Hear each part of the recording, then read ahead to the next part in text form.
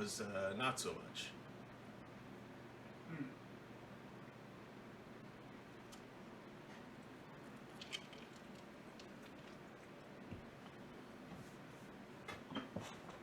At least that's my understanding.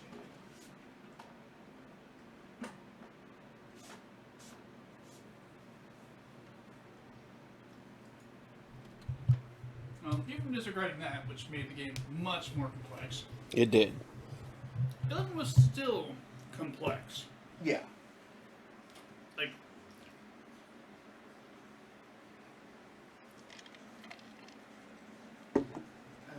character skills. Not weapon skills, not abilities.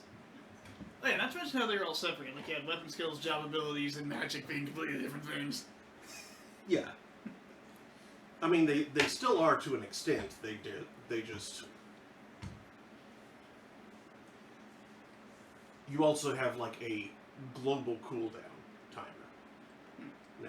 So that you can't just... You can't just spam a whole bunch of things in rapid succession. And 11 had that too. It just, you couldn't see it. 11's was... You had to either wait for an animation to finish before it would at all take another input that wasn't movement. Right. Or pull a stupid trick to, like, blink out of the animation. Yeah. But even then, there was still a minimum time, like, at least half a second, I think. Usually a little longer. Right. But yeah, FF14 also has that animation lock, which is a thing. But... And a massive pain in the arse. It can definitely slow things down.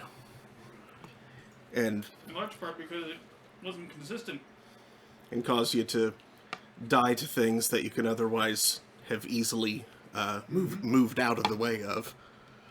Like, it would vary by connection and client, and if you were using a USB keyboard. PLL, just why?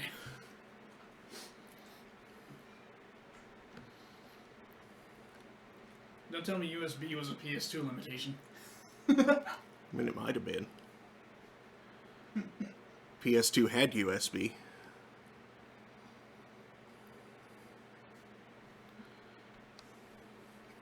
That doesn't explain why weirdly slow processing of USB input would be a limitation. There's a... Actually, it wasn't even the input. I think, like... cool thing here. Something else slowed down that shouldn't have slowed down if you had a USB Person plugged in. building a model. Like, they have the base that's Shiny. just...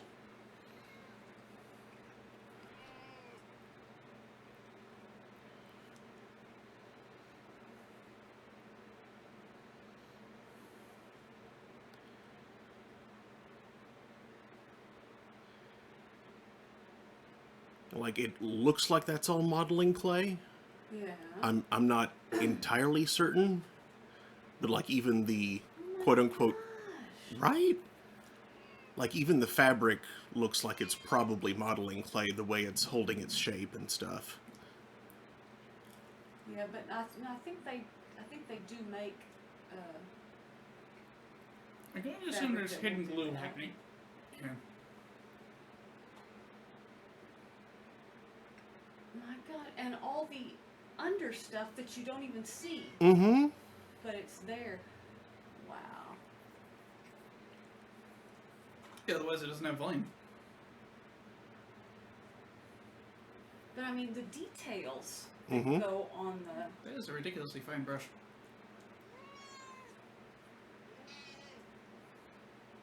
Meow. Blow it.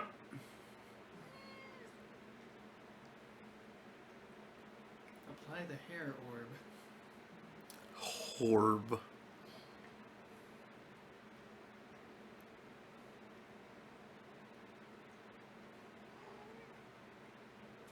Pleat the ravioli and apply it to the waifu's bow.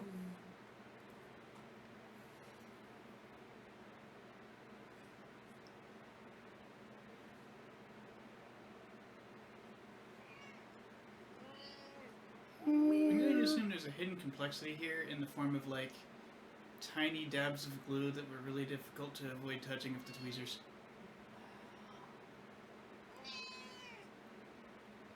I mean, it appears to be clay, so they could have just, like, scored the surfaces to stick them together. Yeah. That's amazing. Isn't it? Beautiful. I'm not sure clay would hold that well with just a contact fit, though.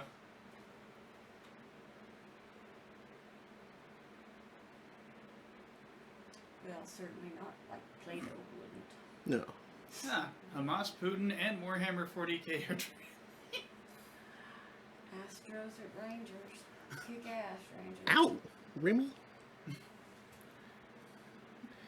Hey, Mom, would you mind brushing her so she doesn't do that to me? Because I need my hands.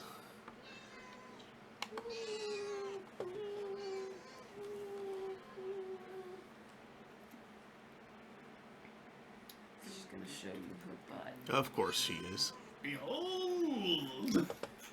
But! No.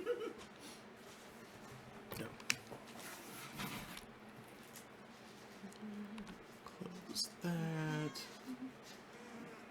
This window should actually go over here. Move that there.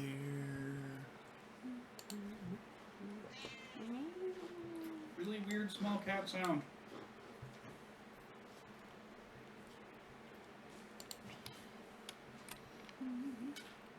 Not as weird as a pug sound, but still weird. Pug sound? Yes. What's a pug sound? Oh, she's stuck on the... It's the sound of a small dog that can't breathe. Oh, yeah. And humans made him that way. I hate that.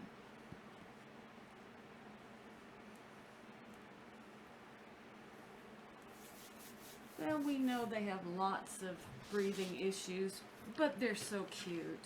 And they kind of can breathe, they're just bad at it? So they make like lots of weird, snorful, snorfling sort of sounds.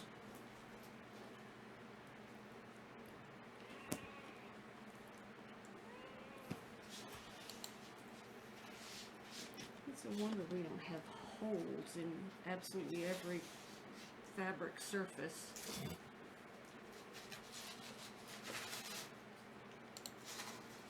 I assume that's primarily because she hasn't seen that movie.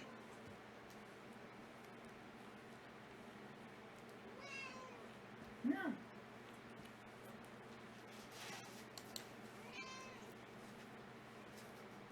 And I don't know whether she's getting herself loose because she is pushing her paw back the other direction to unhook it sometimes, or if it's just brute force.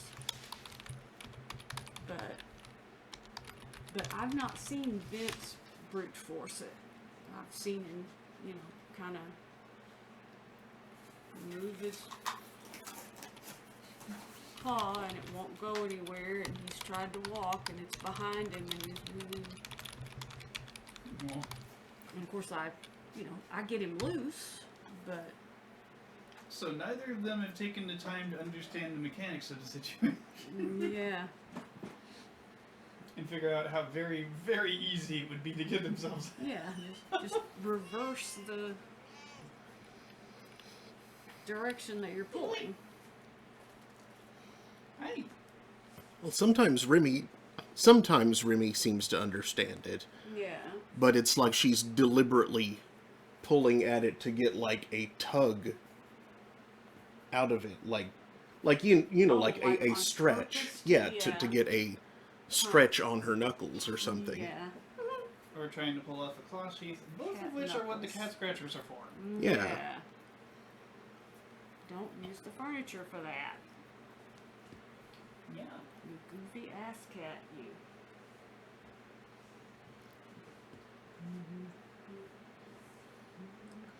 Now, let's hope that's enough.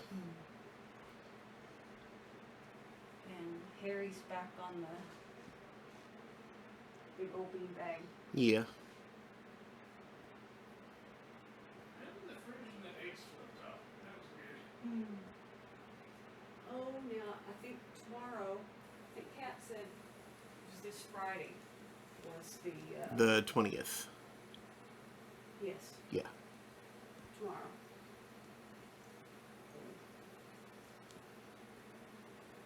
And it was, they were doing it on Facebook. I don't remember. Do you recall what time? I don't remember. Oh my gosh, well, we need to find that out. Yeah. Well, you're on Facebook. You should be able to find it. Yeah. Oh, Remy? Sam Heck is Facebook. She is not satisfied. Well, or do you want the, that sheet to place between the two of you, so at least she's not, no, she'd, better protect your leg, but it wouldn't protect your arm. Arm, yeah.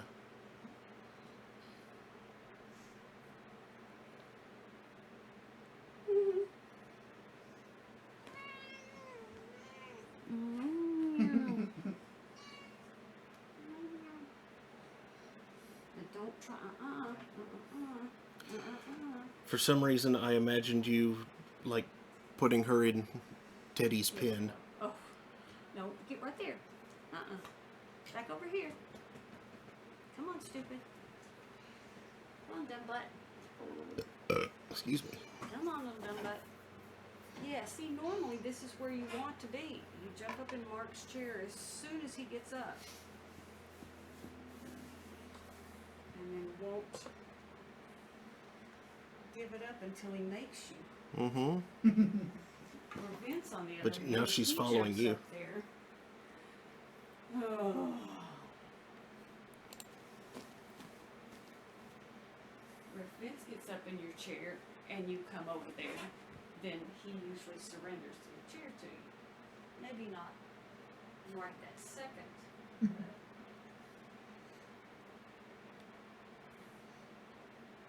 Yeah, he'll often like kind of writhe around and look cute at you. yeah. Hi. Have I warmed it up for you? Oh, thank you. He moves because he's such a sweet boy. Mhm.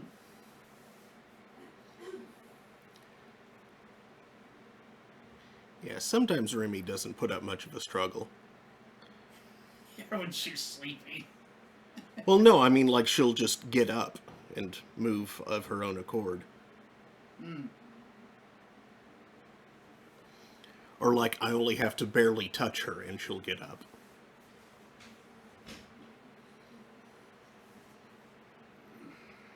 Other times, though, she, like, latches on and starts yelling.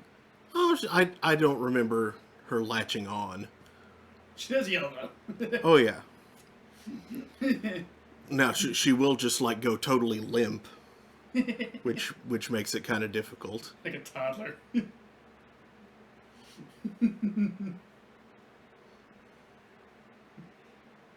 No human can pick up Noodle Cat. Oh, darn. Yes, we can pick up Noodle Cat. It's just somewhat more difficult. I think it was yesterday I managed to scoop her up like a baby, and I was scritching her, and she was just purring and purring and purring. It was really cute.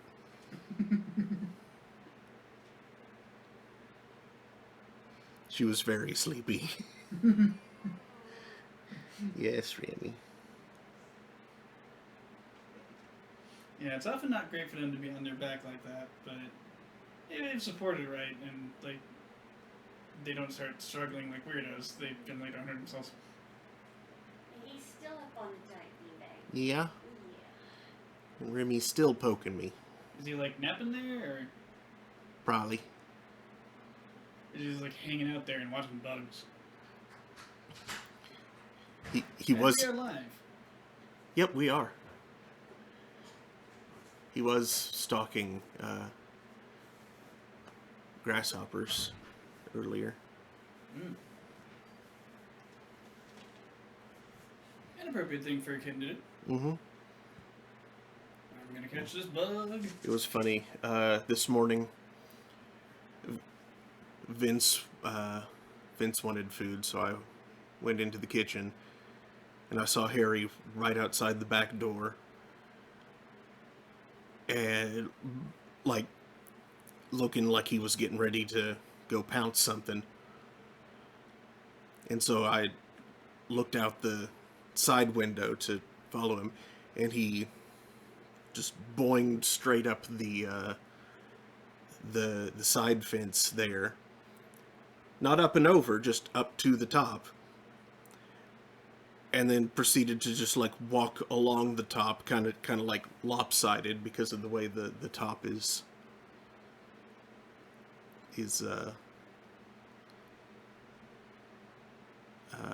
what's the word I'm looking for? The way it is. The way it is, yeah.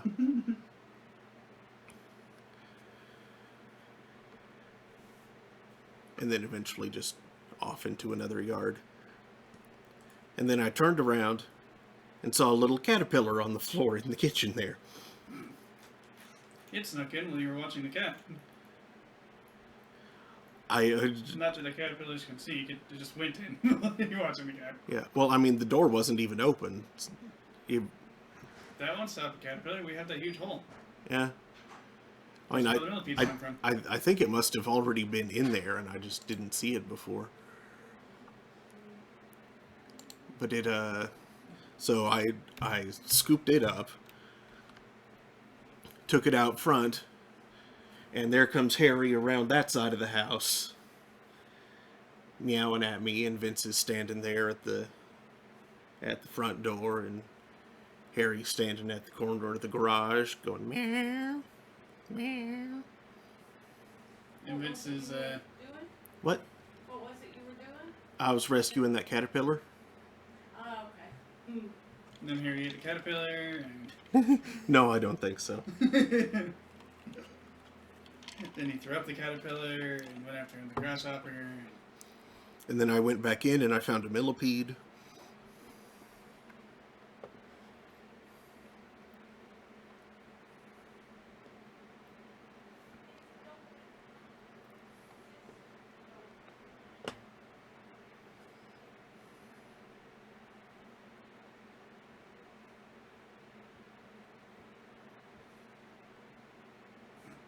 I don't know what Vince is getting scolded about.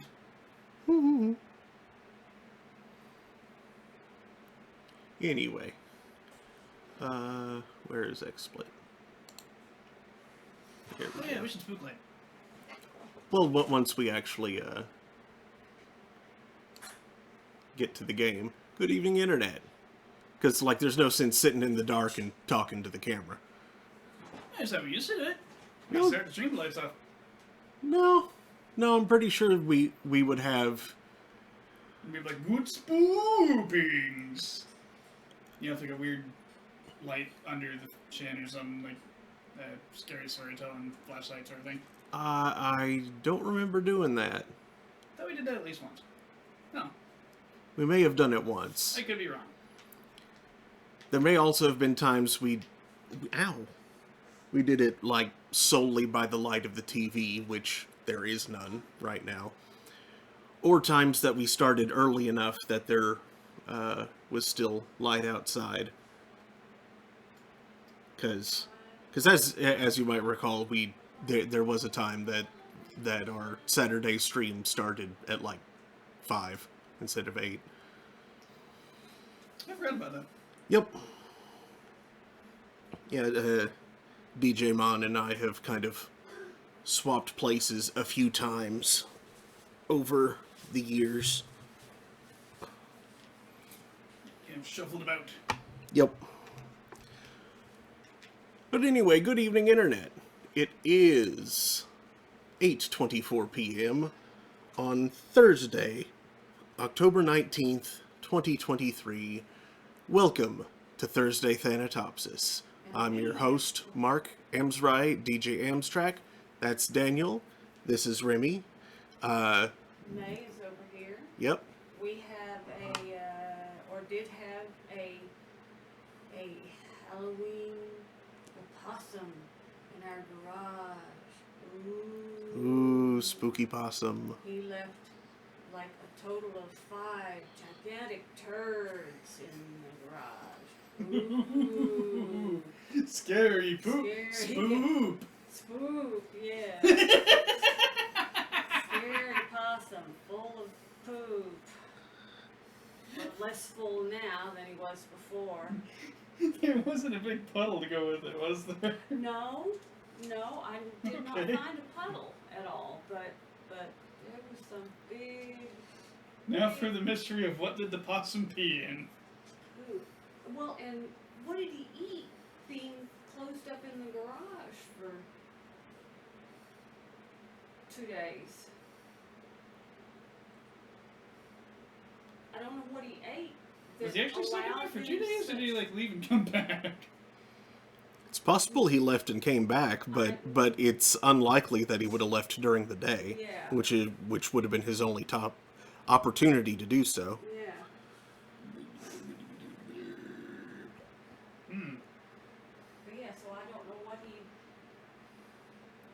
Well, there's a goodly amount of food waste in the garage that shouldn't be in the garage that he might have dug into. Yeah, but I would have. I mean, it would have been visible what he had gotten into, and you know, there's a big bag of that rancid rat food, Mm-hmm. and there are, you know, there's little holes chewed at the bottom, but you know, Bugs did it's- that. Yeah, it's rancid, and so yeah, nothing wants that because they pretty much just left it alone after they got into it and tasted it. Mm. Yeah, and nothing else got ripped into. So Maybe there are less bugs in the garage than there well, were. that could be it. I cannot speak to the insect population of our garage. Jerk-ass possum got into our spider supply. Yeah. We have to go get more. And I haven't seen. I'll have to get some more spiders from Mustang. I have not seen any mice out there for many, many, many months. Mm. But if you ate a whole bunch of mice, I don't want to know about that. But then I think there would have been bones. I don't think they eat Owl, mice. maybe. And fur, and then you know this was just digested stuff that possums eat, Yeah. whatever that is. Aren't possums like opportunists? Like if They're omnivores. They'll eat eggs and berries, but they largely prefer insects and like. They're apparently really big on ticks. They love eating ticks. right, but I'm just saying that like if There are no ticks. if they don't have other options, they'll eat whatever. 'Cause he Right. definitely did eat some leftover food that I had given Harry that Harry did not finish off. Hmm. So he did eat some cat food, but there wasn't much. But he did eat it. Anyway, tonight we are continuing Sunless Skies, session 52 of this. Been at this for at least a whole year. It's possible that I missed a week or two. So, likely even. So this may mean more than a year at this point. But not much more. So, right around a year.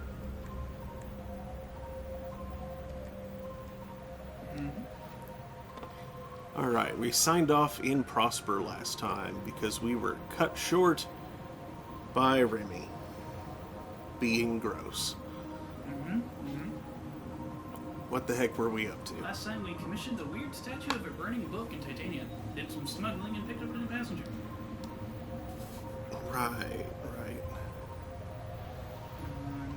Where is Instantly, we are heading back to the Blue Kingdom for more creepy adventures amongst the dead. For the last sigils, a conclusion from an unflower, and possibly igniting a big forge. I was Don't going to ignite say, the big frog. yeah, no, You'll just make it more powerful. don't ignite frogs. Ooh, seeds. Yes, please.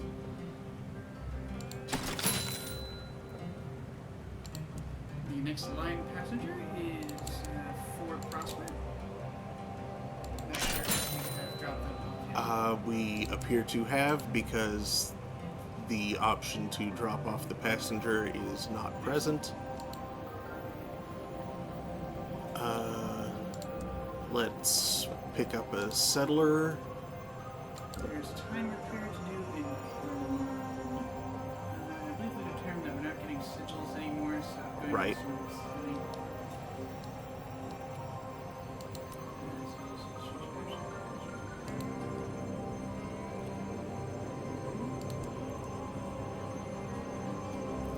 Lustrum they want to go to.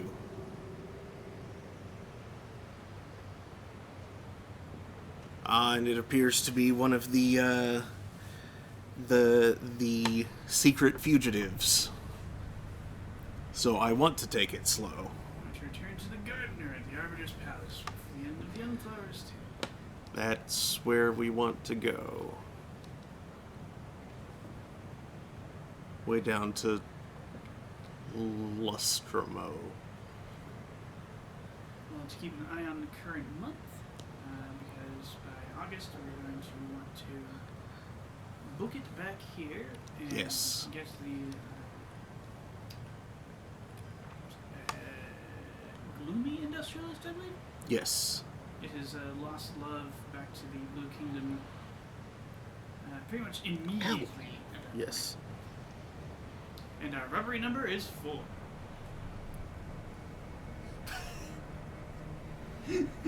That sounded like it had something to do with a lottery or something. Mm-hmm. I was going to ask him to turn off the kitchen lights, but that proved impossible. So I did it myself, as well as getting this light.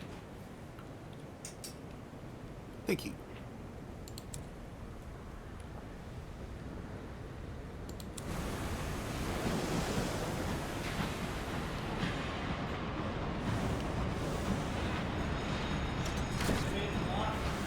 Oh, yeah, he got in.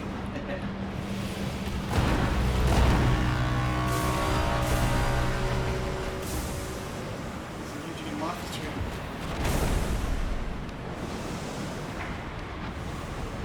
And that's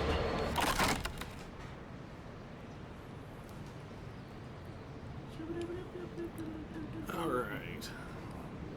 Read the Did you whole... just ambulance? Yes, you. Dungulants? Yep. P for Shapers. The bottom center title card.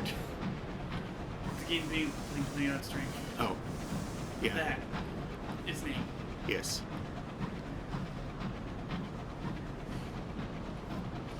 I couldn't find it, so I called it a ambulance.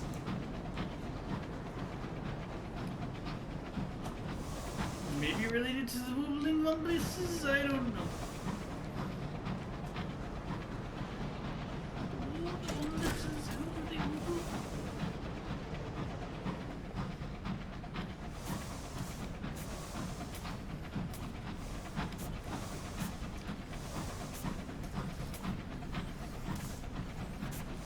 Taking some dork to Lustrum.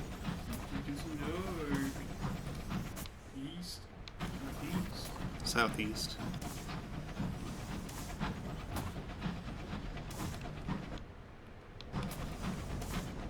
That is southeast. I think north. I don't know. There's not really... There's nothing north of Prosper.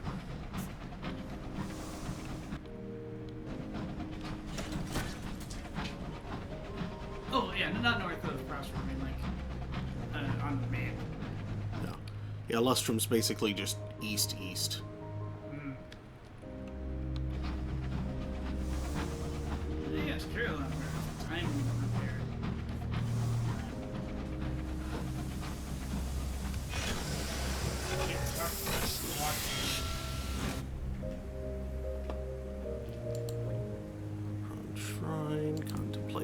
Statue. Contemplate the orb. Officers. Go full mirrors. And the foyer. Investigate the clocks. 42%. Oof. That's the best that you can do. Mm-hmm. At present. Success! Unless you have, like, train components that can increase you. Not far from the clock, you spy a diligent deviless checking on one of her charges. Their therapy and penance is listed as spending 5 minutes sealed in a mahogany box with 177 spiders. Those 5 minutes are due to be over in, she checks, yes, another 14 hours. Idly humming, she continues her rounds.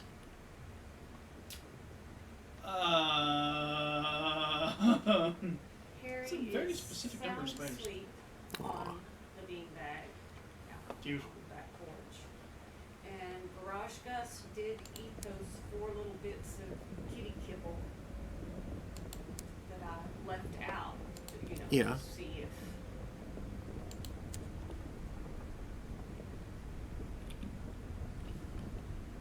if he was still in there or whatever. So it came out far enough to get that, and then hopefully went right on out in the garage door. Hopefully.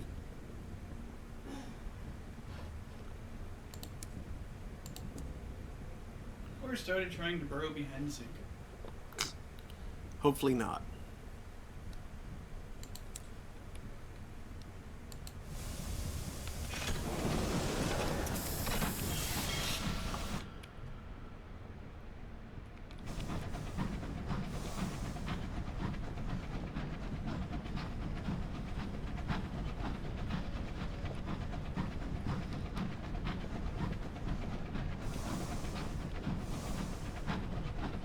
Remy, I need my hand.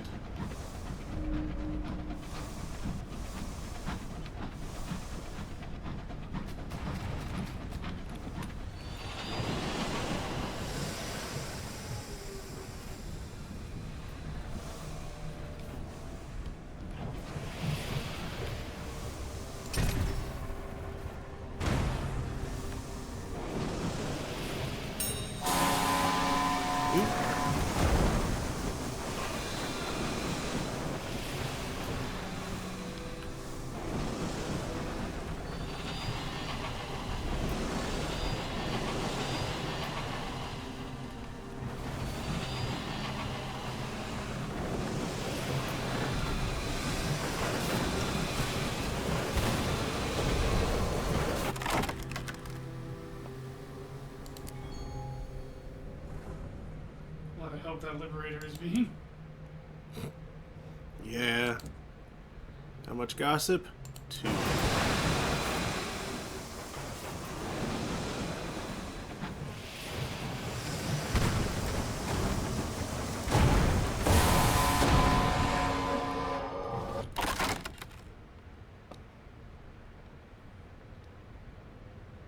Search for survivors. There we go. Full crew again. Yeehaw.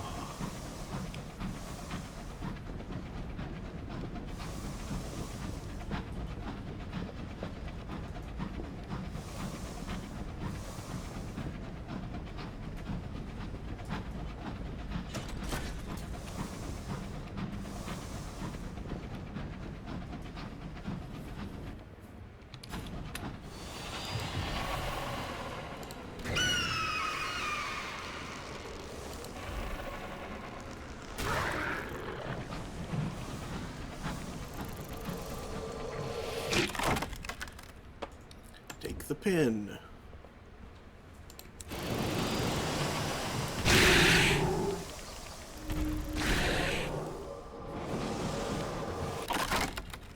Take the stomach.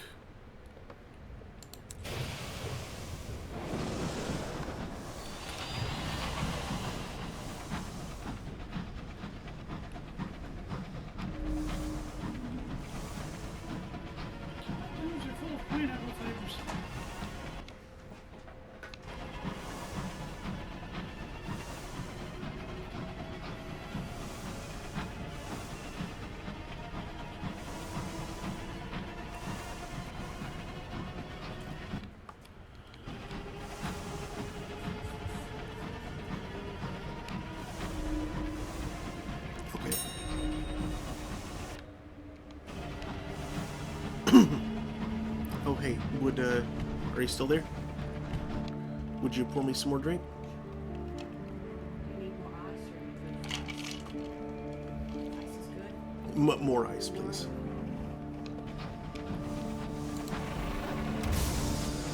Jeez. This is quite a battle I've wandered into.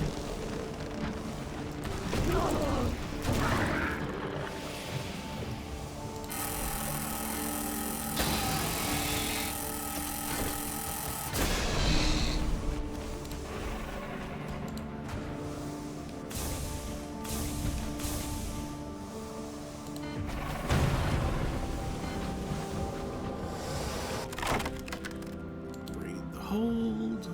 Faceted decanter. Ooh, immaculate souls. Ow. Yes.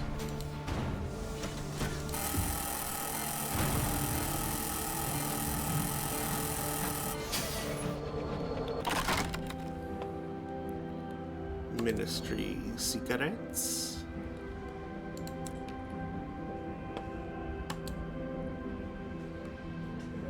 Four gossip.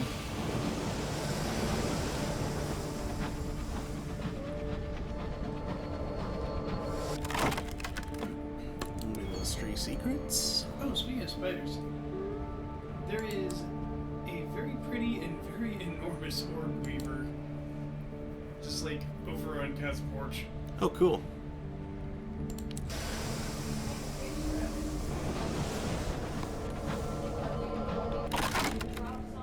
Assuming it's got any dew on it, those webs are so pretty. All of the drops. Man,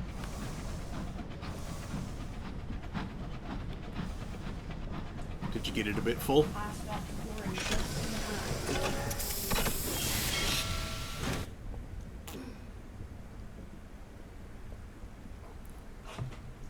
Lustrum?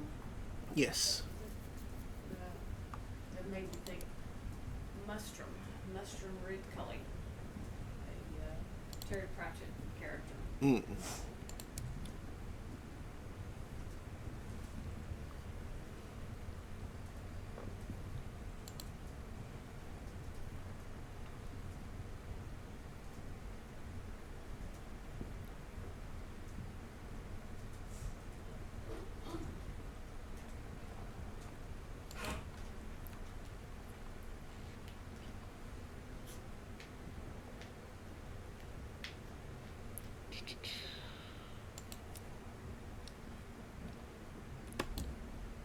I get a lot of ministry stamped permits, but they are so useful.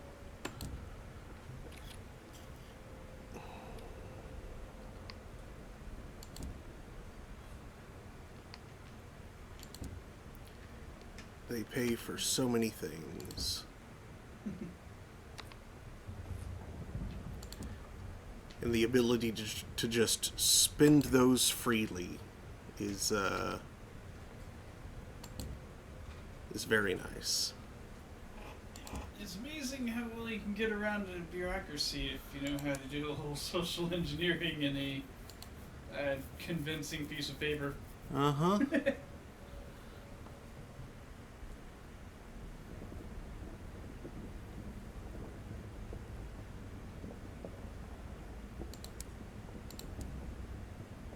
Don't need that. Do need some of that.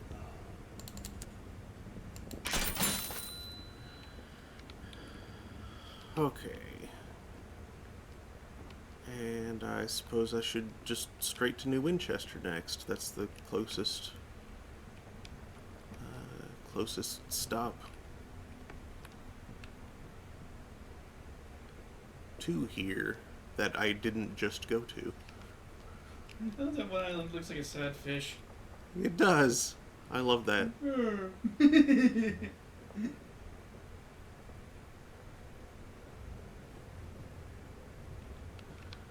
then the one below it looks like a giant porpoise.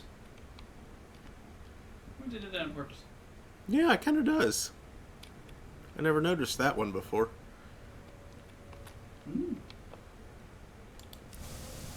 but I notice the face every time.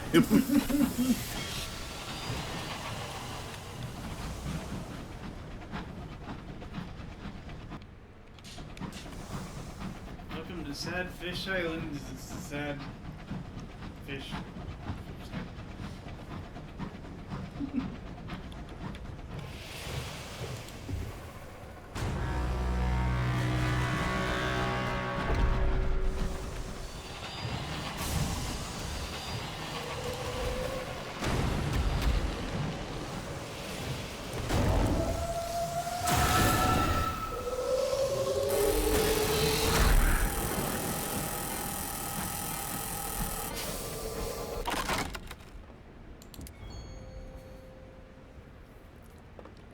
Bronze wound. Raid the hold. A triple locked case. Ooh. Moment of inspiration.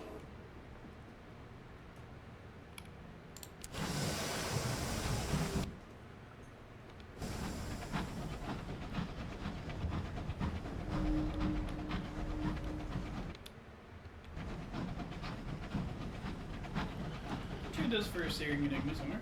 Yeah. Eventually. If I find it.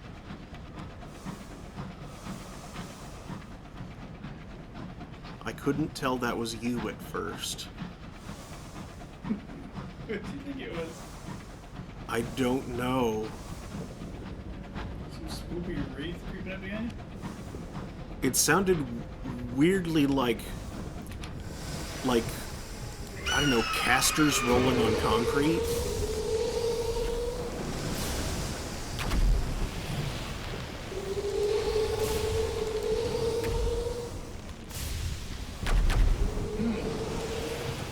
Or if not casters, then like ball bearings maybe. What are the Pollux rolling on? Har har.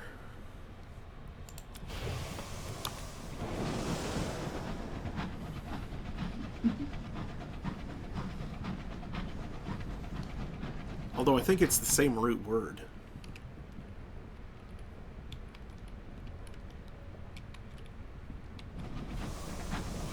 Castor and Pollux have the same Greek root?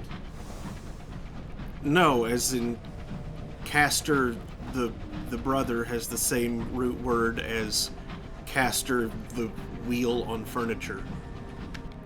Oh.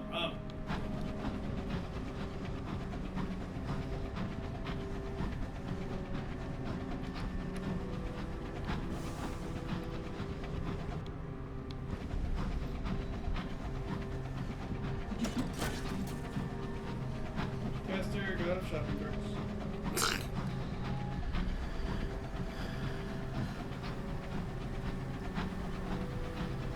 Was Castor the mortal one? I don't remember. I don't remember either, but whichever one it was gave up half of their immortality for the other one anyway, so...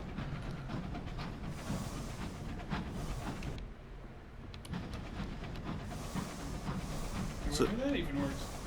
So by the end of it, they were both demi-immortal. They just spent half their time in Hades. I'm going the wrong way.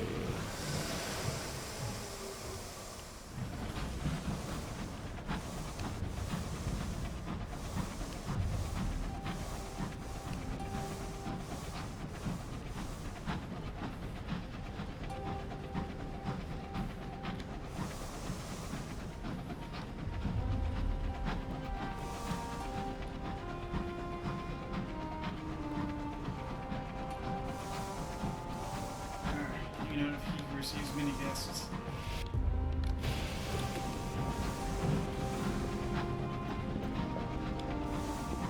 Apparently the ancient Greeks were incredibly spooked by death in the afterlife. And, like, rarely spoke Hades by name. For fear of invoking it or him, or both.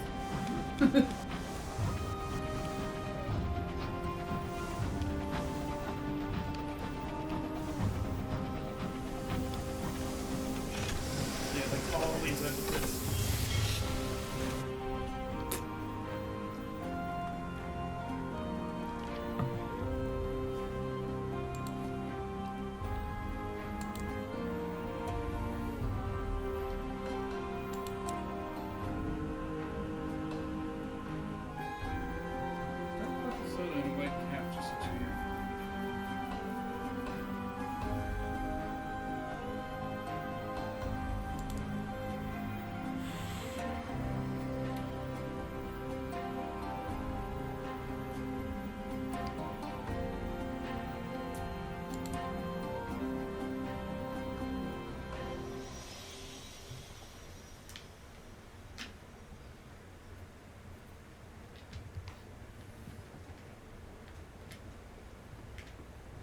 Also tastes weird. I think it's elderberry.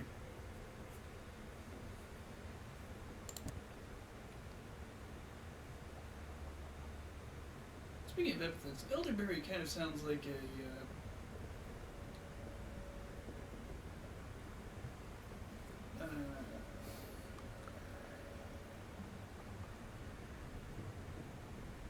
yeah, what's the term? Sucre, no. What? Or, euphemism. Euphemism. Elderberry kind of sounds like a euphemism for berries that's gone bad.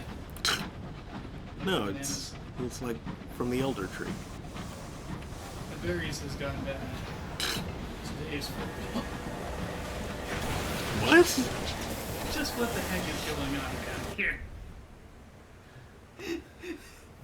I'm referencing a game called Pantsu Hunter. Okay.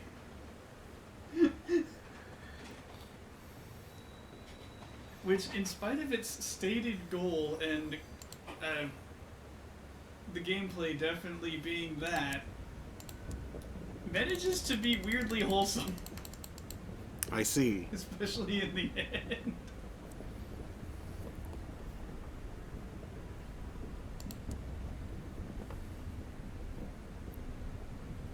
But the translation was absurd. Ooh, 9 crates of munitions for Lustrum.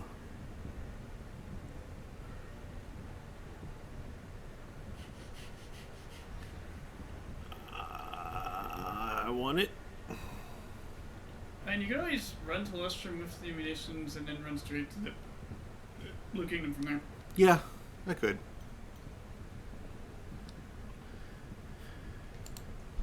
Like, I get it. Getting rid of 9 useless crates of munitions is just like, yeah, that's hard to say no to.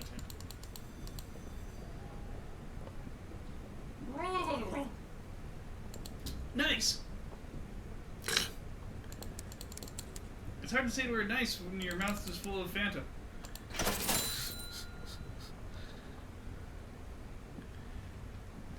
I'd imagine so. Here comes out.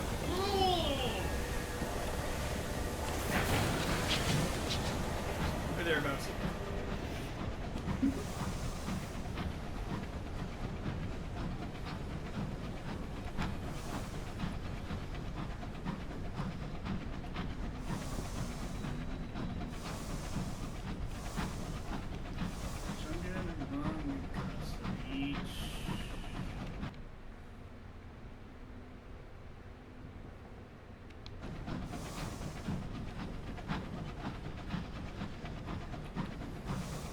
Why is it so wrecked over here? They've been like cowboy incursions. Just angrily yelling at rocks, and the rocks shatter. I'm not sure.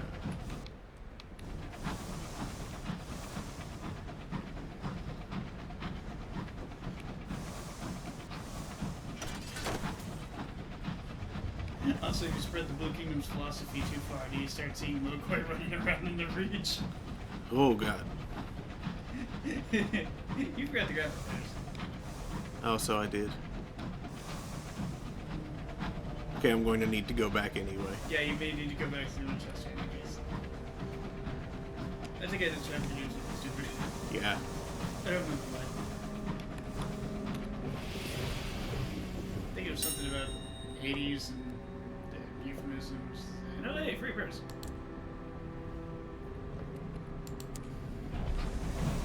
A little chunk. Not bad. Oh yeah, and elderberries. Oh, and I'm still kitted out for, Oh, okay, you definitely missed out. Yeah, you did. Yeah, you definitely failed. yeah. And you could refit the Blue Kingdom, no problem. Just bang it.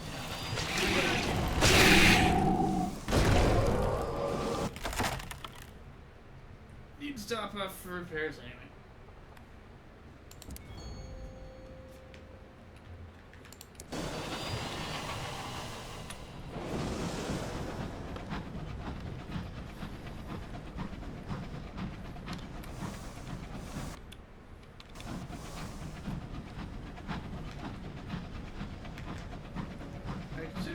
direction for the sake of the audience's time, but this is a really good place to run face first into his prize magic.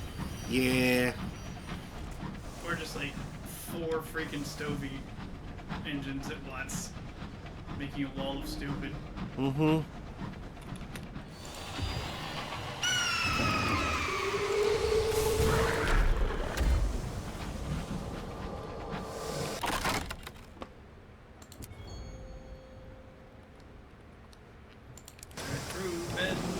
Crew manufactures sharp axes.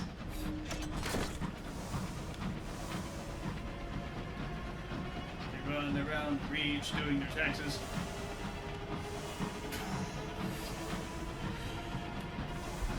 You rhyme something with axes.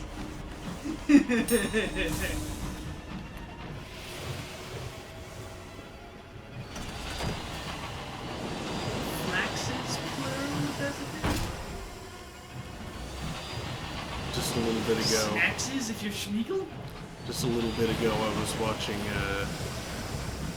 Sarah Lene stream, and I didn't catch what led to her singing it, but she started singing "I'm a jerky girl in a jerky world," wrapped in meat sticks, and then she just stopped because she had no idea where to take it from there.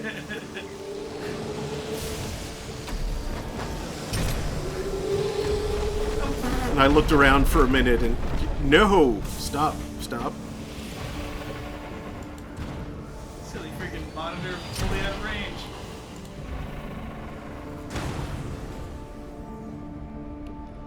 Yeah, you remember the dodge when you're in one of those streams at once. And also, like, save heat for dodging. Mm-hmm.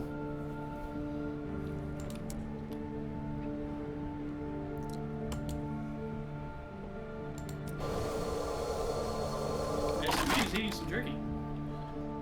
And just Possibly. Likes jerky. Probably beef.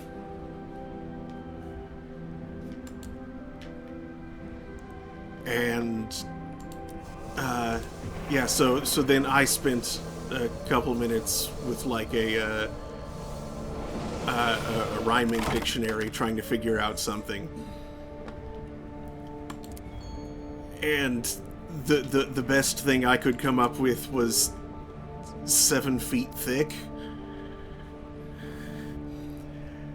And that's a meat pillar. And that's structural. When I shared that, she was kind of dumbfounded, and she was like, "I'm not sure what to say to that." That is a structural piece of... That is a thick gin.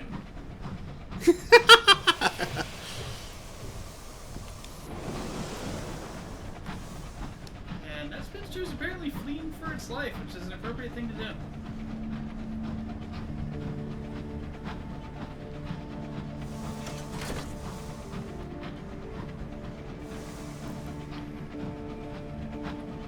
A robust James.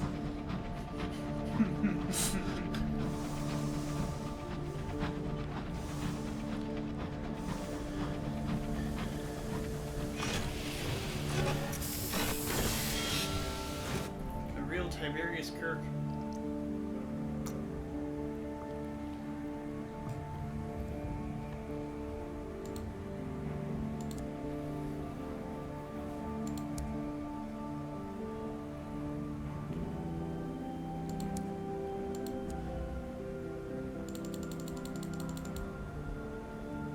Explosives. Pleased, the head of the Mining Association throws in a barrel of freshly dug hours and a chart from her days in a Tackety scouting militia. Nice. Why? Why? Why?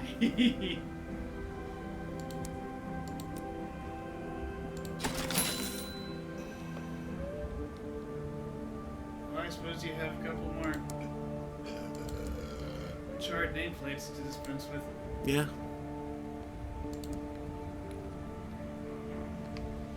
Hey there, Sweet Jane. We got more, Sweet, more sad, sweet twisted, bent Jane. ruins of other space train boat trains. Space train, boat trains. Like ships, but train.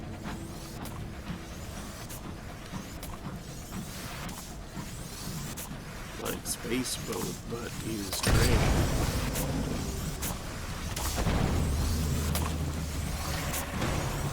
There's a boat campaign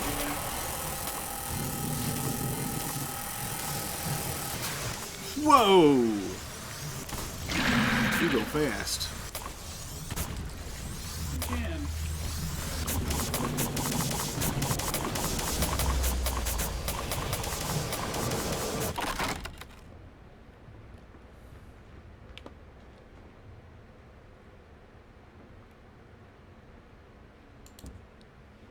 We can't use this place to reinforce the hull. That'd be nice.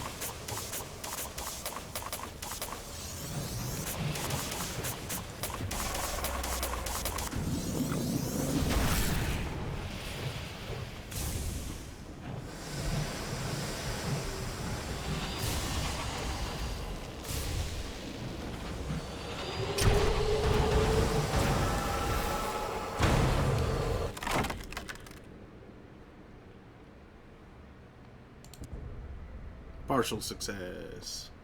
Partial fungus.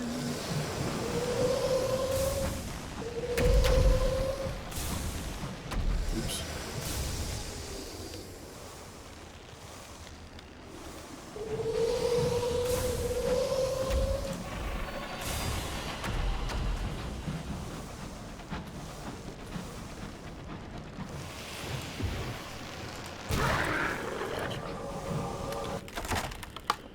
Axes. Let me ask you a question. Kazad. Kazad, I'm a new.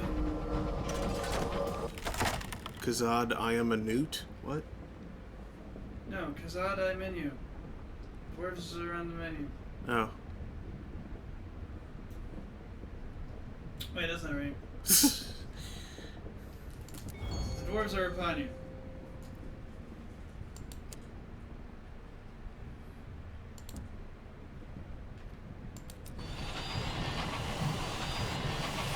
The axes of the dwarves are upon you.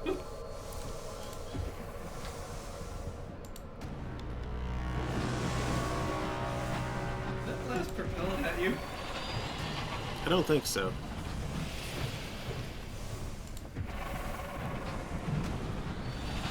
Outside. In the side. Outside. Read the hold. Triple locked case. Moment of inspiration. Ministry secrets. Gossip. 2. All the things. Okay. Hours. Great.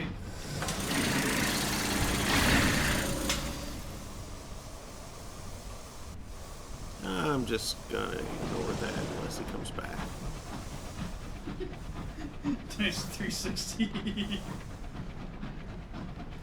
Say what? Nice 360 there, Xbox. You did your. I turned 360 degrees and drove away.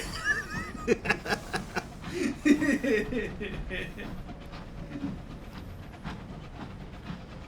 finally found it. A context that made any sense. Mm-hmm.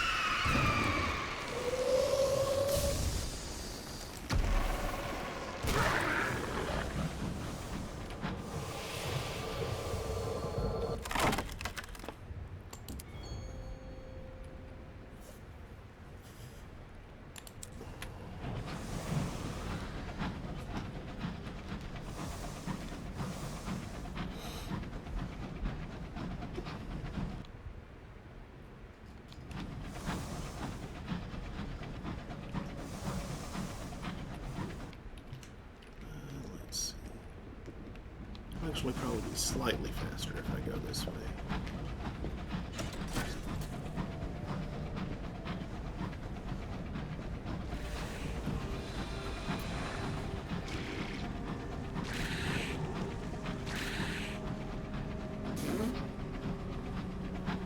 Cantankerous almost killed itself. No kidding. Indeed, it's nice about it.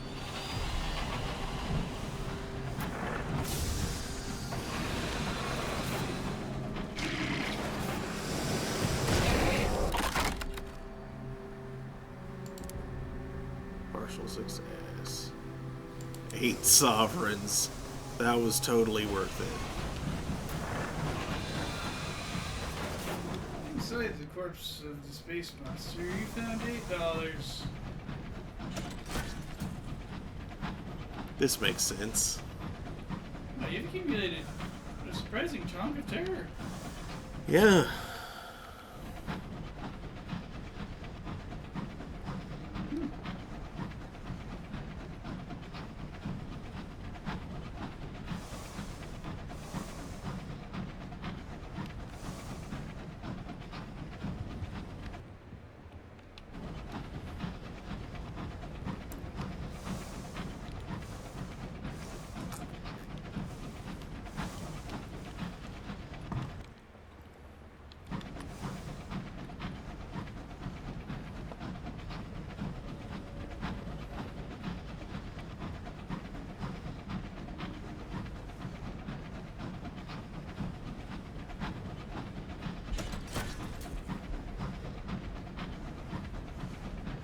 Chimneys of the Winchester, blazing belch, a stinky smile.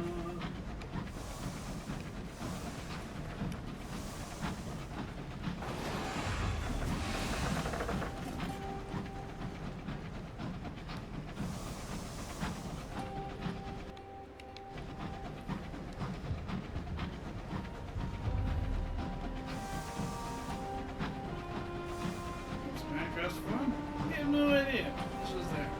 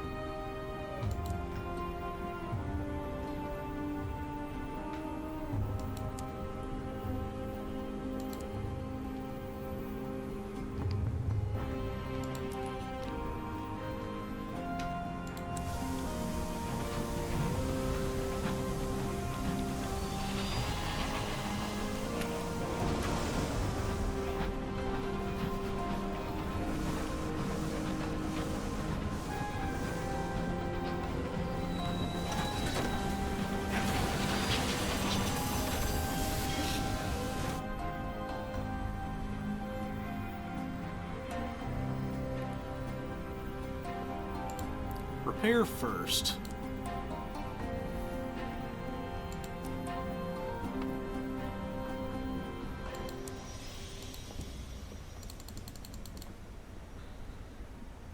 And then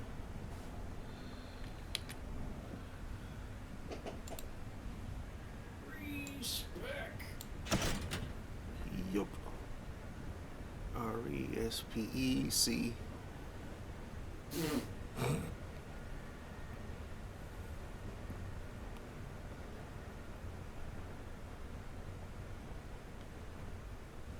Don't forget your Camarilla. Caramello. Carmilla. I was like, what did I have in that slot? Carmen San Diego.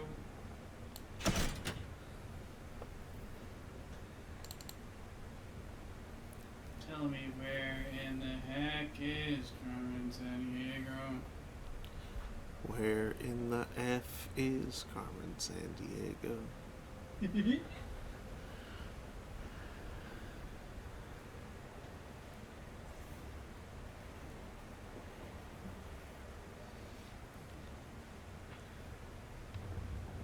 You know, it would be kind of fun to make a.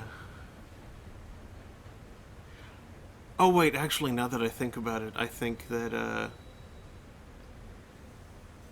the not actually titled that Frog Fractions 2 made the joke already of where in the hell is Carmen San Diego, wherein you're following her through like the Divine Comedy. Wow, did I miss that bit? Possibly. I may be confusing it with a different thing altogether. And you were playing Frog Fractions 2 on the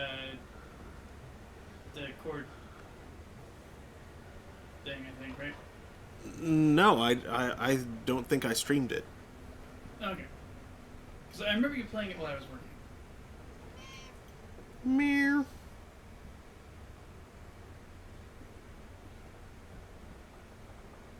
And so I know I've missed large portions of it. And seen scarcely anything of Litterman Grove.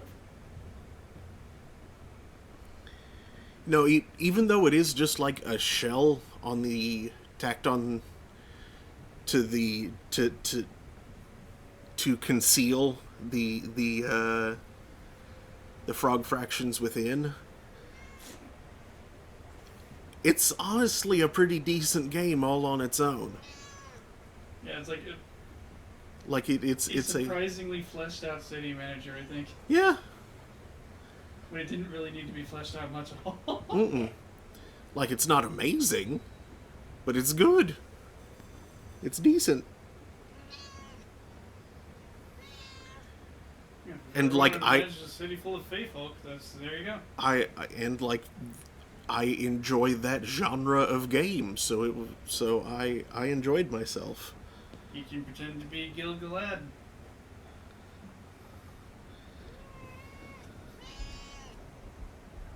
Who was an elven king of whom I can be Gil the Lad. the guys sadly sing. The bards? No, the minstrels, probably, yeah. Whom the minstrels sadly sing.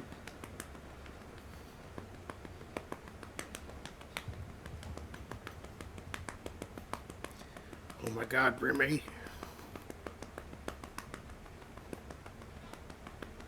Gil-galad of golden hair, the last whose realm was peaceful and fair, or something like that. Meow.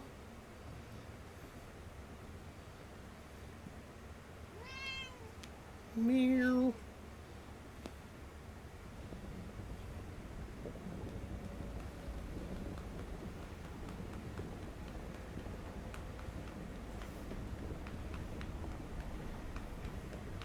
Whack that cat.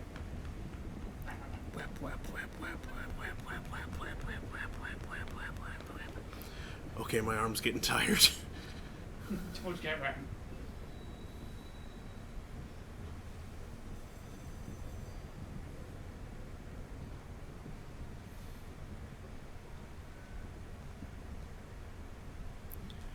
If she does it again, then perhaps she's in need of a rotation. It is not a very good surface on which to rotate, though. Mm-hmm.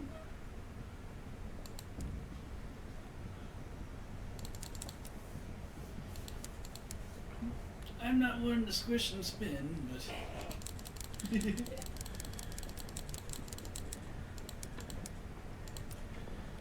Okay, fill up on supplies.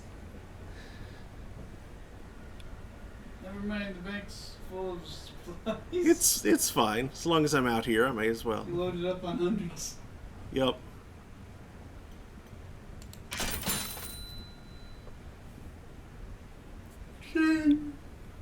Oh, don't forget to re-repair. Oh yeah, cause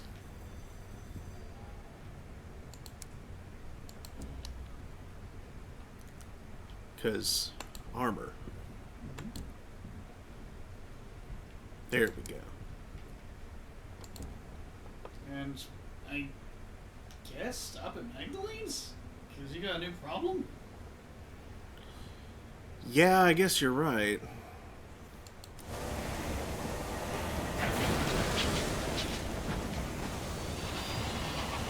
little dumb, but alright. If it's gonna happen anywhere, the Reach is the place for it to happen. Eggs, wings, and then the BK.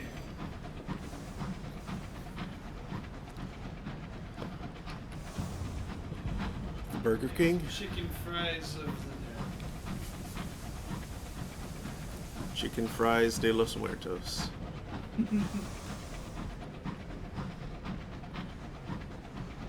Huevos fritos. Pollos fritos. Fritos.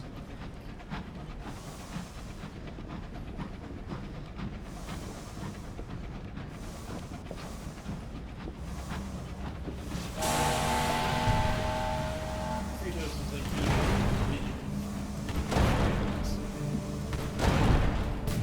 Oops.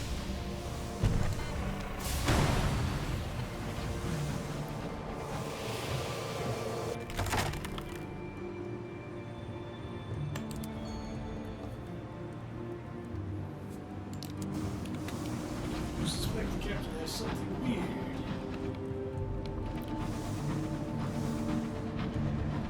You suspect the captain was into some weird shit.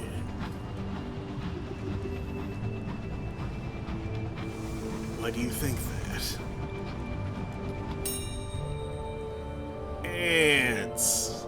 Because of the half-eaten jar of peanut butter suspended under the desk in the captain's office.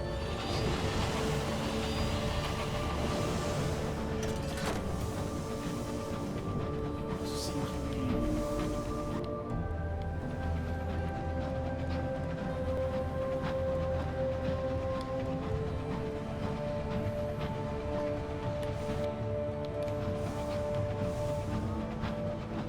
Hide the peanut butter. It's about to get weird.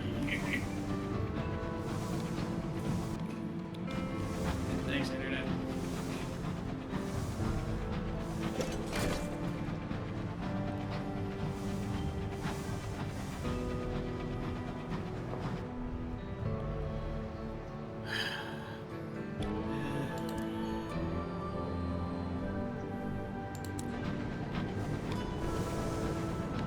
Get wrecked, drinking problem.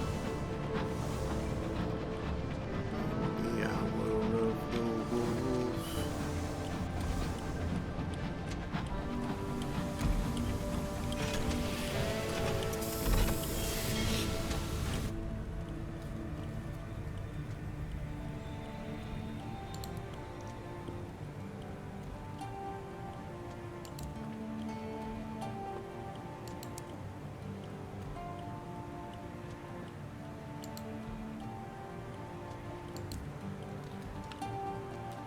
Yeah, it's a load of scoops.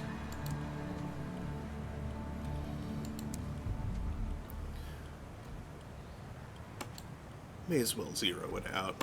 I have way too many savage secrets.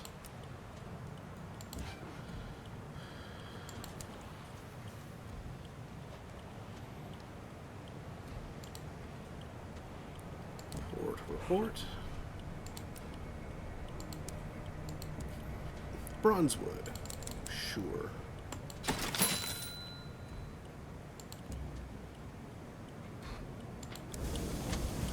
The world is now filled with people.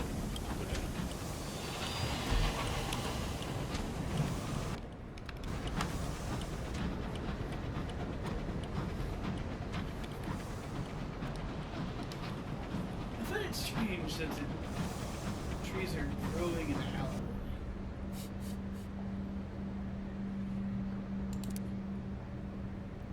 It's dog time.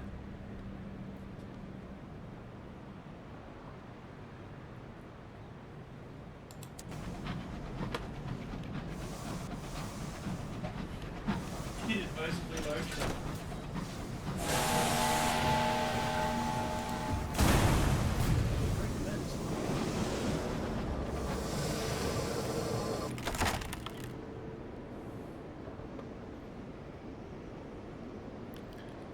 Yeah, let's go for the cargo.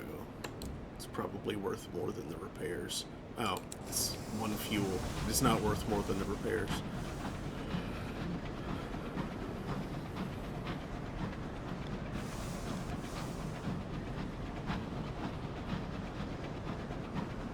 It's worth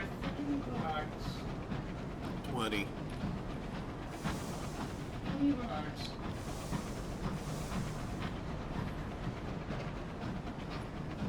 Cheapest garbage in the sky.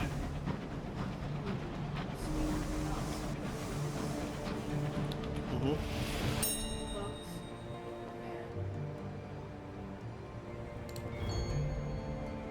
Jim Jordan got 2 less votes on the second round than on the first round. Mm-hmm. For the second round, Jim Jordan got Mm-hmm. Hakeem Jeffries, minority leader, Mm-hmm. Democrat, 212. Nice. He was much closer to getting it. Mm-hmm.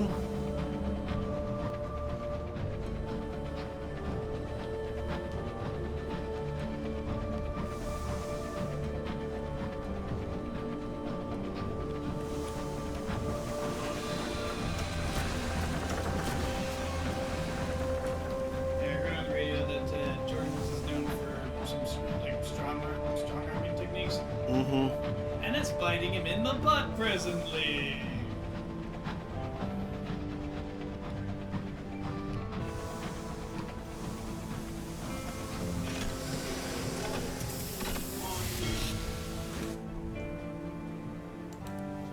January 6th congressional panel so that he could, you know, yell and get on his feet and none of that happened at all.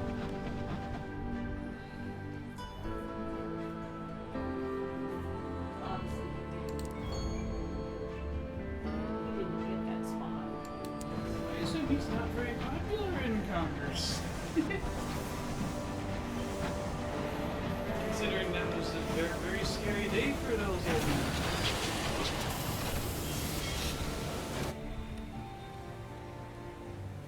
Some of the young men too.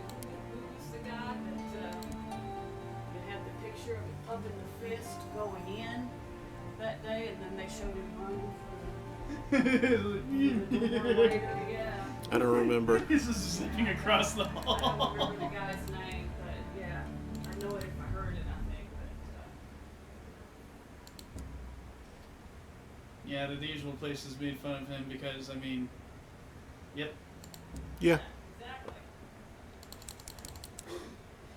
Because it was sort of funny. Oh, you thought that letting the leopards eat your face party leopards into the building meant they weren't going to eat your face? And then when you realized they were, you ran in terror? Jeez, maybe you shouldn't have let the leopards in.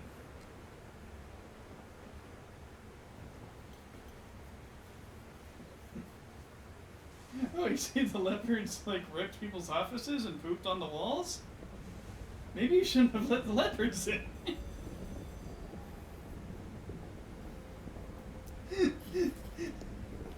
I joke. A bunch of actual leopards would have been less destructive than the idiots that broke in. Yeah.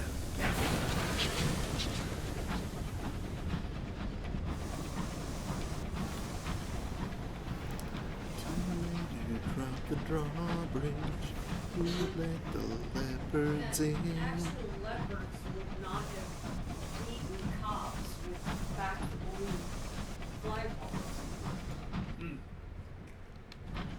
Irony.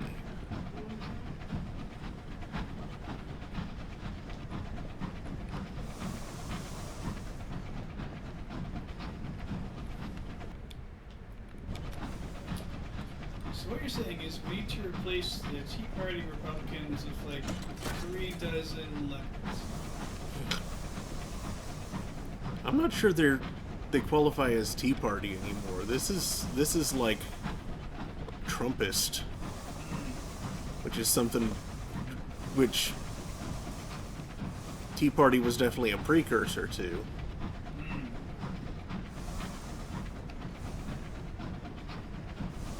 But it's very different.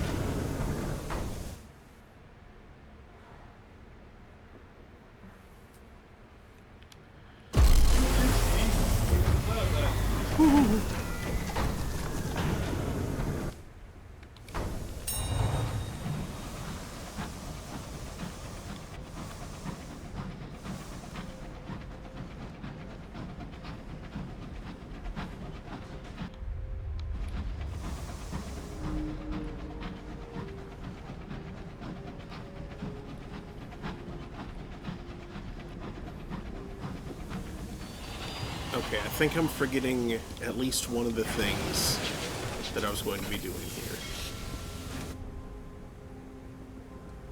I remember the flower, and I remember the froge. And the sigils, which is related to the froge. I think that, for now, is them. Oh, okay. Well, cool. I should pick up another litigator.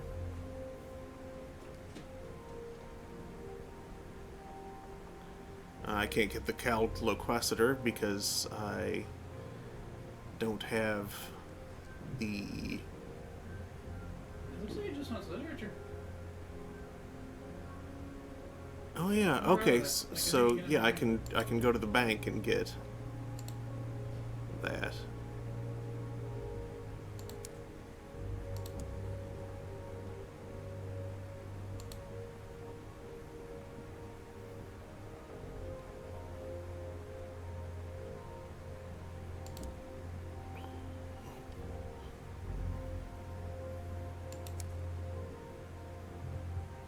Here we go. Fully repaired, yes. Embassy.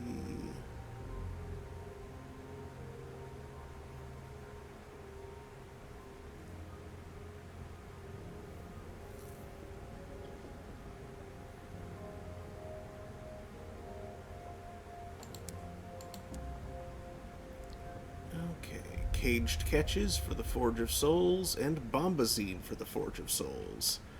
I'm definitely going there. Yes, we are headed to the forge.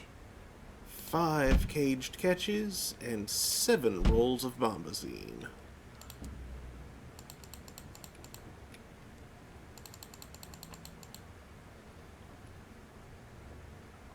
You have too much crap on board. I do have too much crap on board. To disgorge seems... There. And actually, I might, And you might find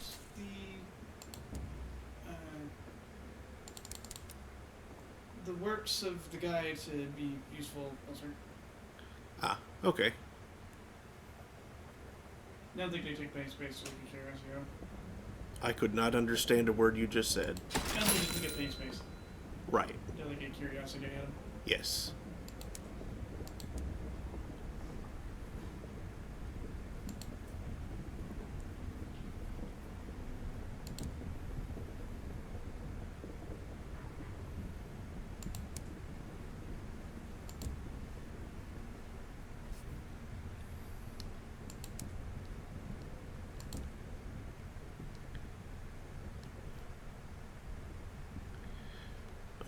It's not what I expected to do here, he admits. At first, I staged performances for the locals, gave poetry readings. Couldn't tell if they appreciated it at all. Have you ever given a reading to a circle of horse spirits? And even when you've got ex-humans listening, they'd put their jars of voices in the front row, and you couldn't say which voice went with whom. Now, these notes have had a very receptive audience back home. He takes out a volume and autographs the front page with a flourish.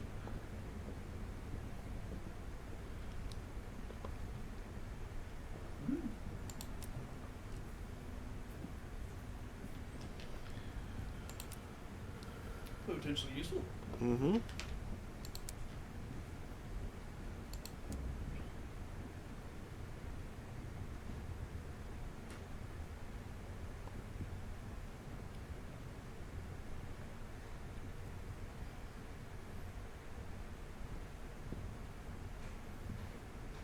Magic Oh, yeah. Saga. Gorgonooza. Gates of Ivory. Huh. 15 hold. The Watchers in Azure. A saying with armor on it. Well, it's a saying But in it's the armor. armor slot, yeah. It's armor that says. Fascinating. It's armor that looks at things, so you can put something else in the slot you normally have your. A saying item. It's probably intended for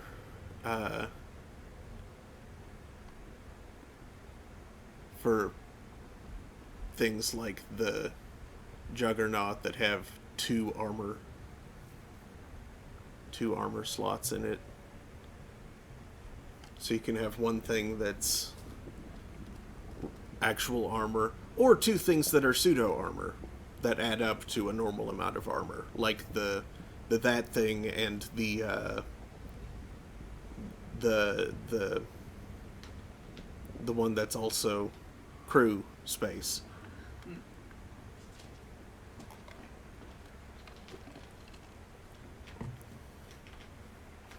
The goopy pods. Yeah.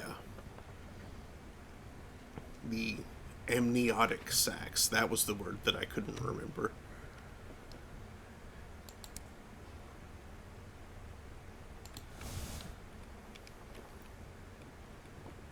Okay. To the forge. To the forge.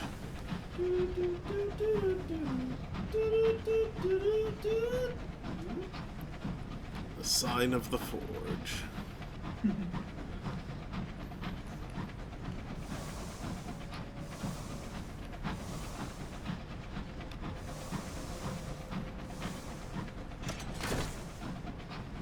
Oh, hey, it's a smuggler. A spirifer.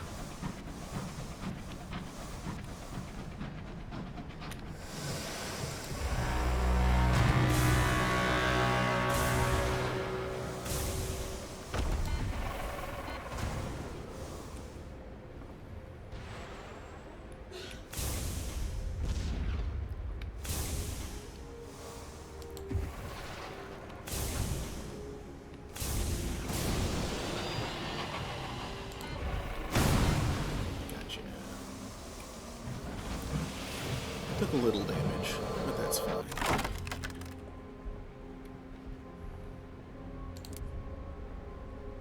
Dang. Normal souls. It was the most professional. No. Clean.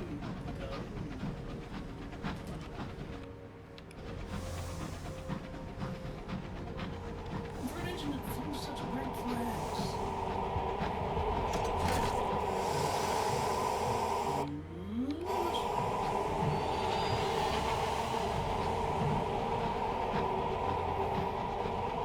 Looks like it doesn't guard aggro.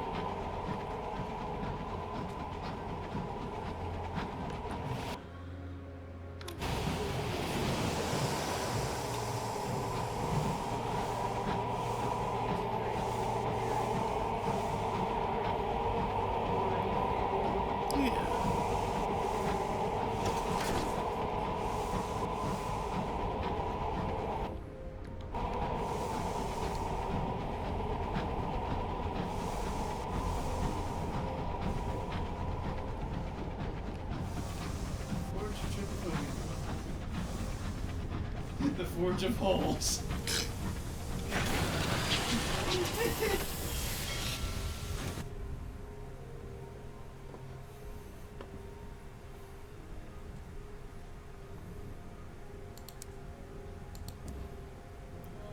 Oh, 1, 2, 3, 4, 5.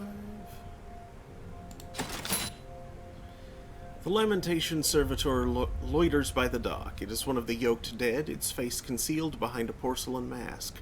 After examining your caged specimens and making several notes on a yellowing scroll, it pushes a small cask of gems into your hands. Perhaps it is pleased.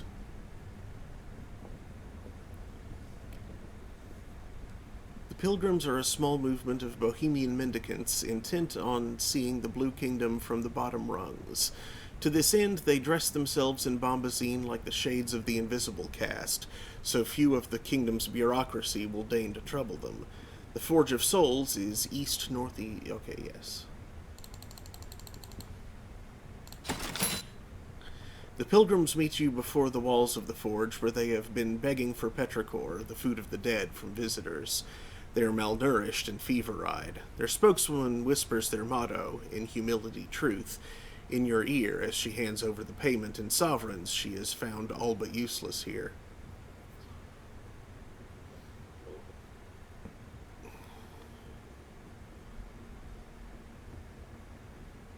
Yeah, that's just 3 units of literature, why not?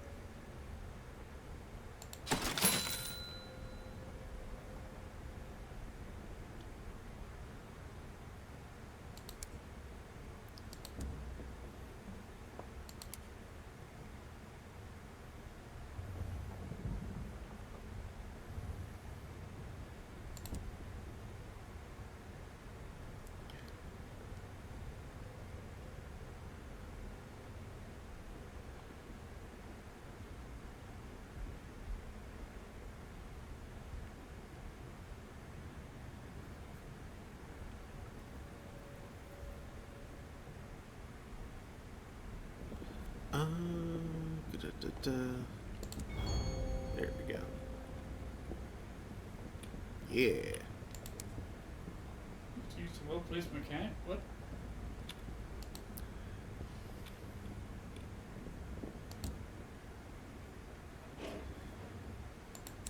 Let's me in. Okay. Report. Trick a monkey's ghost.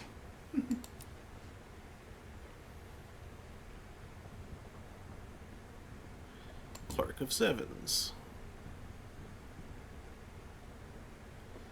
Deliver the correspondence that the clerk requested. The sigils are prone to combustion. It would be far safer were they away from your engine. The clerk is silent for a long moment after you hand her the sigils. Then, thank you. Sincerely.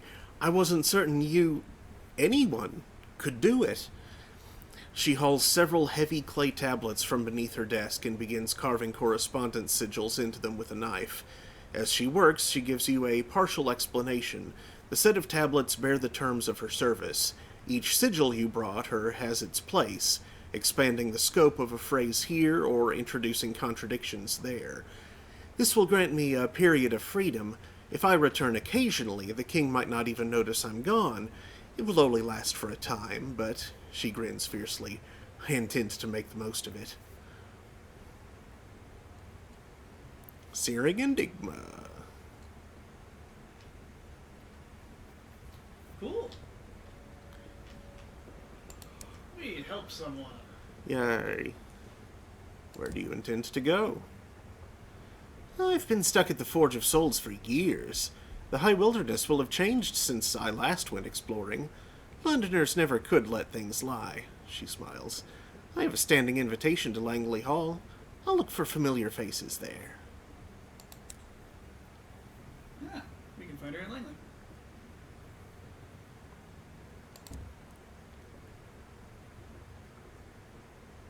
Okay, I remember that. Return to the gates. I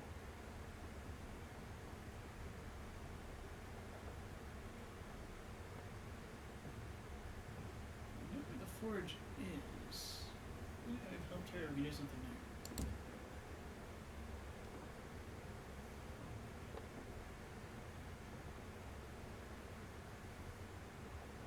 Need to repair the forge.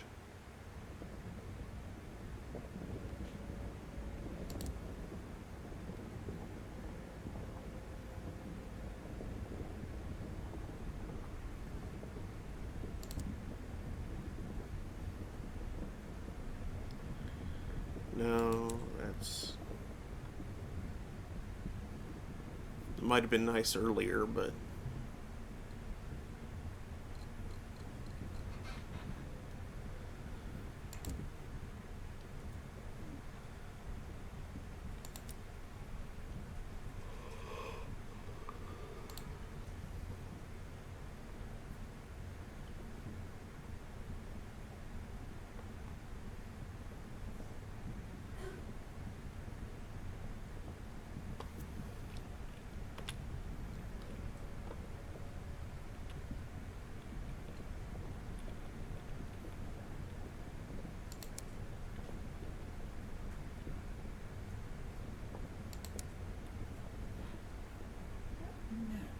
Nice.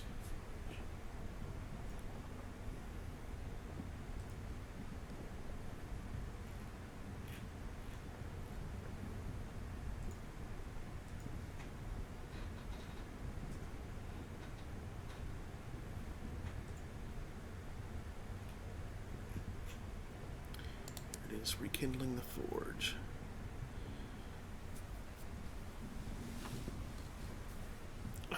I think I remember petitioning. From the angle I can see him, I can't tell for sure, but it looks like Harry is sleeping. You mean Remy? No, Harry is sleeping a little bit the way Remy sometimes Oh, yeah? does. Although he looks a little bit more stretched out, flat, like not completely on its back, but, you know, like 2/3 on its back. Cute. Yeah. And I'd love to get out there and try and take a picture, but of course, as soon as he hears the door, he Mm-hmm. sit up. So, now that you've found the forge, perhaps talking to the Lamentation again. Oh, okay. I thought I remembered talking to the Lamentation. You did, but you hadn't found the forge yet. Oh, okay.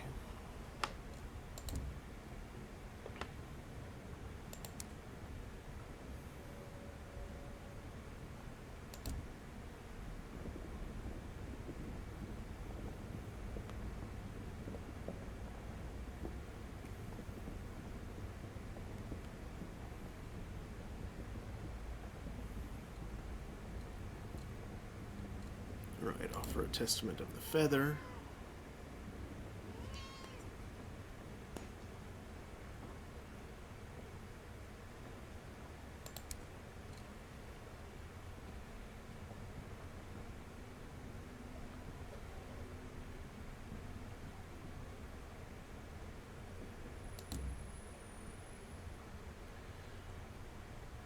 Abruptly, she dismisses the unworthy scribe. As the great bronzewood doors swing closed, the Lamentation crawls closer to you, softly keening as she leans over you. You must use the forge to make new scribe spinsters for her. Her tone is insistent, desperate.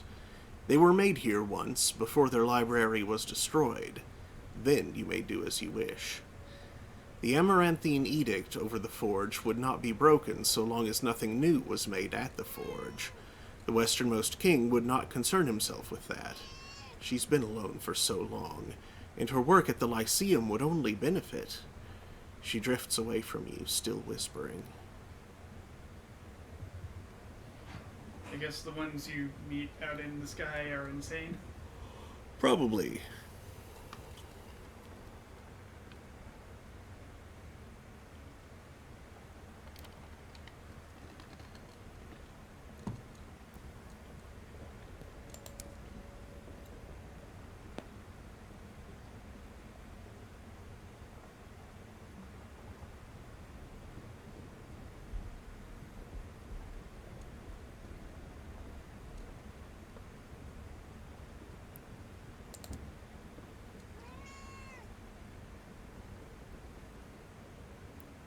Okay.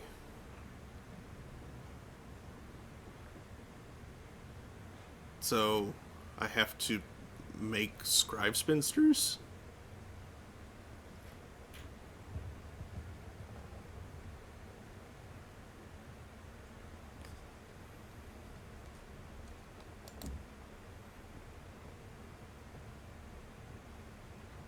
Repair the forge.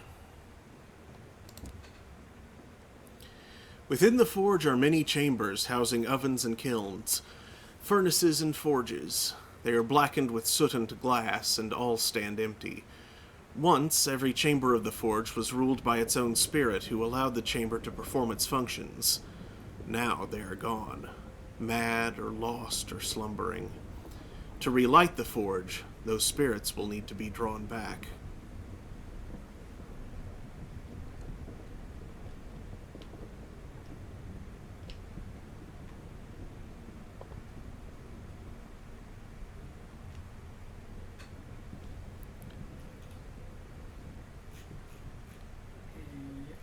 Alright.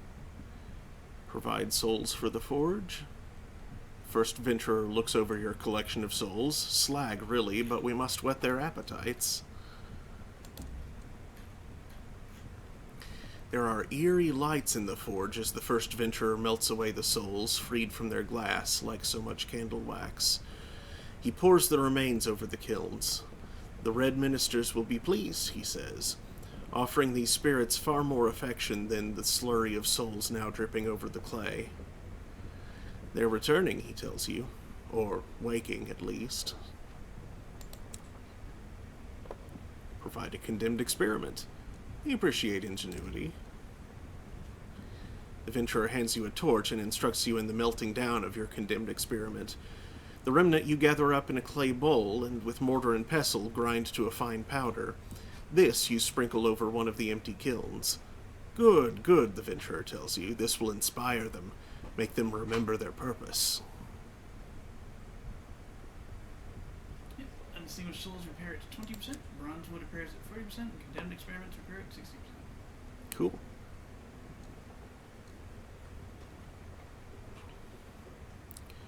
Well, may as well go ahead and condemned experiment again, because that's what I have.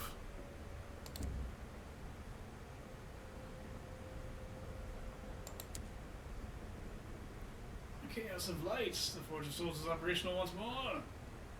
The forge repaired. The forge is filled with a clamor of voices and a chorusation of light. In his delight, the first venturer goes to embrace you, but thinks better of it. You've done it, Captain. The servants of the forge have woken. Come, let us see who we can make.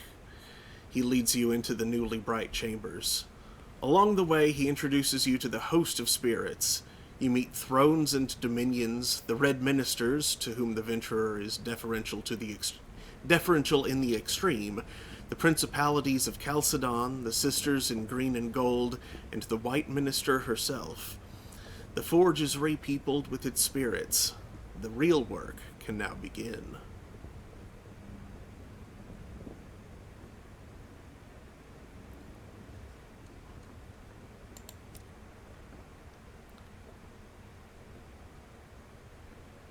The great chambers of the forge are ablaze with light. Smoke in blue and gold and black belches from the furnaces, attended by spirits in all manner of shape and hue and size. The spirits guard their dominions jealously and must be entreated to lend their skill in the creation of new souls. There is work to be done.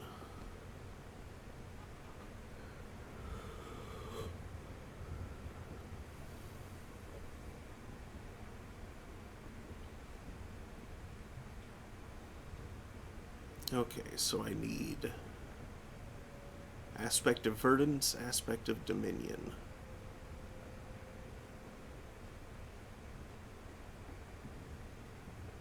The Immaculate Soul, the food of the gods.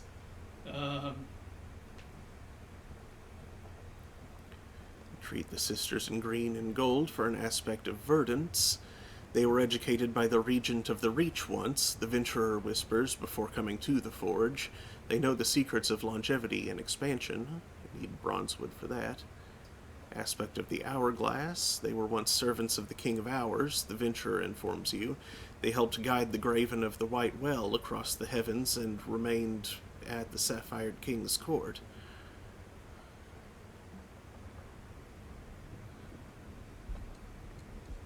So, yeah, hours for that. Hey, you skipped the Red Minister's Oath? I did, but that's because I don't need an aspect of Incarnadine. Ah. I don't need an aspect of the Hourglass either, but...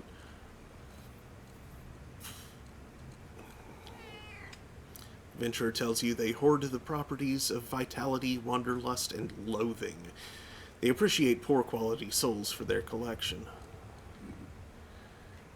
And for Dominion, the thrones have jurisdiction over the aspects of Dominion, the principles of rulership, the Venturer tells you.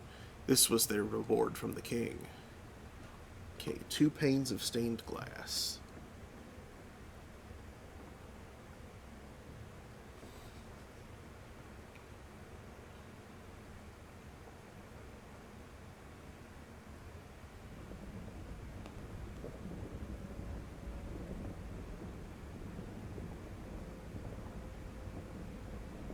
Okay, so I need...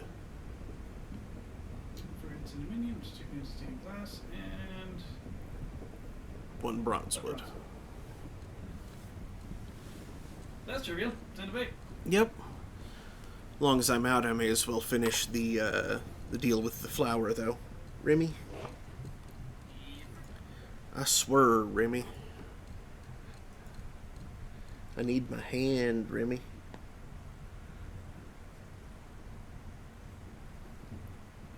Night in the forge.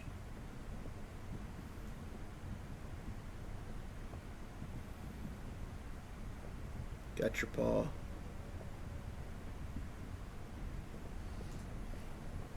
Bring a bronze wood and 2 stained glass to forge. Oh, there was a really cute video. I just remembered. Me putting my hand on Remy's paw reminded me of it. There's a cat on a table, and a guy's demonstrating for the cat. He picks up a penny, places it on the back of his hand, and then does the flip, and then puts his hand down on the penny, the quick single motion kind of thing, the floop. And then he picks up the penny, places it on the cat's paw, and is like, okay, now you do it. And the cat doesn't seem to understand at first. So he picks up another penny and does it again. Places it on the back of his hand. Flap. And then points to the cat's paw. And the cat's like, flap. And successfully does it. Good job, kid. Uh-huh. That's really cute. Uh-huh.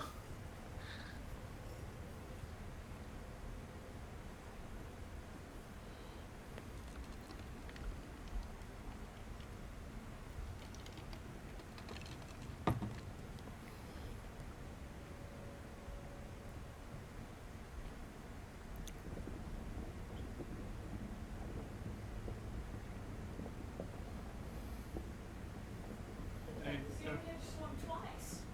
Say what? The cat with the Yeah, yeah. coin. Mm-hmm. If you So gave it the was beast first a... time and he didn't react, but then he Well, Yeah, I like he, did it yeah, again. he showed him the first time, and then he put the coin on the yeah. cat's paw, And the cat didn't do anything. Yeah, and weird, so he but did it again. did one more time, yeah. and then the cat did it. Yeah, I hope you gave the It beast would- a treat for that.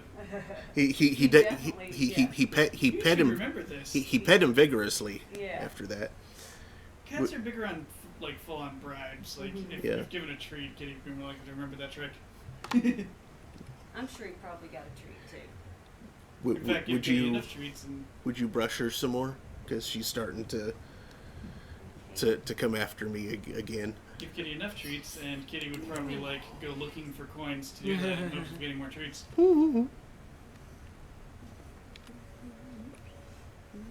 Like, hey, I did the thing. Where's the good stuff? I've trained you too well, haven't I? And Yeah. then that cat that was brought up in a military barracks. Yeah, Yeah. the Turkish military base. Yeah, it was the guy was just kind of like Marching in place. marching in place, and the cat was. Yeah. Cat walked over around next to him, then got right next to him, and then started doing its front paws up, down, back, forth. So cute. Uh-huh. And then that cat raced with the two pit bulls. It's With just its like front legs yeah, further stood. out and with a little bit the exact same stance as the dogs. Consult the spirits of the forge for the clay conductor. The voice must be perfect, the conductor implores, his eyes bright.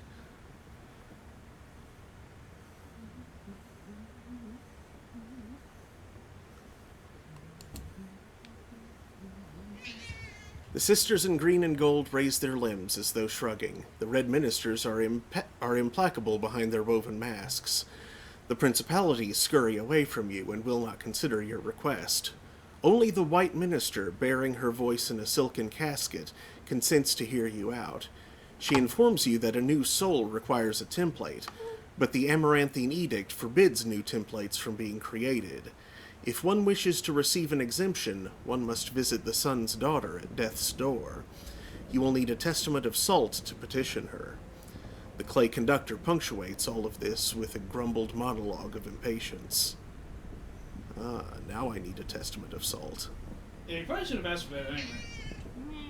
I thought you were saying that that was dangerous to do that. Did I? Yeah, Is it? I think you said it was. Like that it would kill crew members if I didn't need it.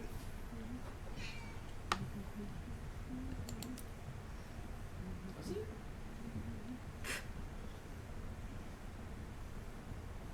Hmm.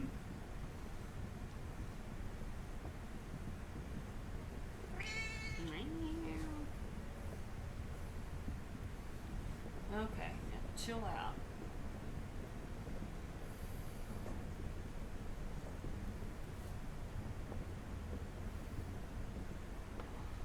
Hmm. Who knew? Why does it want to do that? I don't know. Why don't you look that up while I make my way to the shadow of the sun? Can you observe your body?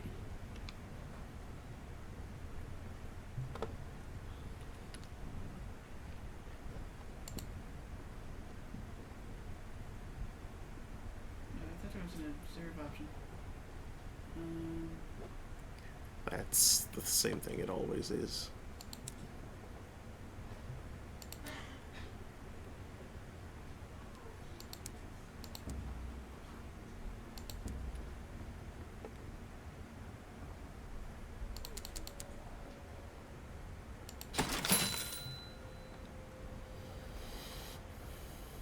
To visit the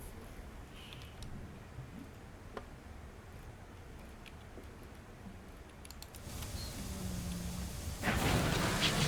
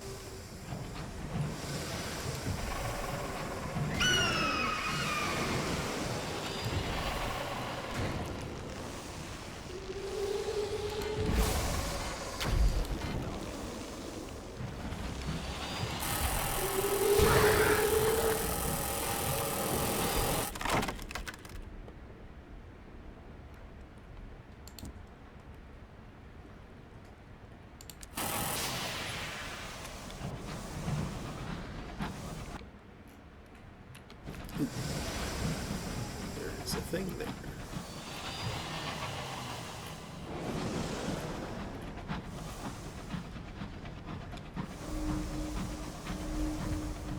Okay, so yeah, it's definitely final.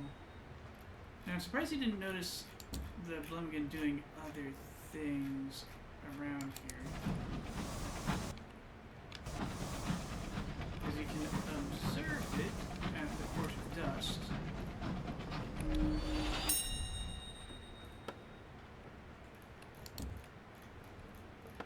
maybe there's another interaction.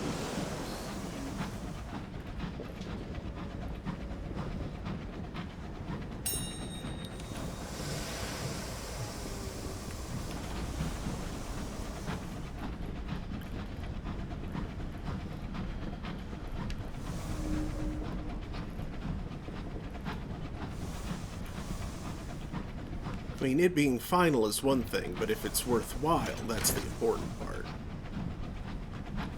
You get a C rating Nimba and 5 very experience. Okay, maybe later. And somewhat amusing description of what I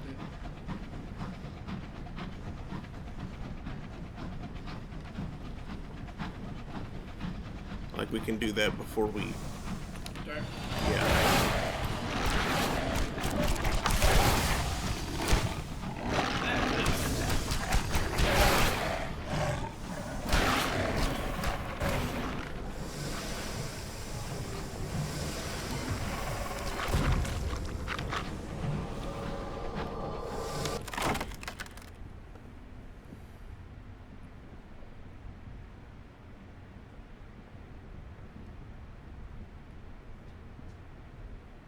Extract its meat.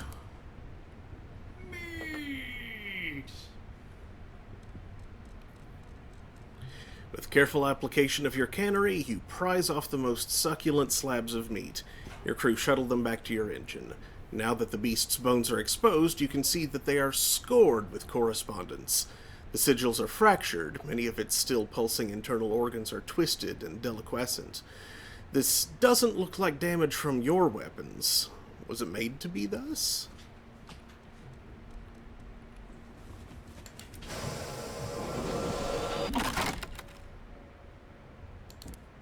More meat.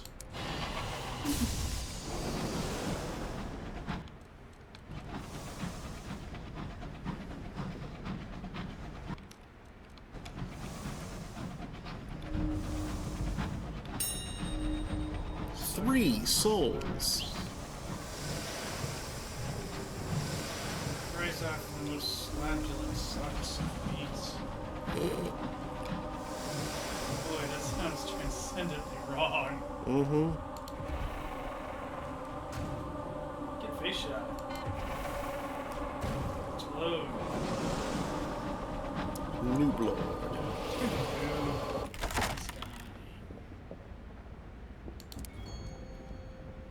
What's inside? Is it gems? No, it's souls. It's souls. Yes.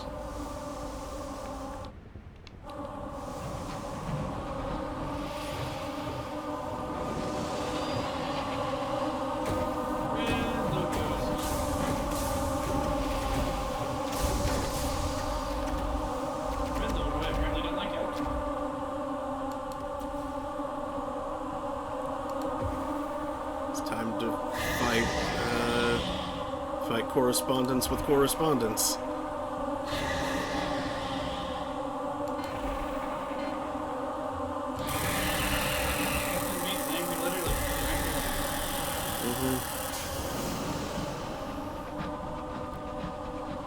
Got correspondence schooled. It's diminished, dude. He said to the ancient thing.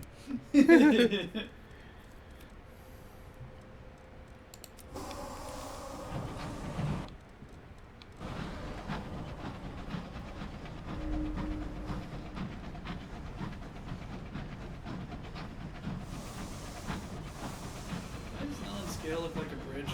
It is a bridge. A bridge isn't a scale, it's a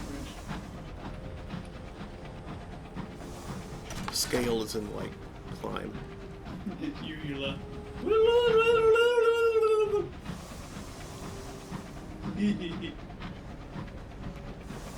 It must be a place for uvulation.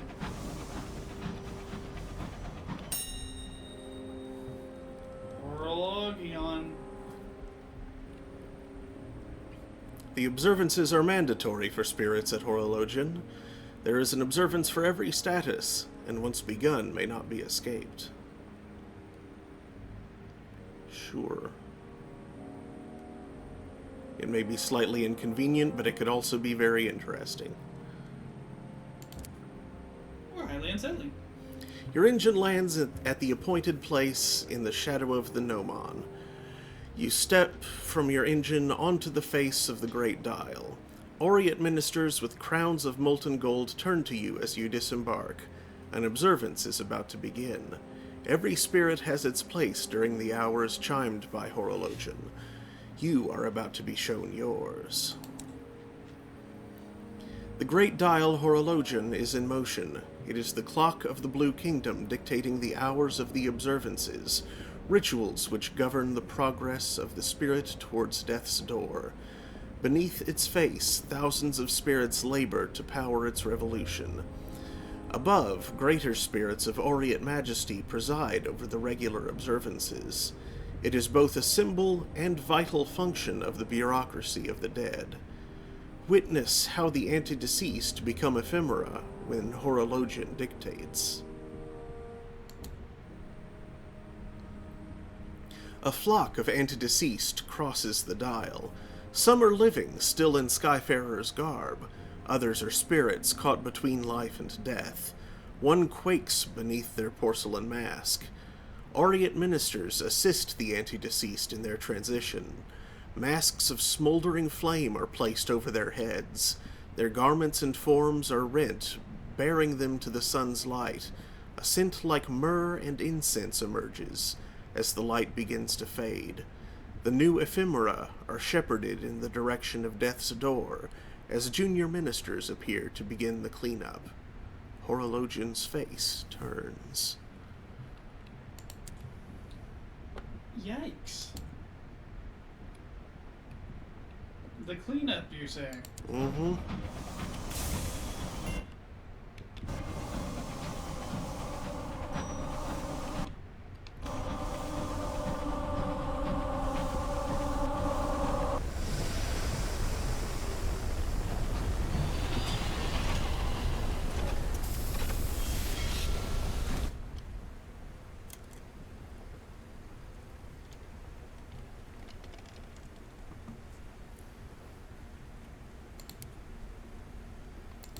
Report.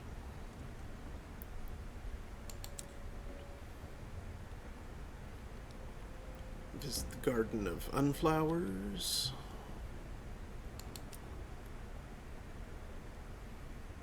Tell her the conclusion you wrought. The gardener archivist listens with delight, hanging on to every word. "I am so glad you managed to finish one," she says when you are done, clapping her hands together. "Oh, but there are so many more left to conclude." By way of reward, she hands you a bundle of yellowing maps. "These maps show the secret pathways of starlight," she tells you in a hushed whisper.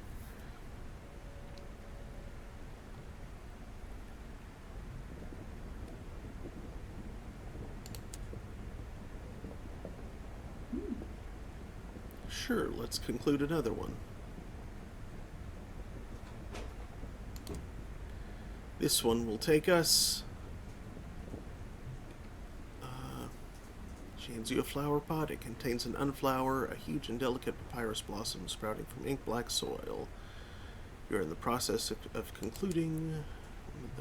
"Don't read it until you arrive at your destination," cautions the gardener archivist, "or it'll decay to nothing. You must go to the most serene mausoleum in Albion." Okay, mausoleum again. Take the unflower.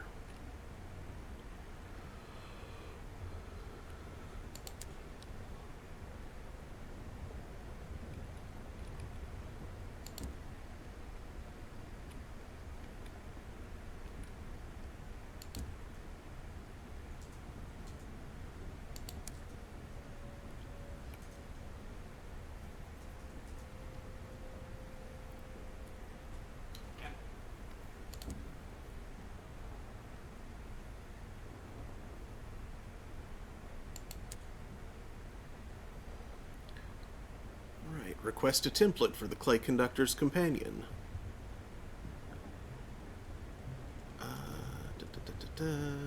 Only the sun's daughter has the authority to interfere with the Amaranthine Edict, which forbids the usage of the Forge of Souls for bringing forth new creations. You speak your request in a slim flicker of light, like a candle flame. It wavers as though blown by a great wind, but you hold firm. The light grows brighter and warmer, your entreaty becomes insistent. The sun's daughter listens in silent contemplation. When she finishes, your flame grows to a sudden roaring incandescence, and then just as suddenly dies. She conveys that the edict is inviolable. However, she implies obliquely that something composed of old parts would not be in violation of the edict. Consult the spirits of the forge. The minister in white was cherished once. You will require her skill. You've lost one testament of salt. Wait, when did I get a testament of salt? Yeah, earlier.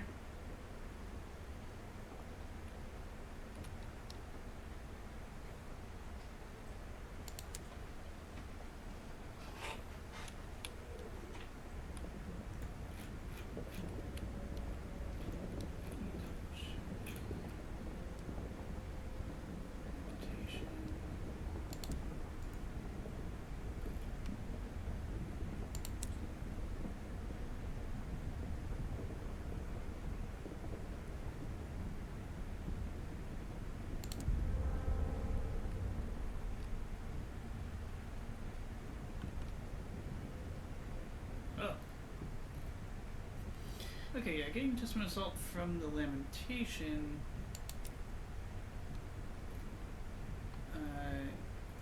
isn't the best. Not sure how I'm getting this. Maybe I work for something else.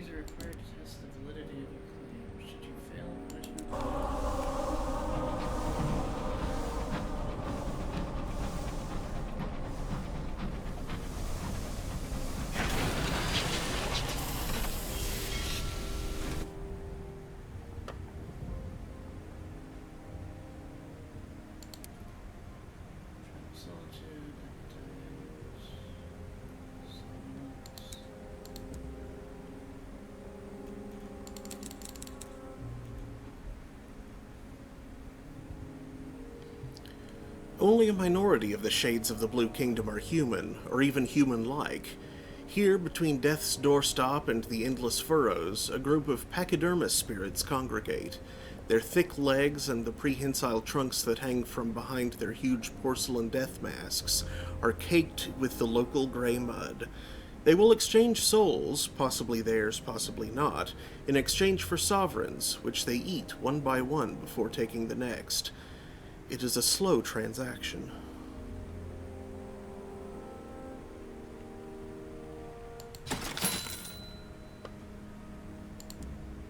Strange. Hmm.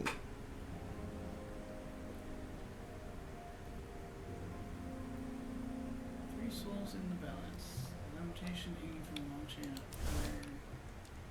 Request you select three companions to act as a guarantee for your good faith. servants are considered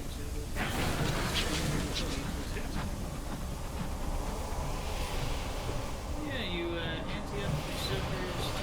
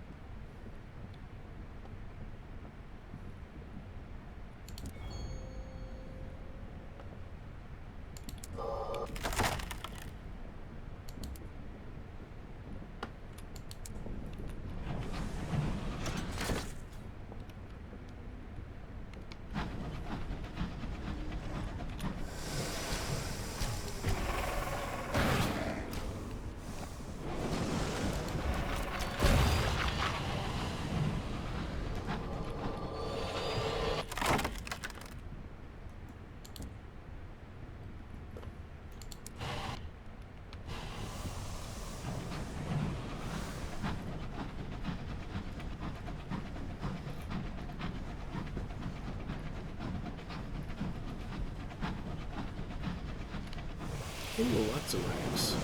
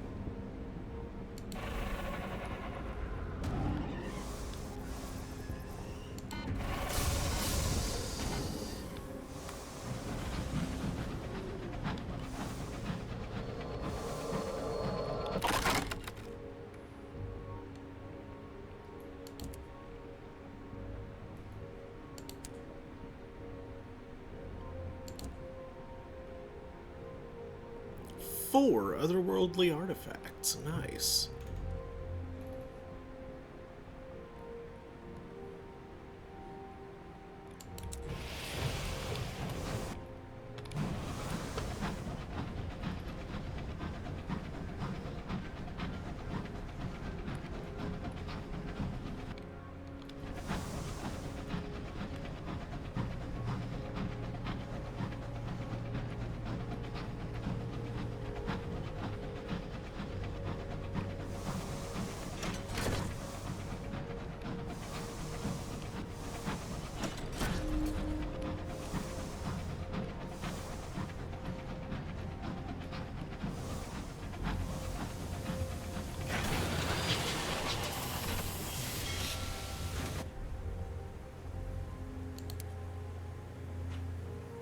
I never got it. Where's that? When you're searching for Lost Alive. Ah, okay.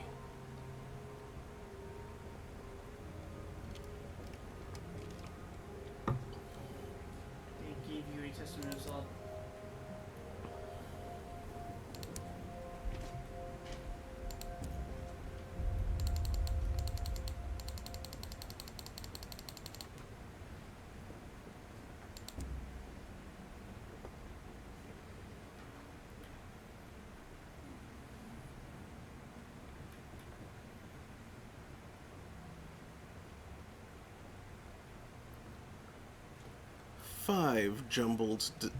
Five jumbles of undistinguished souls for for the forge. Easily done. And 5 caged catches for death's door.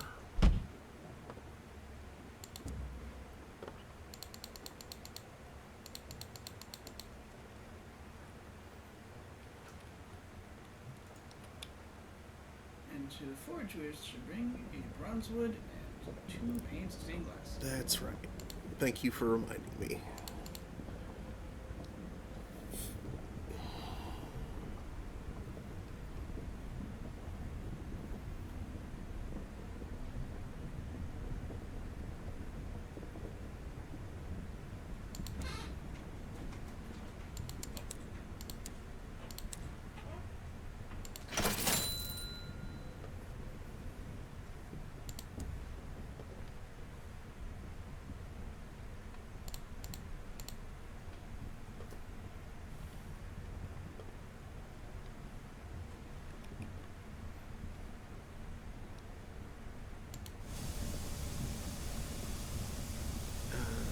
Wait, I wasn't done there yet.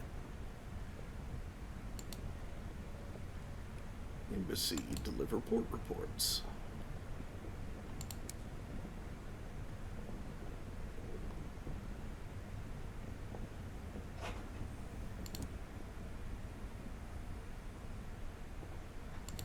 There. That'll do.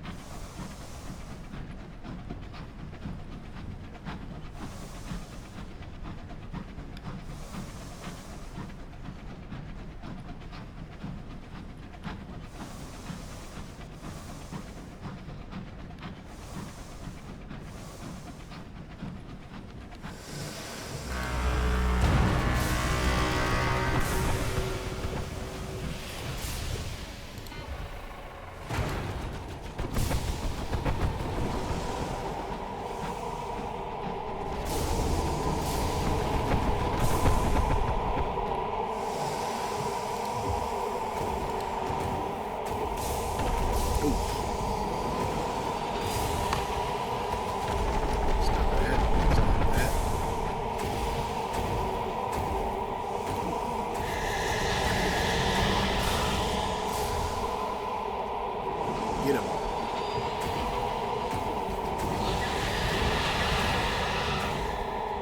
Yeah, get him.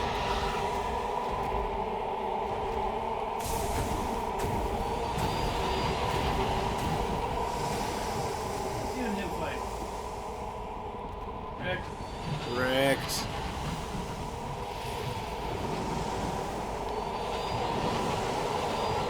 Thanks for the help, Blue Dude. Scrap the engine.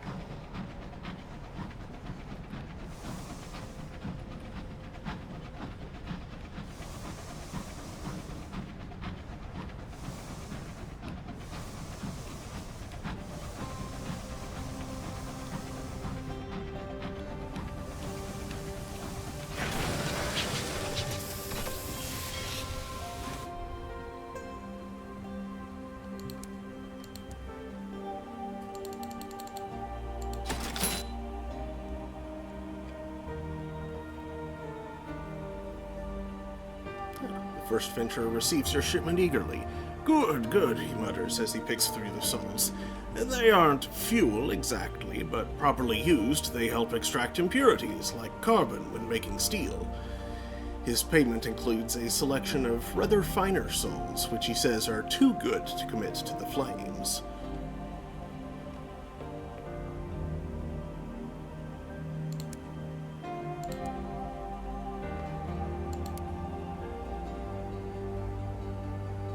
Observe the Blimmigan. It has followed you from the engine. Its tendrils probe the ground. What is it doing? The Blimmigan scurries towards the vast gates, its body jiggling and quaking with the vibrations from the newly repaired forge. It is as a young Blimmigan filled with boundless excitement, all dignity abandoned. It presses its tendrils against the towering bronze gate and looks at you expectantly. It wants to visit the Forge of Souls.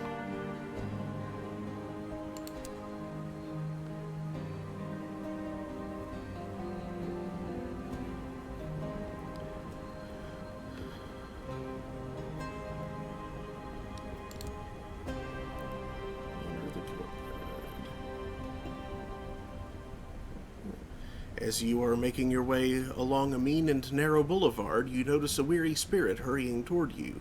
It clutches a jar containing its voice, babbling frantically. Not far behind are two dead bureaucrats, citing the spirit's violations of its status as one of the yoked. They are gaining on the spirit, whose jar has now begun to sob hysterically. Help the weary spirit. Sure. A pair of dead bureaucrats appear, bearing ledgers of documentation. They begin to harangue the spirit, citing its violations of its edict and its misdemeanors against the one who holds its bonds. You produce your testament to satisfying effect. The spirit's voice in its jar burbles in delight. The bureaucrats open their book and thumb through the pages, searching for the spirit's name. At last it is found and excised. The spirit collapses into a burbling, hissing disintegration. Invisible once more. Only its mask is left behind. You've gained 1 hearts! Sweet. Nice.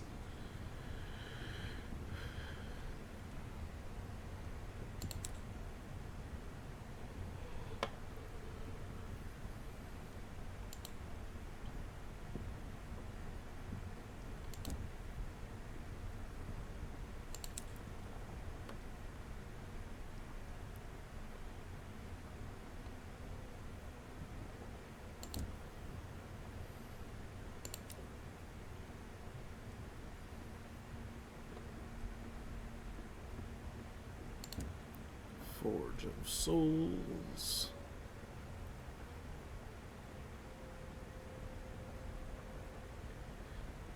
The Sun's daughter suggested they could create a new creature from old pieces.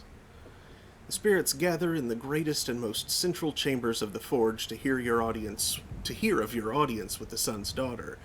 The White Minister, with her wings of canvas and white sapphires, is at the heart of the throng. As you finish, there is a susurrus among the gathered host. Excitement, anticipation, fear. At last, the white minister steps forward in her robe of starlight on snow. It can be done, she tells you. The clay conductor grinds his teeth. Finally!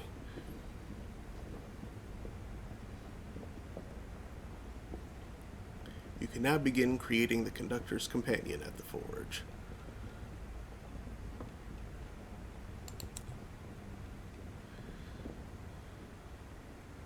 What is needed to create this companion? The White Minister tells you that despite what anatomists believe, the essential building blocks of a person are a body, a heart, a thought, and a voice. The last of those is most important for this task, and so will be dealt with at the very end. She has a list of requirements for the rest, which she presents to you. The clay conductor grinds his teeth in frustration, but nods his head. We will gather these immediately. He pauses and turns to you. At the captain's convenience, of course. Condemned experiment, caged catch, moment of inspiration. Only need to go and get one of those.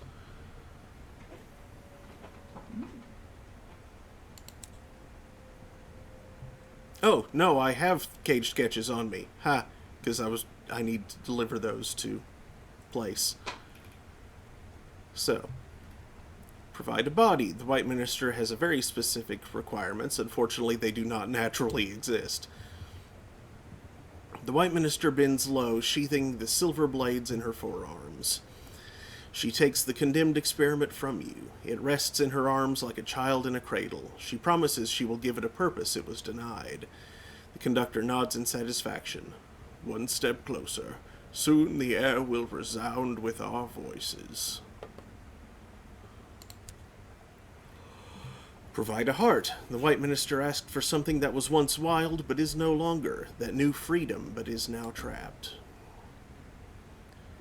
The White Minister lifts the cage delicately, holding the beast within to see into her eye. With one hand, she unlocks the cage. With the other, she breaks the beast's neck in a single clean snap. She carries its corpse away in stately procession. The clay conductor watches impassively. Soon my companion will have their voice. One moment. I believe this is one of those things where you have a choice. And I think it might be something that you do in a bit.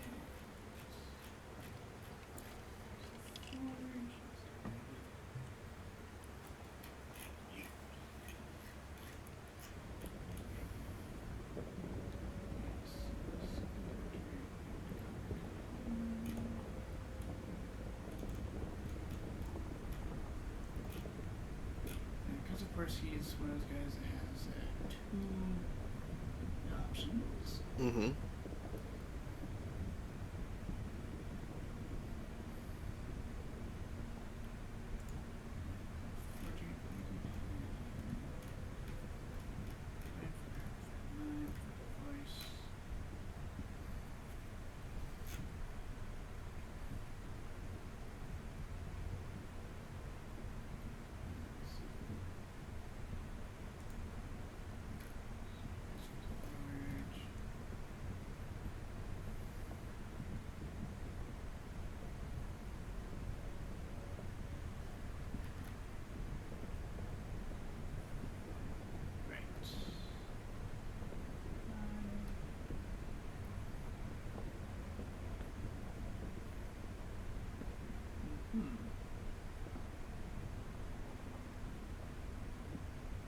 Well, I'm not up to the choice yet.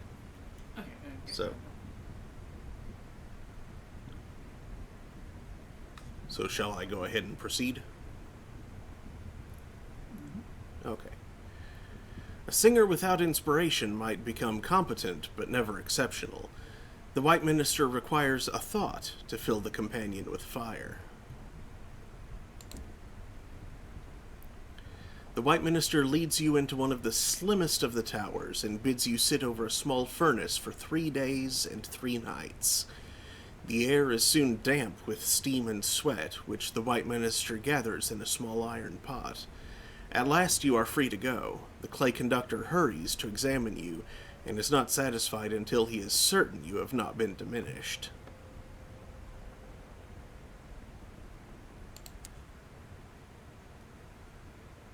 There we go. Provide a voice. This choice is irreversible.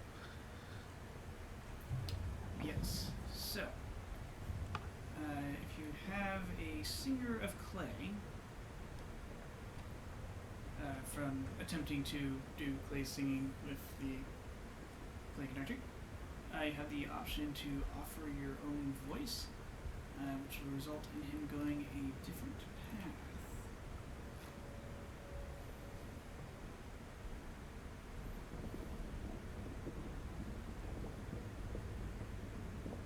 He can also give up his own voice.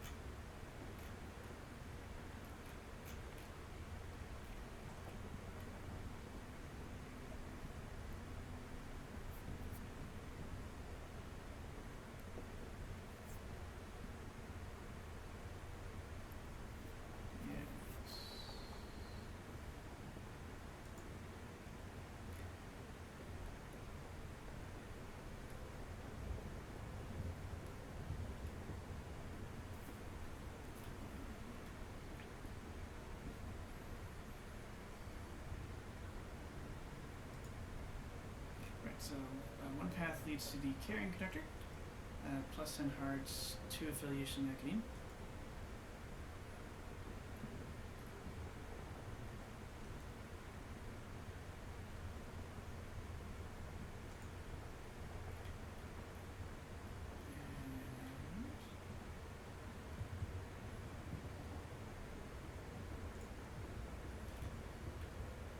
Then you have clay conductor and copper companion, which is plus 10 mirrors. Well, the hearts is plus 10 mirrors would be redundant, since I already have the skin suitor. That's a horrifying way of putting that. Yeah. So which choice do I make for hearts then?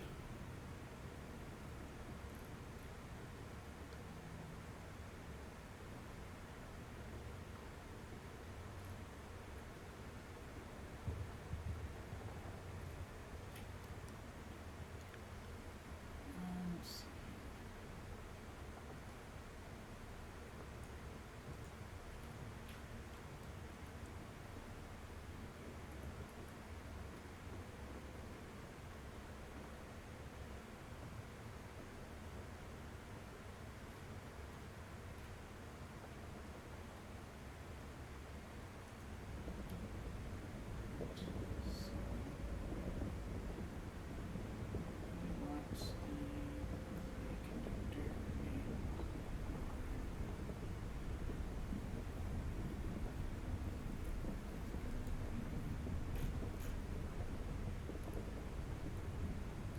I need a snack while you're figuring that out. One moment. What noise is I've totally read this before? I just lost track. I think it must be in 6 o'clock.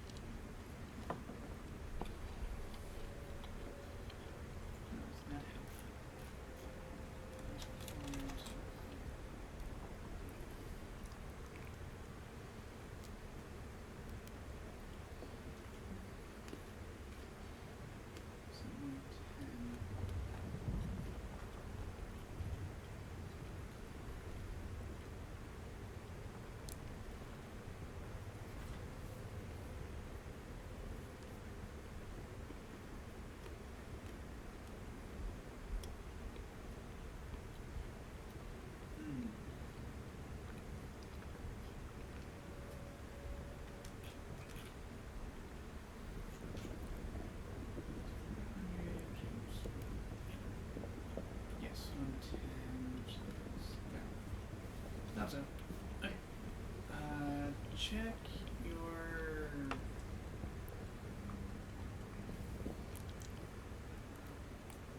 Yeah, check your qualities for a singer of clay. Oh.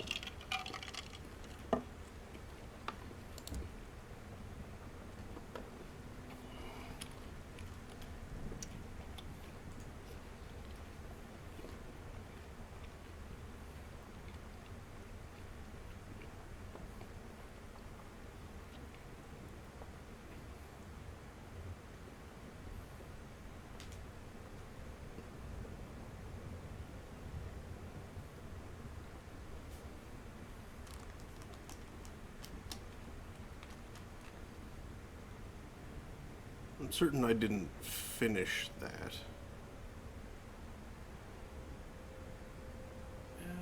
Try talking to him on board your vessel. It should look like a thing of course running. Hmm.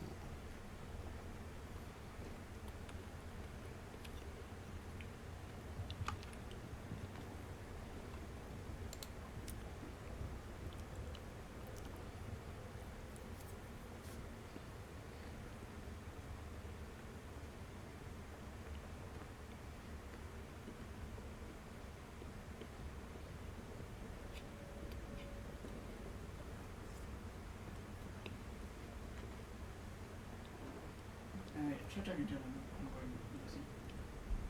So, good after using that time. Attempt play singing. Yeah, limited. So I'm going to need more honey. So I'm going to need to come back for this. Yeah,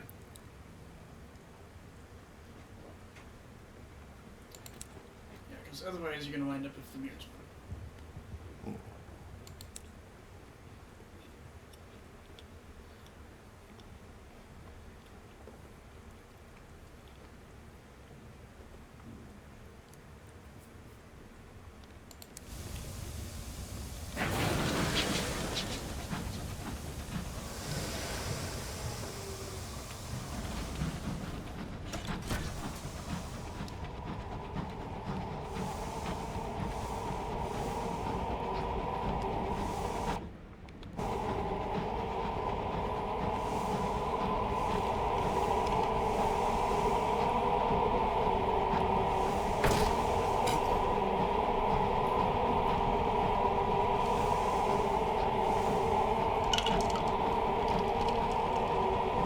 Well, that's cool to know. I can't actually crash into a Logos.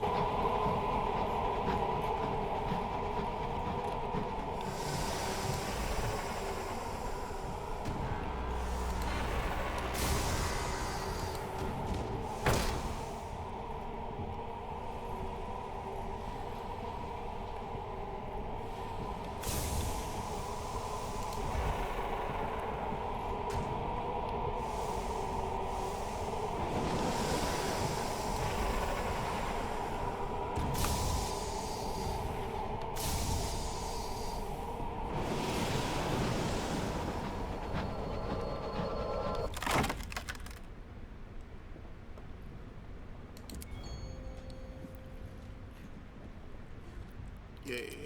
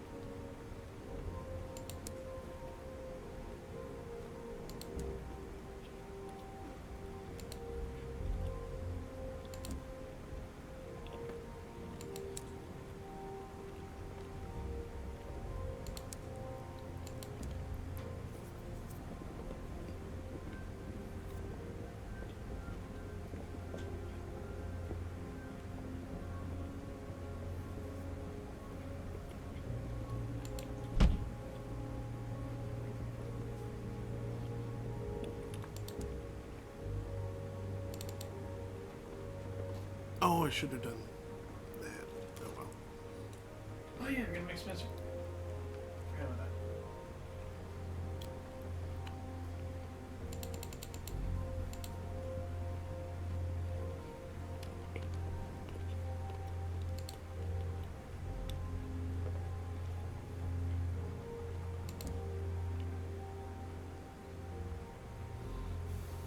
Slightly.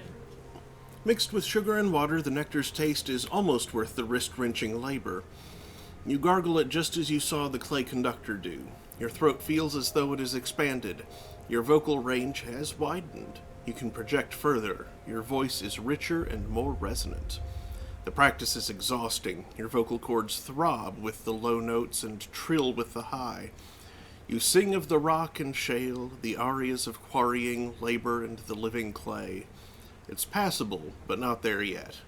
But more practice will surely make perfect.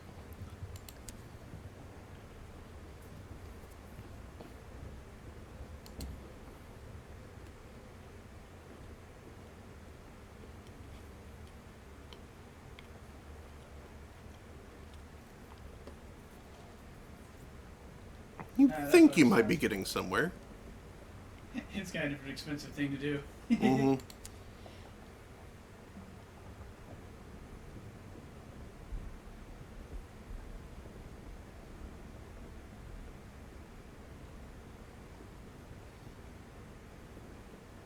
Continue your singing practice.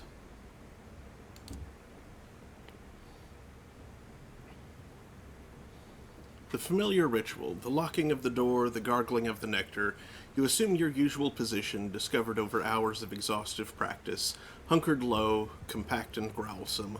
You perform your warm-up exercises across the 17 notes of the clay octave before launching into the lament for polythreme. Hey, Mom? Would you please? It sounds rather good. Next, the breaking of the 100th heart. If anything, it's better. You run through your entire repertoire, then backwards to be sure. There can be no doubt your practice has paid off. Perhaps you should perform it for the clay conductor.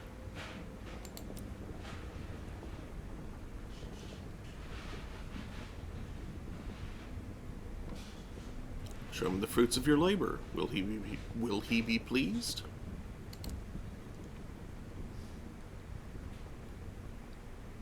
You surprise him during the hour when he's supposed to open his bunk for the crew to come to him with any concerns. They never do. The conductor puts aside a sheet of music to salute you. Captain. You launch into song without further ado. Your voice is rough, but it's a more than passable attempt. You capture the echoes of deep, forgotten caves as you try to follow the rhythms of an avalanche. When you finish, there is a silence. Eventually, the clay conductor speaks. Thank you. I appreciate the effort, but you are not clay. Even so, his attitude to you has thawed a little. Later, when you pass him in the galley, he even attempts painful conversation.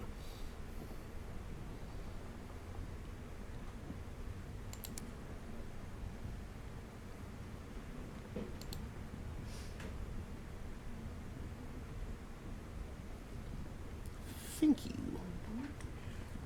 Does this look right for new egg? For what we ordered? Yeah. After tax and everything. Yeah. You know, that's only about $12 less than the entirety of last month's visa bill was.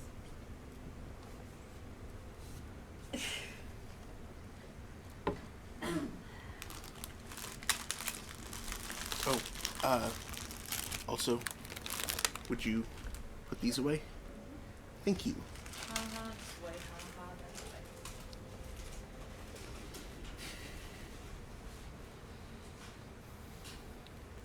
that way. Should I have practiced more, or would that have made a difference? Yeah, well, you're good. Okay.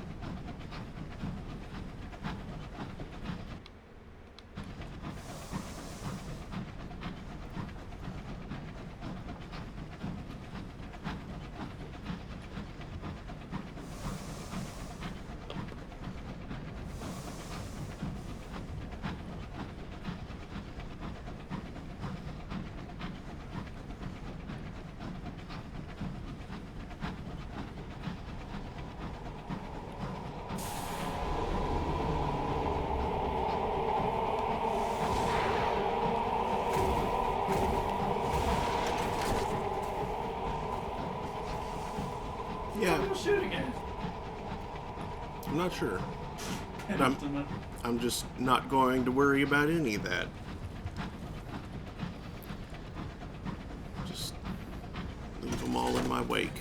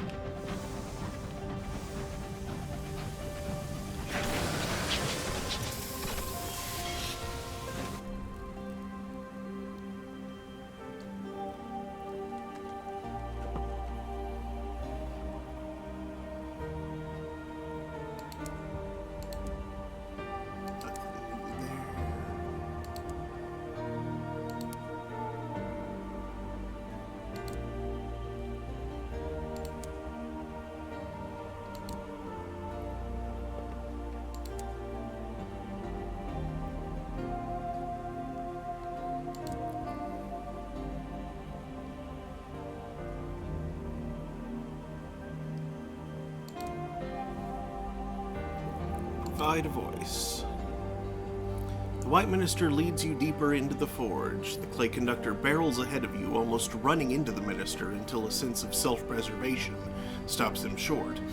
You emerge into a vault blackened by soot and coal dust. Slivers of gemstones sparkle in the ceiling like stars in the firmament. Your footsteps echo and echo again. In the middle of the vault is a slab of crystal. Upon the slab is a body, the companion. The body on the slab is identical to the clay conductor, except in 3 details. Firstly, it is made of copper, for its resonance, the White Minister tells you. Secondly, it looks less abraded than the clay conductor, with long copper eyelashes and smooth metal skin. Thirdly, it is smiling. The clay conductor gazes down upon the form as though entranced. The White Minister clasps her wings together. As its progenitors, the voice must be one of yours. The point of this endeavor was to give the conductor a singing partner. To take his voice would be counterproductive.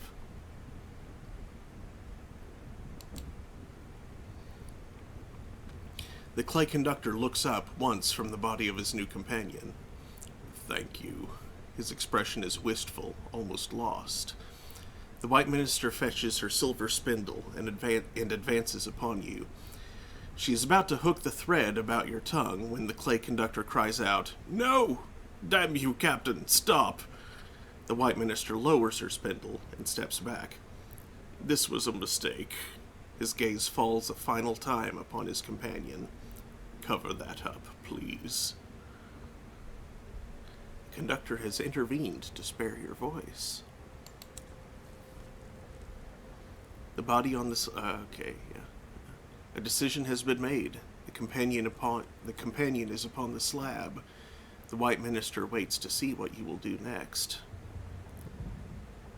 The White Minister is covering up the hollow copper shell with blue cloth and summoning spirits to convey it away.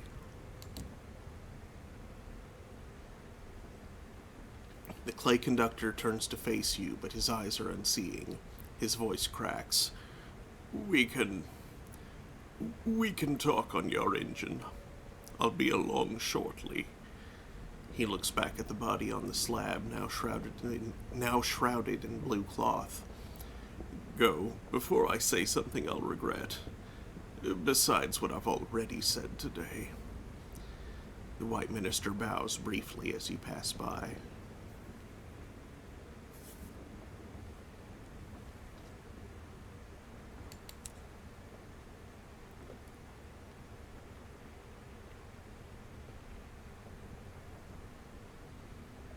Now I noticed this, and that's interesting.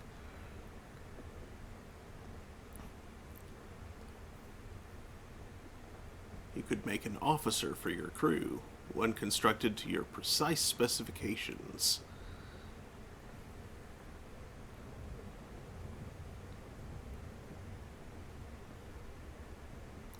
Forged Companion.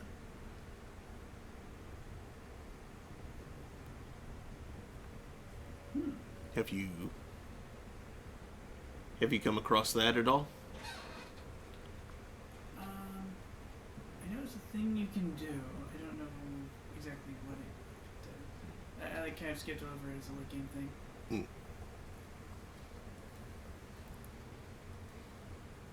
So if we go back here to Forge.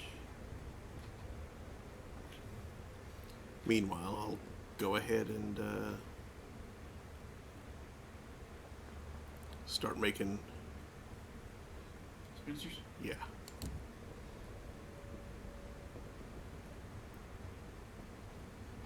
There we go. Aspect of Verdance. The sisters take you to their chamber, which flickers with correspondence. It singes their long gowns of moss and marsh, but the sisters pay it no heed. The youngest, whose dress is the color of sunlight drowned in a mire, smiles with all 7 of her eyes. They examine the quality of your offering, the rings in the bronze wood, the smaller plants and fungus still attached to the chunk of tree. They whisper in the ruined languages of the Reach. At last they turn and smile as one. Your gift is acceptable.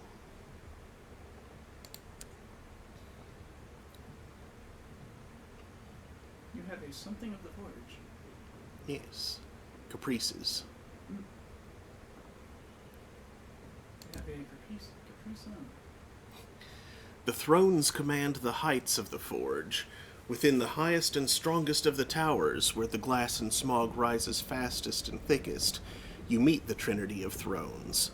The oldest and most terrible, whose body resembles nothing so much as a battered industrial loom, lurches forward to examine your offering. The thrones admire their hulking reflections in the panes of glass. They take them from you.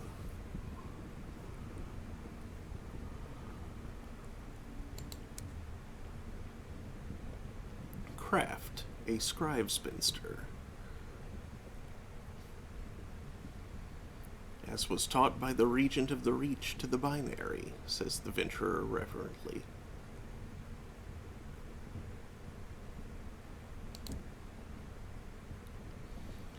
Old recipes are consulted. The sisters in green and gold mediate between the ministers white and red.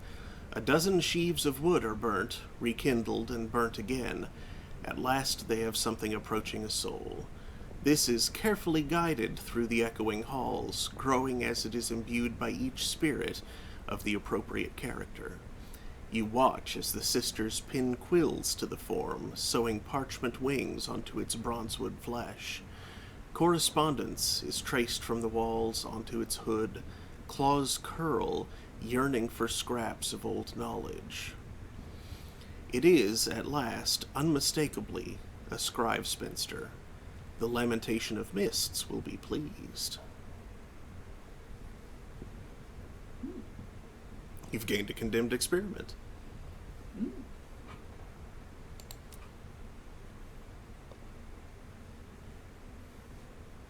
I wonder if you should have brought some hours and gotten the hour thing too. No. Because it looks like you can get like all of the things and pick the thing you're gonna get and if you like hold on to things. Yeah. I could be wrong about I mean, it appears that way, that you can stock those things. But I would want more of... I would have wanted more... Forger more bronze wood and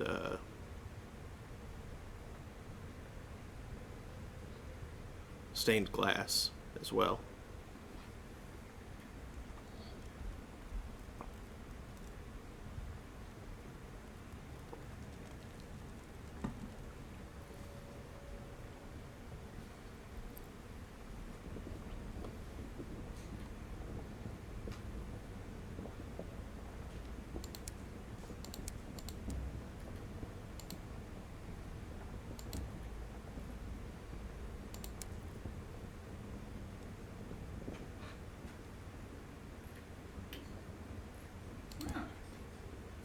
Makes you a quartermaster.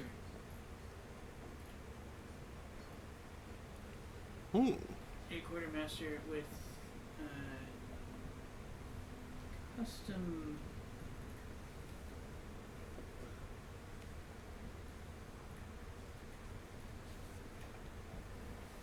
Yeah, custom effects.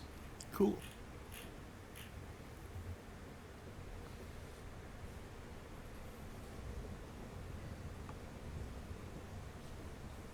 You can make a 10 heart one, a 10 mirror one, a 10 veil one, or a 10 iron one.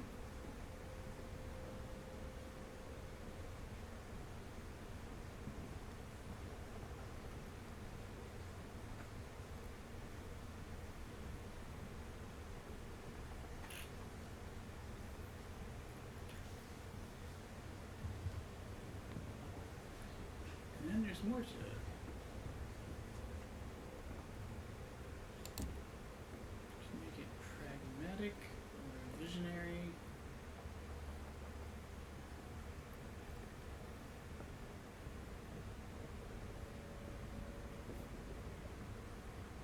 Take seeds or gems for eyes. Hmm.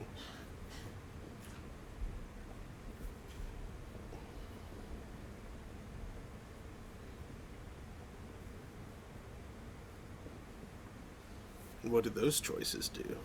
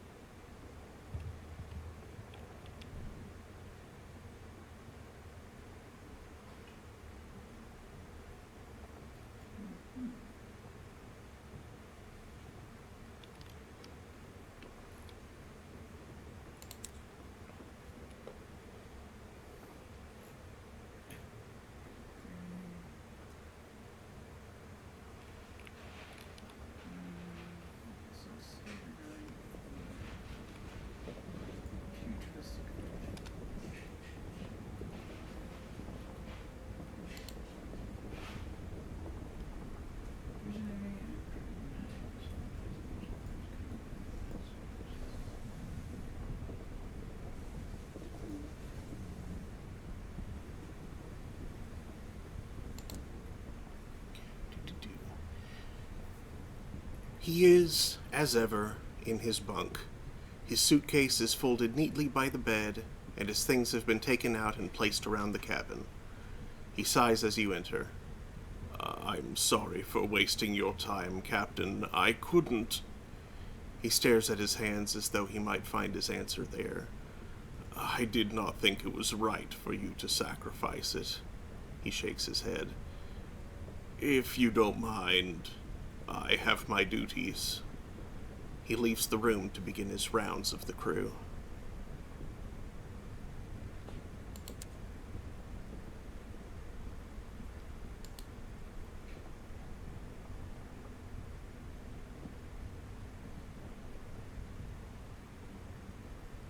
Harry must have done all the kitten stuff today because he's just still out there this long time. Being a kitten is very tiring.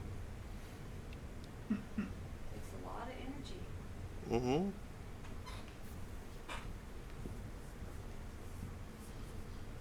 Yeah, like so much yelling to do and Where's the great big dog and the ratties? Here's the ratties. Oh. And the dog, there's too.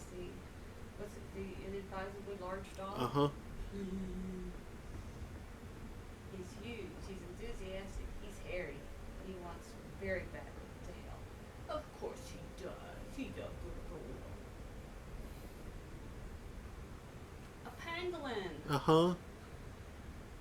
and a perturbed cat that does look more like a scream than a meow. He is not good. He falls off high things. Oh, poor baby. He gets stuck in vents. Oh no. He sits at the exterior hatch and yowls to be let out. He's yours though, you suppose. So that's what he was doing, yowling to be let out? I think that right there is just a yawn.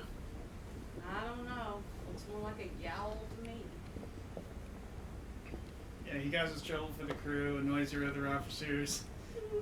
There was one instance where he, like, actually was useful for a moment. I forget what it was. It was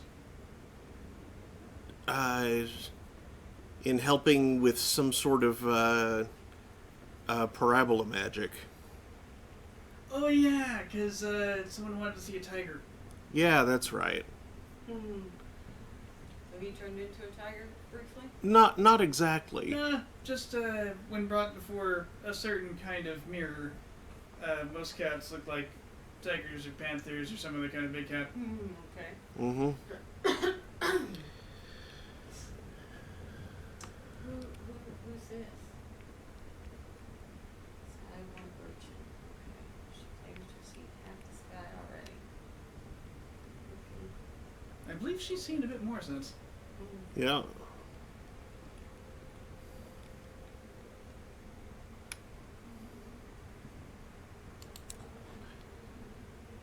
Okay.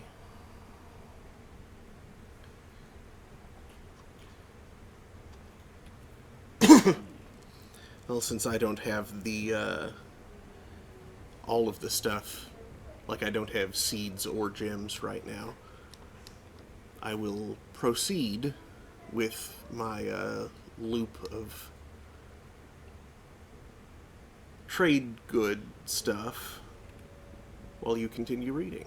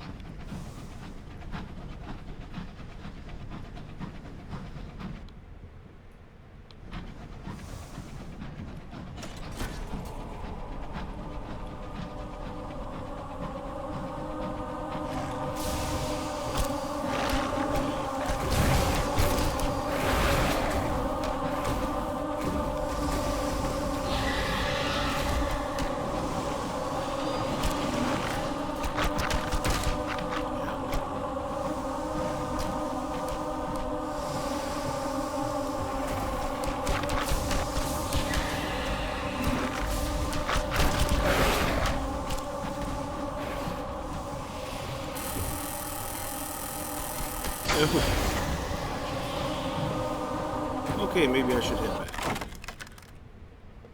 This is going poorly.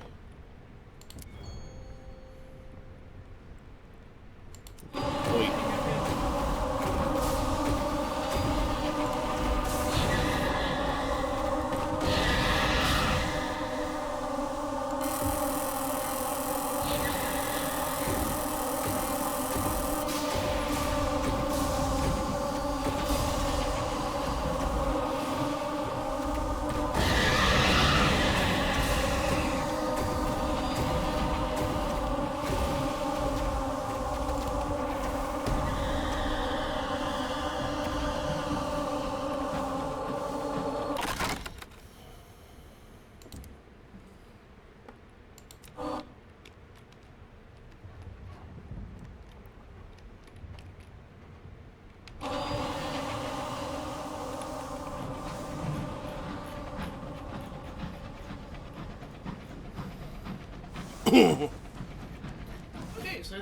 what you want and get weird, unsettling events about it.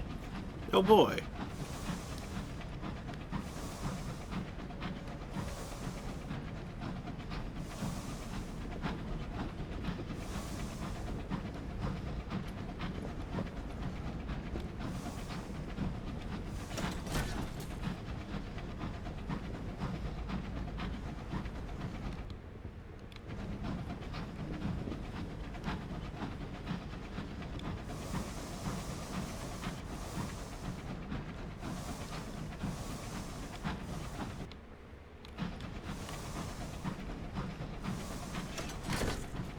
Go by way of the White Well, because I have something to drop off there.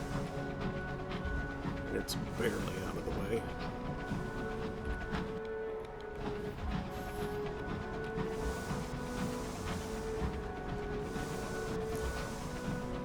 Don't have anything to drop off at Well now, but I may as well.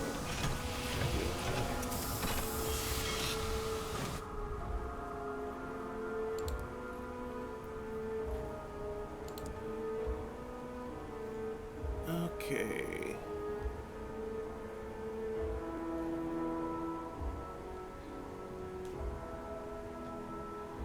How many supplies do they need?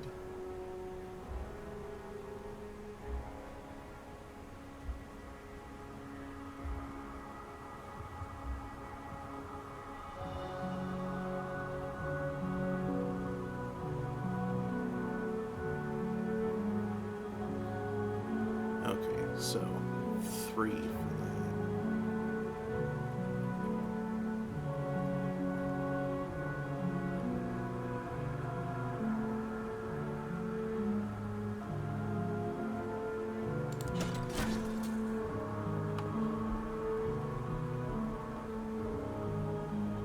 Psalmists have 9 supplies in their stockpile.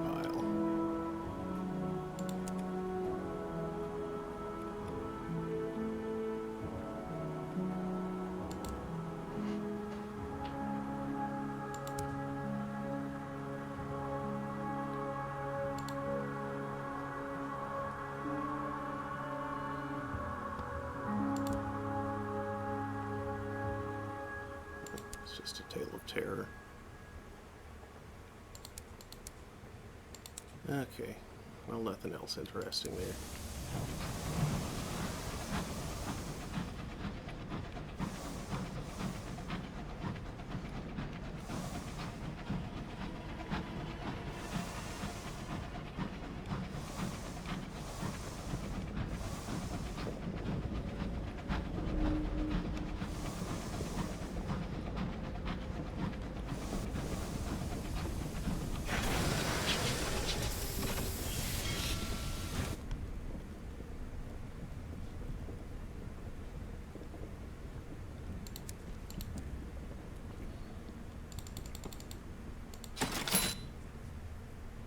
Ooh. Marvelous! The hawker rolls the barrels under his rattling, clanking hour loom. Business is brisk. Many shades, it seems, want to make their final journey pass more quickly, or crave a few moments more to indulge their last regrets. The hawker rewards your efficiency with a generous tip.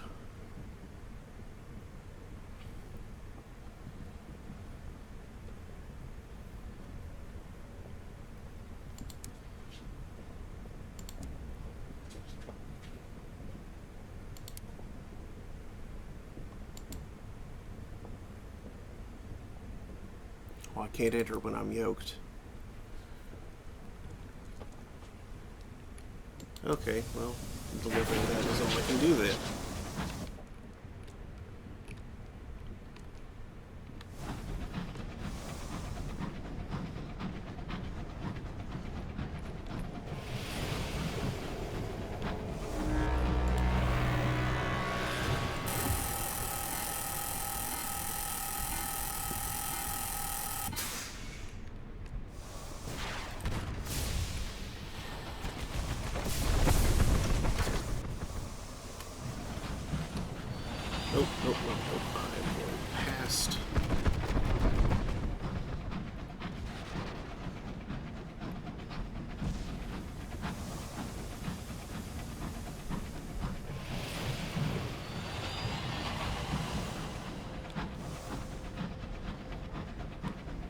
Screw that Spirifer.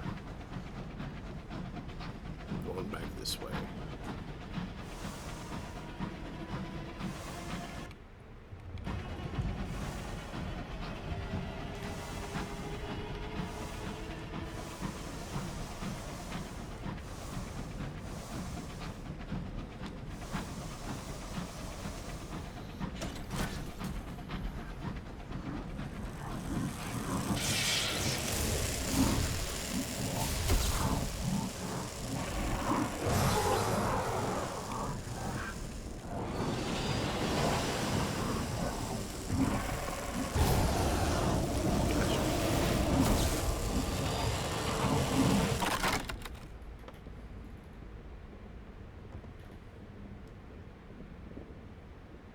Yes, reinforce hull. Boom. Needed that.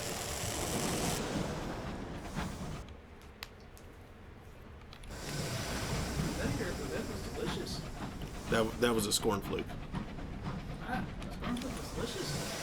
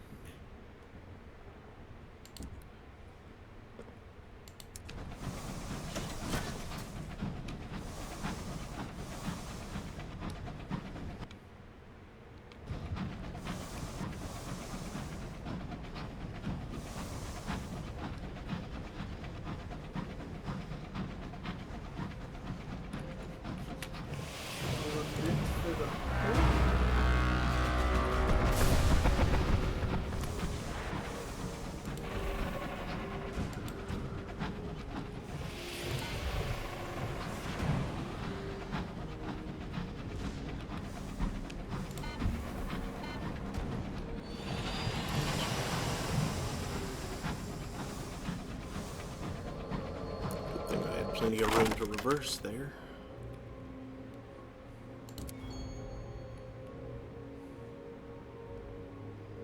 Ooh, Immaculate Souls.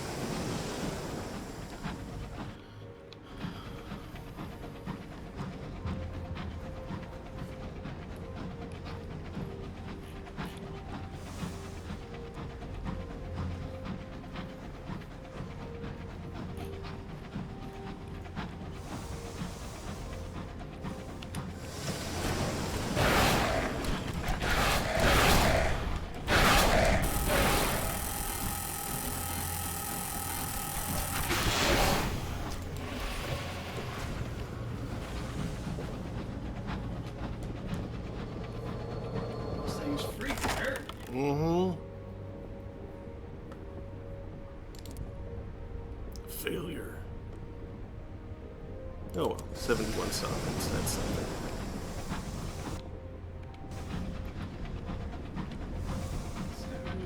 Faceless state paradigm.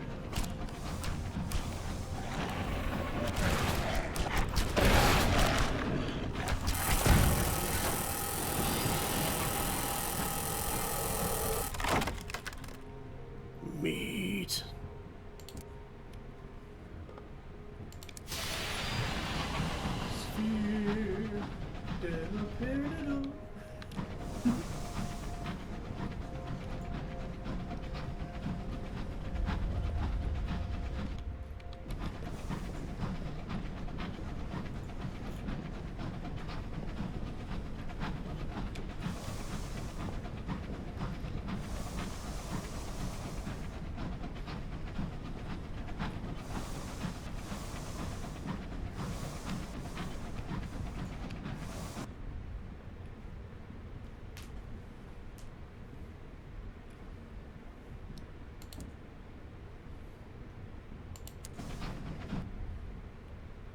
Oh, there is a hammering upon your door in the dead of night. The knocker is insistent. They will not go away. They will not let you sleep It is the clay conductor. I wanted to tell you that I am not leaving. I assume that you thought I would be, given my reasons for traveling have failed. He draws a deep breath and his eyes finally meet yours. I mean, Captain, I'd like to stay as your first officer, if you'll have me. Of course.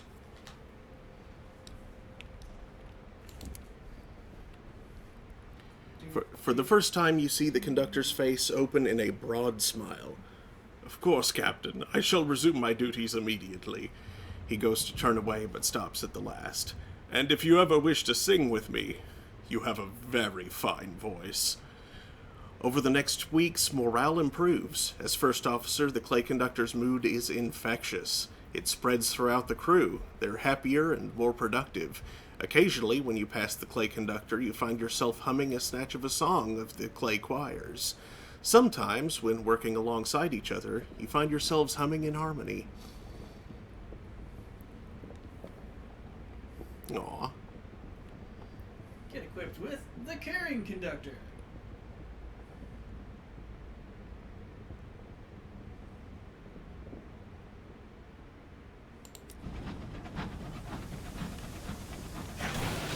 Cool.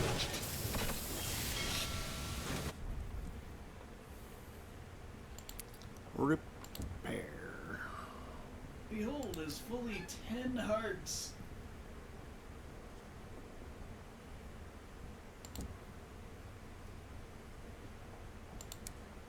Heart.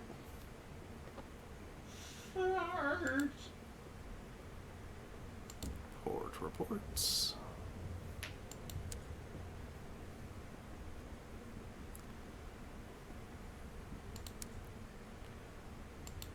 Shops. 2, 1. Bazaar. Stained glass for the White Well. You have received a furtive request via your contacts in the underworld, specifically the criminal underworld, which it pays to be clear about in the Blue Kingdom. Someone waiting at the White Well wants to buy up to 7 panes of stained glass.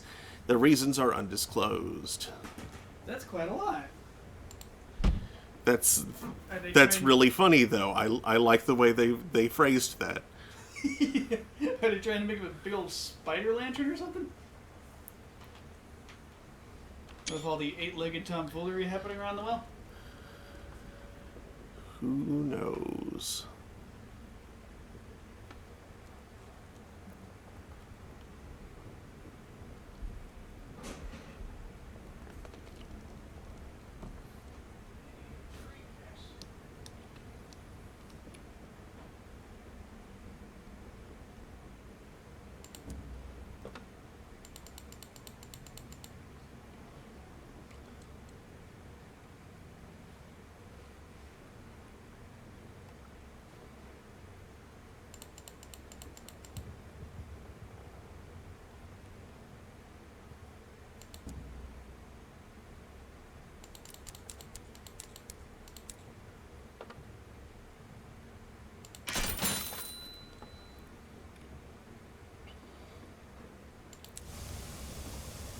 Alright, back to the White Well. Oh well.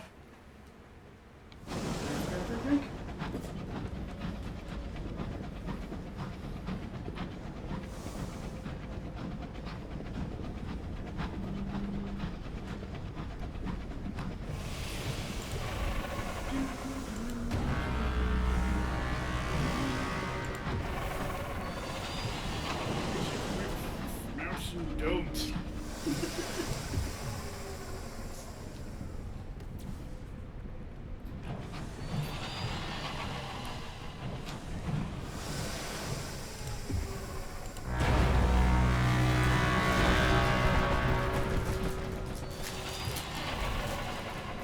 Which robot master is weak to caffeine? Why do they program the robots to have insomnia?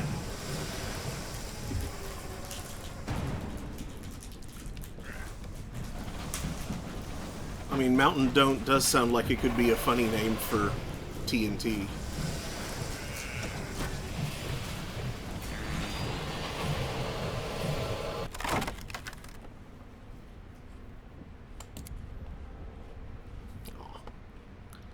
Normal souls.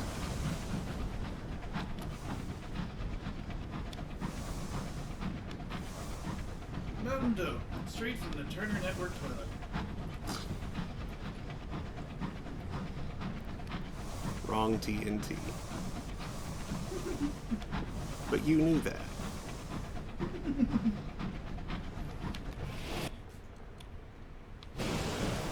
Did you know Cartoon Network was part of the Turner Network? Yes. I didn't. Until like yesterday. Like maybe the day before.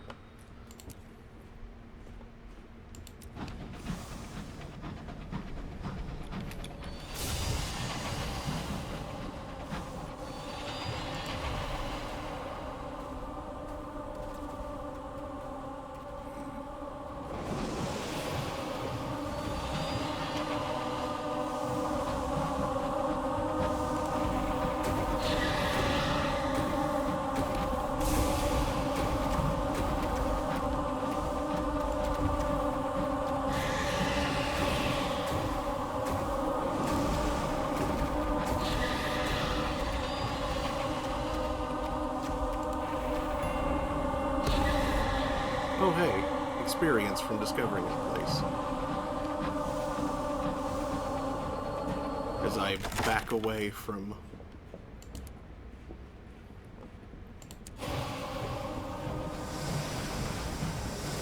the thing I'm firing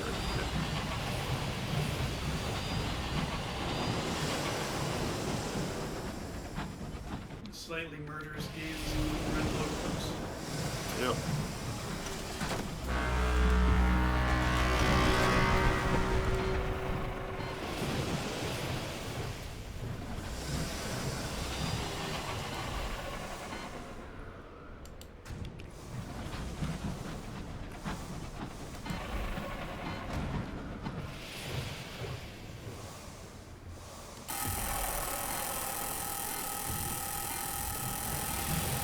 Those characters are rock merciless.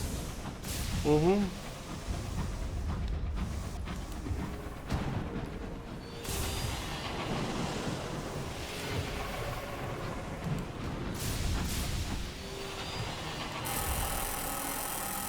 I missed.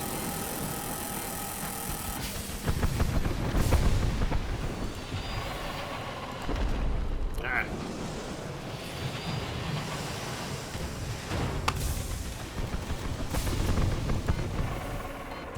There. The Feast of Cats.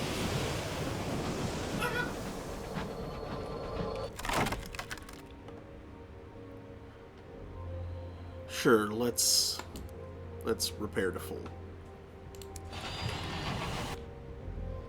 Fish and milk.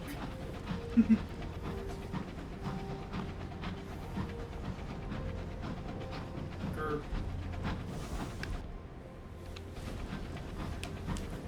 Oh, my joints.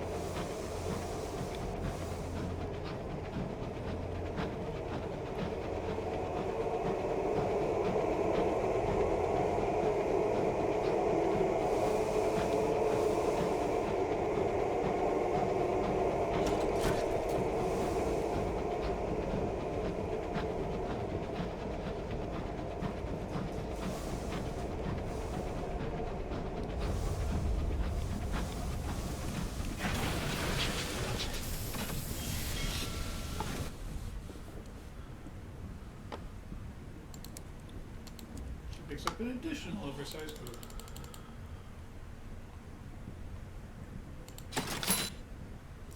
The Wellwinds howl as a cloaked conclave of spirifers approach your engine. These unlicensed soul traders are unwelcome in the kingdom and use thick layers of stained glass to hide what goes on in their locomotives. from the Sapphire King and his servants. Satisfied you have comprehensively fulfilled their requirements, the Chief Spirifer slides you a roll of paper, a chart detailing hidden routes through the sky.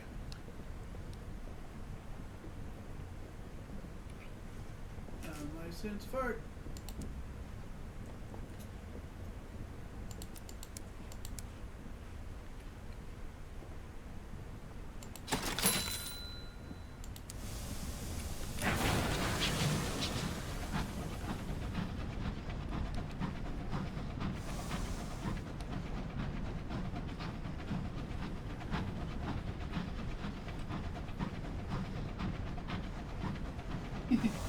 '96 sign.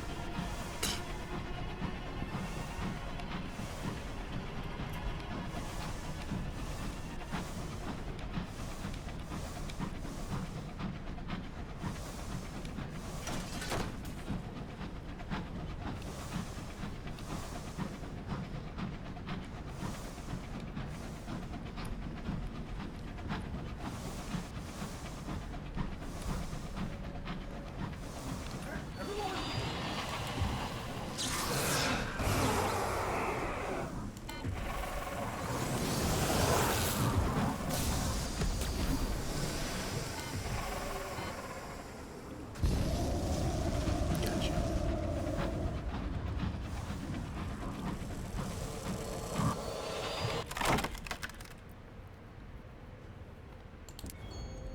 Woo! Big terror drop. That's a good trip. It's like 40 points.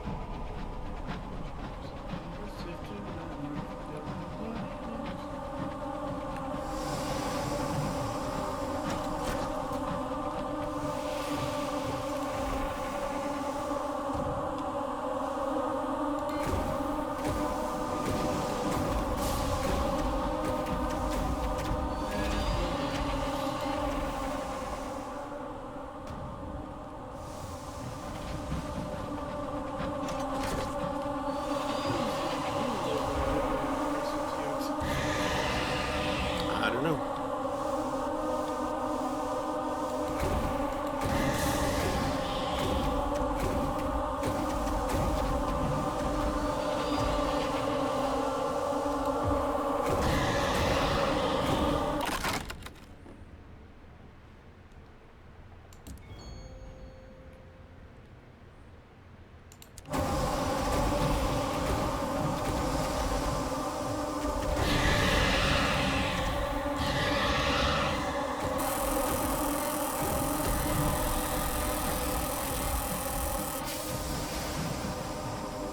I like how you just sort of flew with 4 different shots there for a bit. Mm-hmm. Sure is neat that these are barely not hitting.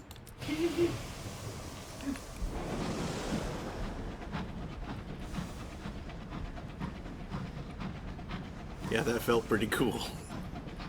Good thing we don't have a slower engine. Oh my. Another one.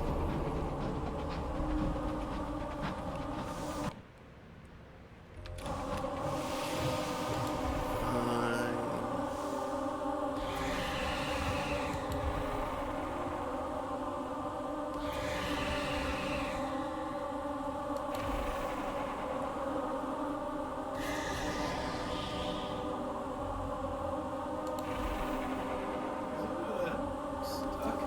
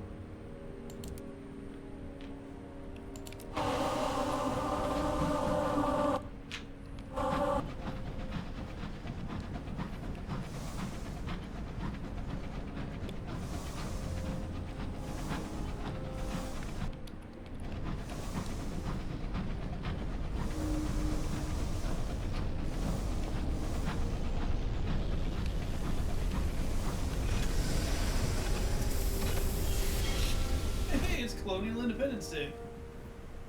Hey.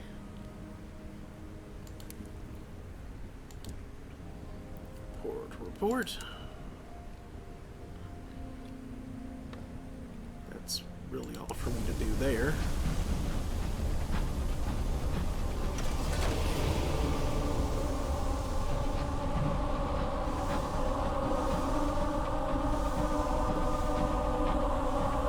Another one? Another one. Alright, that's enough. I don't have time for it.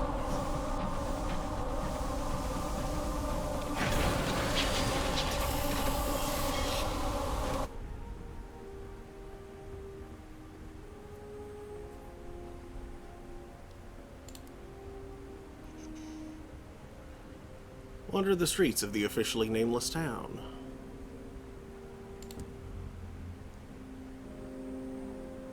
Ah, it's this again. Use this as the basis of a report on the demographics of the Blue Kingdom. I'm wondering what this, Those. yeah.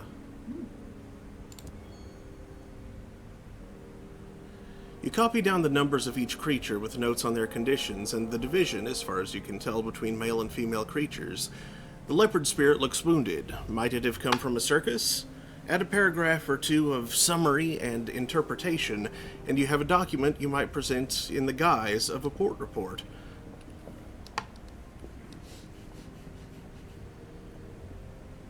Okay, can you not normally get port reports from this port? I don't know.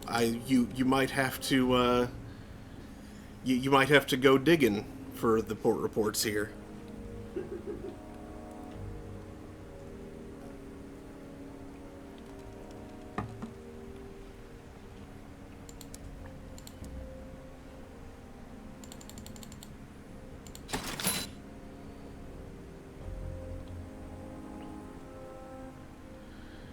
The sequestrator sends a servant to arrange the exchange. It is one of the yoked dead, the shade of a lumbering creature resembling something between a lobster and a whale. It strings each cage onto its back, oblivious to the bites and scratches from the occupants. With a complicated bow, it drops something at your feet. Thank you?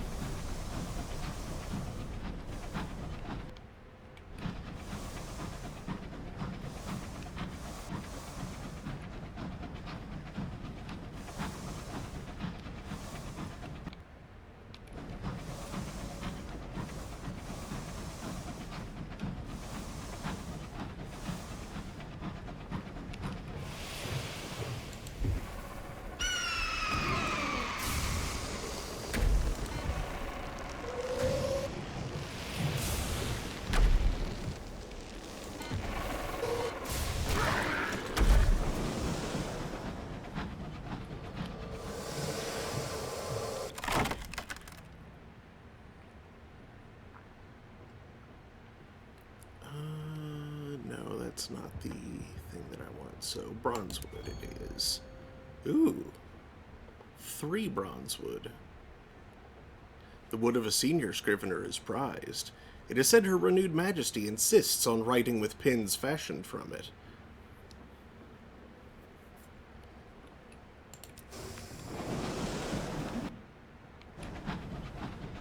Oh, you're sure you didn't want the old secrets or whatever the hell? That was not an option. Oh. Yep. Hey, here, Chompy. If it were, I would have chosen it. I see it as.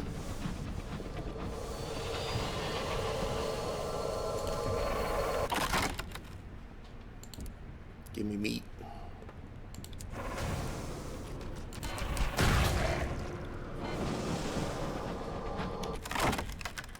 More meat.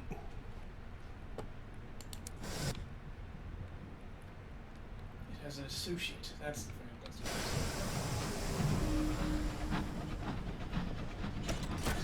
It has a sous chef. What? What? What? I was trying to say it has it as sushi. Friend, like, wasn't accurate.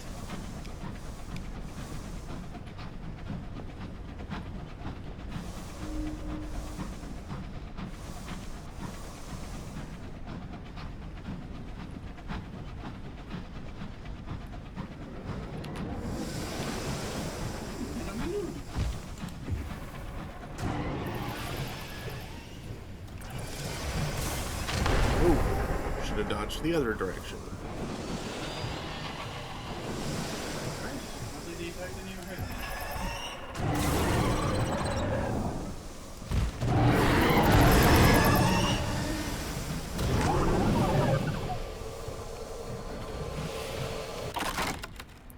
Loot. Search for treasures. Examine its collection. 4 artifacts and 72 sovereigns. That's so many.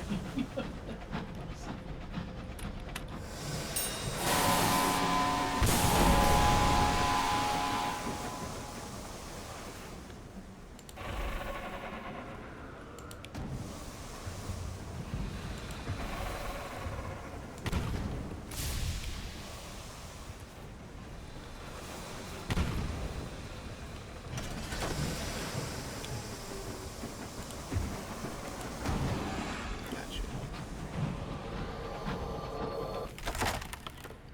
Loot. A solid crate. Ours. Excuse me. Oh, I'm turning too soon.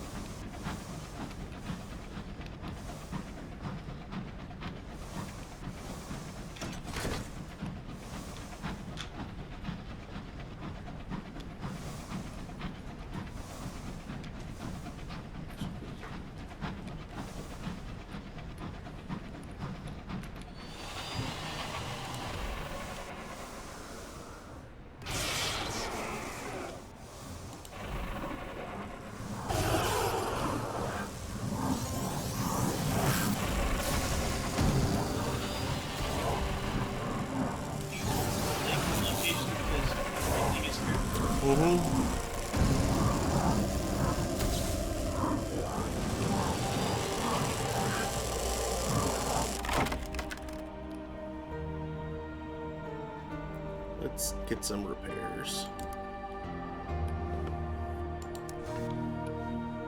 Ooh.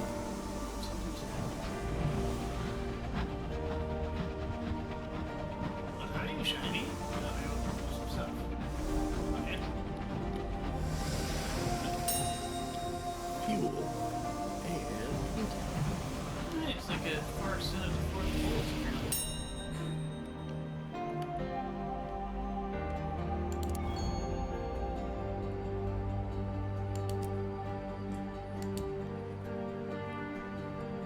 two supplies. Nice.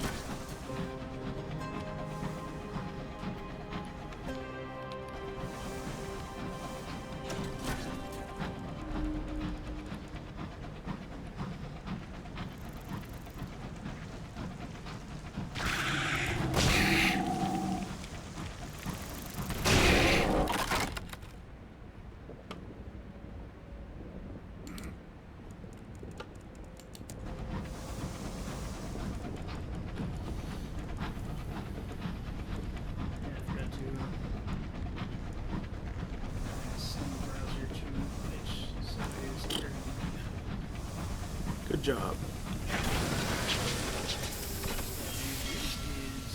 Is Son Cubalt, who's playing Dwarf Fortress and trying to steal a book from a necromancer somehow.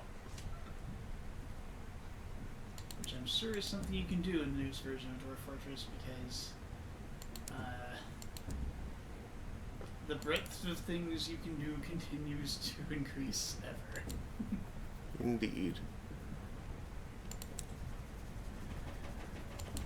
Report.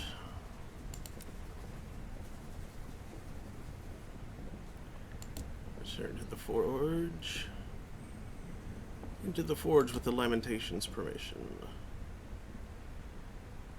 Aspect Incarnadine.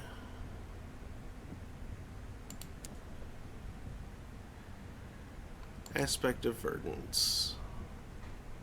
Get all the aspects. Aspect of the Hourglass. Let's see what they say about this. Sand runs through the principality's hourglass frames, and they hold chimes in their hands. They use these to sift your gift. Their expressions remain unchanging, but after many silent moments, the eldest of their number begins to sound a single doleful bell. Your gift is accepted. Also, I forgot to read the Incarnadine one. The singing ministers cease their choir and sheathe their serrated weapons of brittle glass. Wings. Wings. What did I say? Weapons. I'm tired. I'm sorry. No worries. My eyes have been kind of bleary for a while, but I've been enjoying myself, so I've just pushed on. The ministers move from their misericords. They clutch their polished abacuses and their thin silver tools of measuring and binding. They examine your offering carefully, their red masks rendering them inscrutable. Finally, a nod runs through them like a tide over a shore. Your gift is spirited away.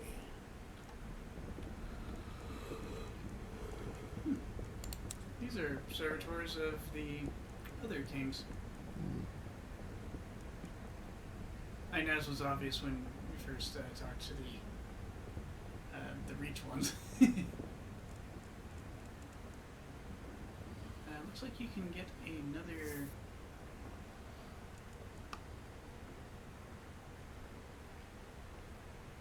aspect of verdance. Mm-hmm.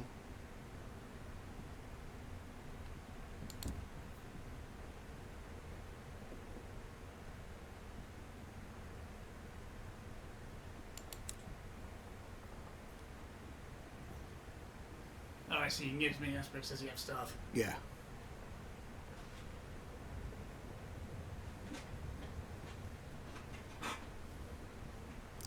And I don't need to make crew members.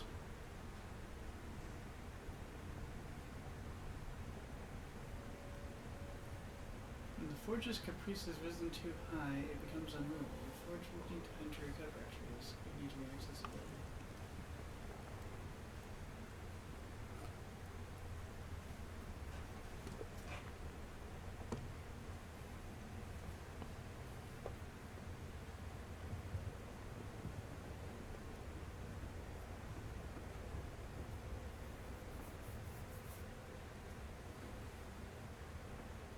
Okay, so some time in advance.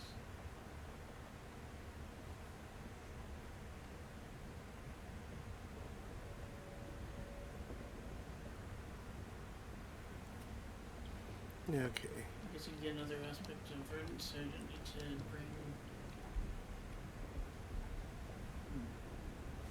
Well, that'll also increase the caprice more. Oh, that does that? Yeah. Every time you, Okay, it's Get- not actually forging things with the increase of the caprice. no. Forging things uses caprice. Hmm.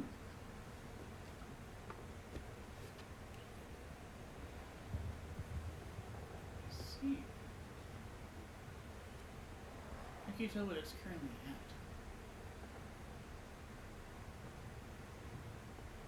Well, you now have 5. It's up there. Okay.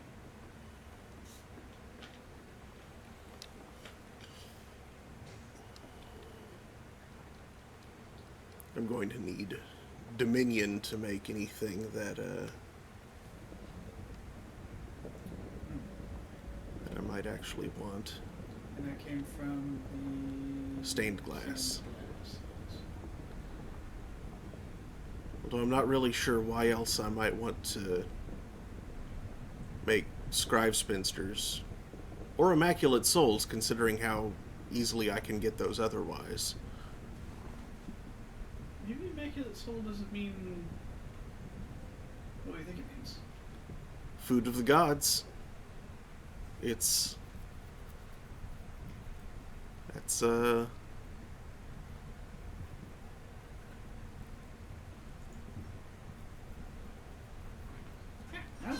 Mouse! Immaculate Soul, the spirits, sandwich.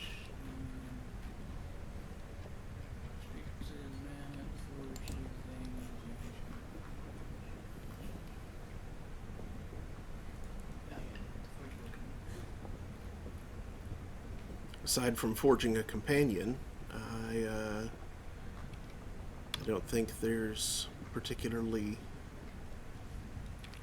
anything else.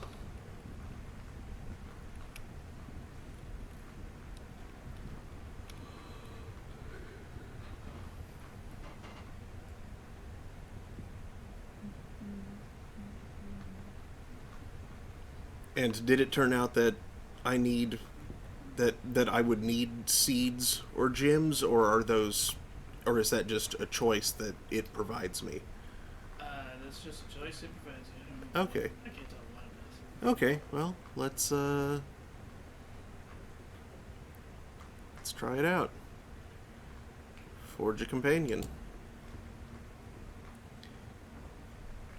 You do not express your desire aloud, so the white-robed spirit who appears to float towards you must have caught the movement of your head as you surveyed the forge for a suitable chamber. Their robes appear almost liquid as they ripple through the forge towards a filigreed brass door, warm to the touch.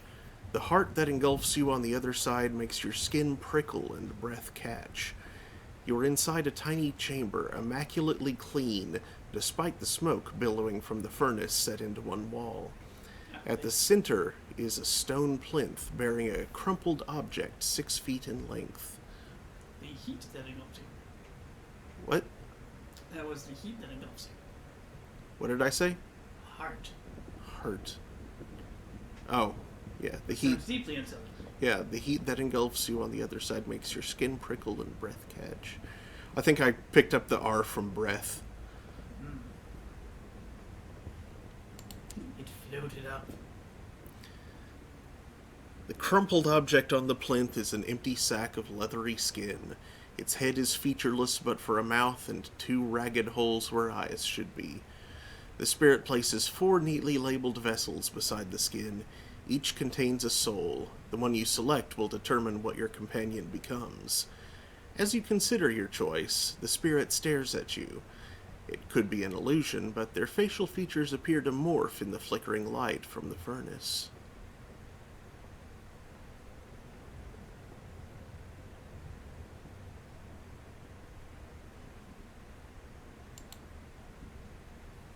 Ooh, interesting verbs.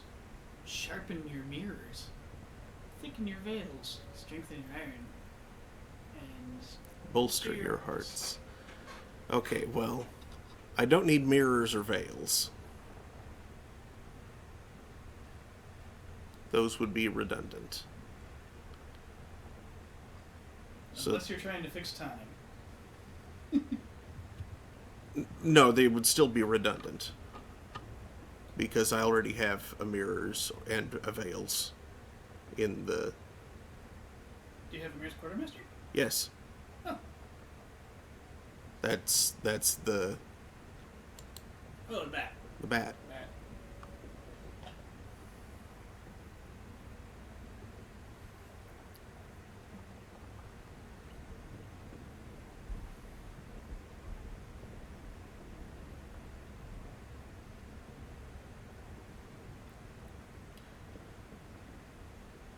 So let's go for iron. physically imposing officer who will deploy their brawn in both protective and offensive capacities. The spirit pumps scalding water into a copper bath from a pipe beside the furnace. Steam fills the room, but while your clothes stick to your skin, the spirit's robes flow weightlessly around its insubstantial frame. Once the bath is full, the spirit gestures for you to stand back. It uncorks the red bottle and takes a deep and reverential swig before emptying it into the water, which froths up immediately. The spirit lowers the skin into the foam, where it softens, ballooning as the mixture bubbles through it. When the bath is cooled, the spirit lifts your dripping companion out and lies it back upon the plinth.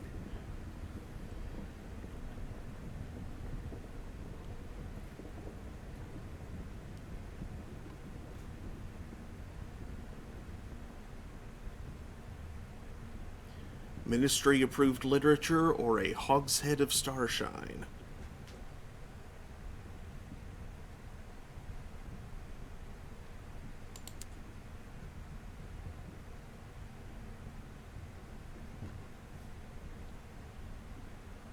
Your companion is still no more than wet skin, one limb spilling off the plinth and dripping onto the floor. Its fingers convulse with the first traces of life. The spirit hauls an enormous book off a shelf. With their oddly elastic fingers, they leaf through the brittle pages to a chart detailing the relationship between characteristics and substances. Most rows are illegible, obscured beneath furious scribbles of red ink. Only 2 remain.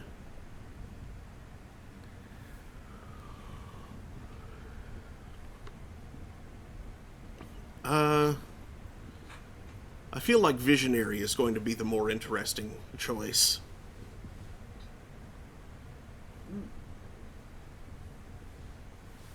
So you have to get some starshine and smuggle it?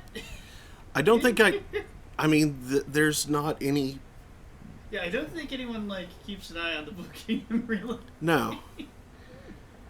So I just need to get some starshine, which the easiest way to do that will probably be to fight monitors. And then lizards. Also, yeah, it looks like you're right. You get 2 selections of Immaculate Souls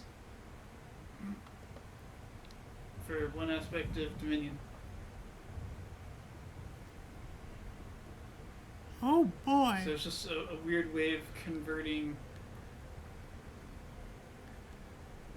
I mean, I suppose that's a decent return. Yeah, you're converting 2 pieces of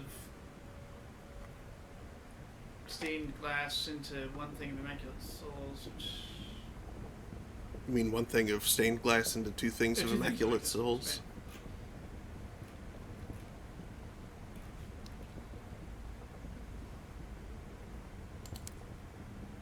What was over here? Right, it was ministry-approved literature. Yeah, I don't want to use that. Oh, and also the hours. It burns the hours, too. That aspect of the hourglass. Yeah. Well, hours are plentiful. So it does reset the capacities of the forge to 0.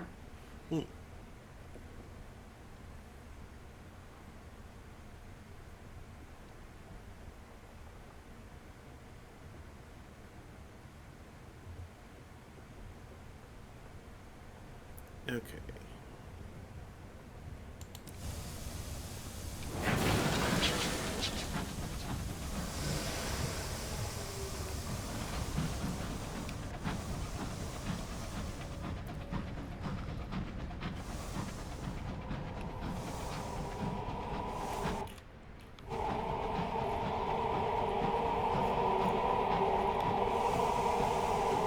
Blue.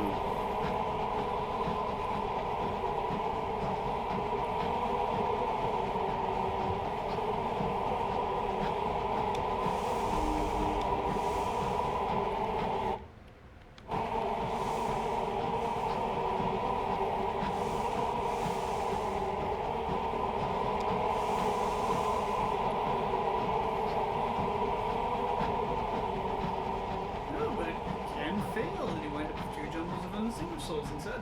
Hmm.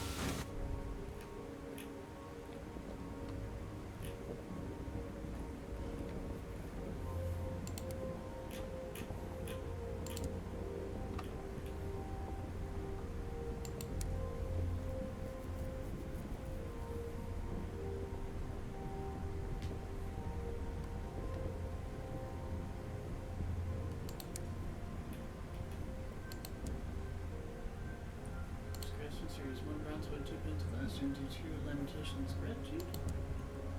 Forging an Immaculate Soul costs 1 season hours, 2 pins of last turn do 2 selections of Immaculate Souls, which is an AC Sunrise. This is a gain of 150 stars.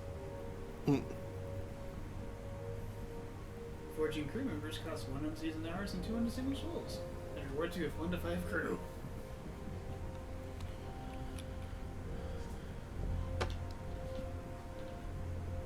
Okay, well it's July now, so it's probably a good time to head back to the Reach. Yes, it is. I was going to mention that come mid-July. So I should head back there, hunt monitors for a bit.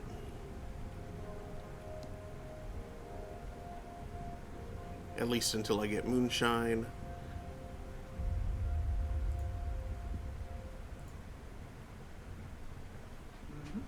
And then be ready to abscond.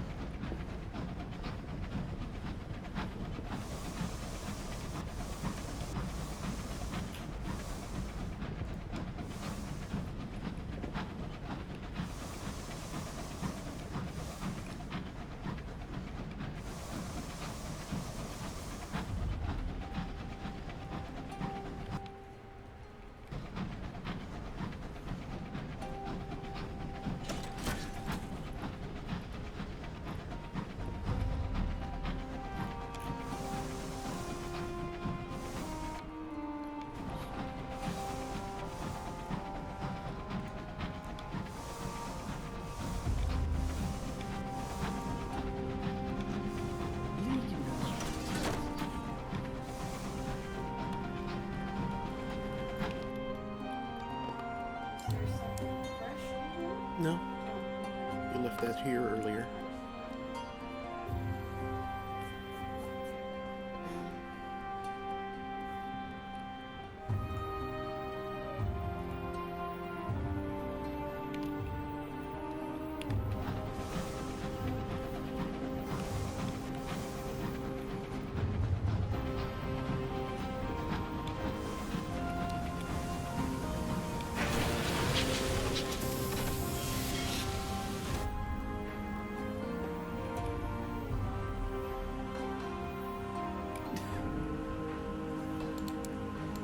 all you bring him is her voice. Hmm? It's so that is all you could do. His voice is husky, and that it is a husk. That's funny.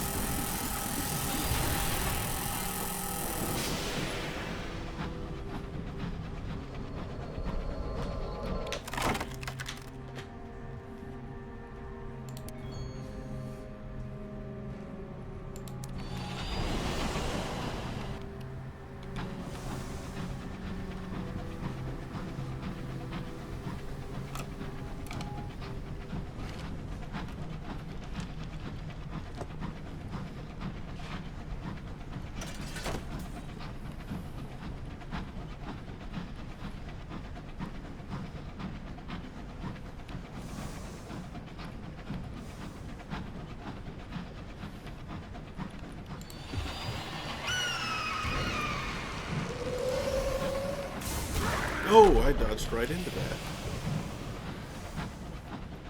You took a feather to the face.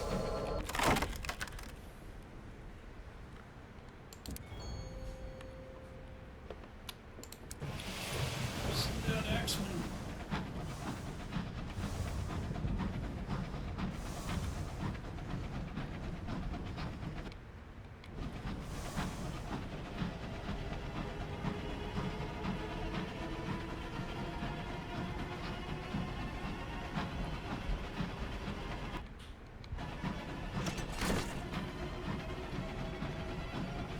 Desolation of Saliva.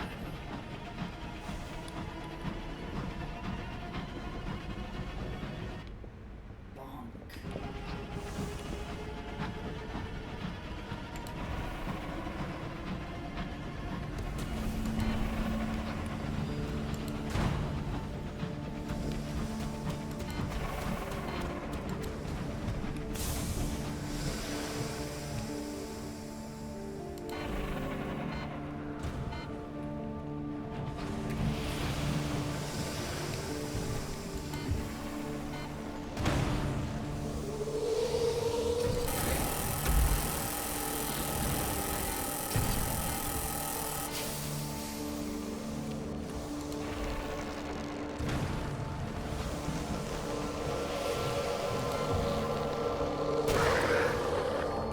Now I get to clean up.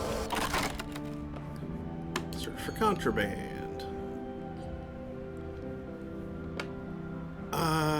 Take less dangerous contraband. Because I don't...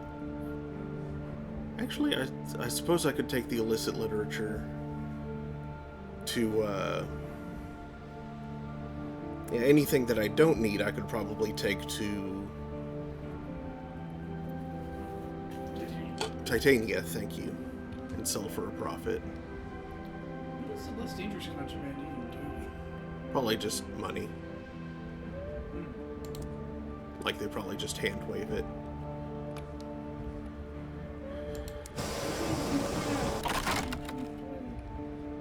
Raid the hold. Sheaf of papers. It's money.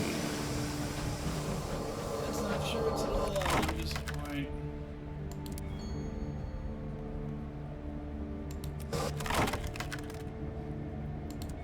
Contraband. Starshine. That's what I wanted. 2 hogsheads. Alright, that runs over with little booms. Oop, missed. Missed.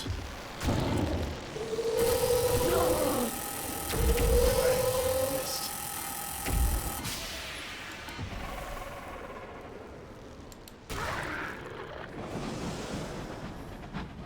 was so nearly dead that the splash damage was enough.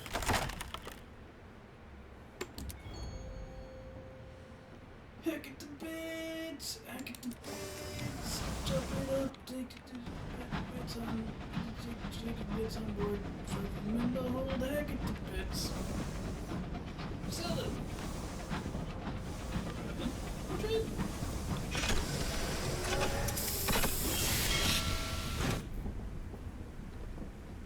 The mountain sings. Join the celebration. Even knowing what that sound actually is, huh?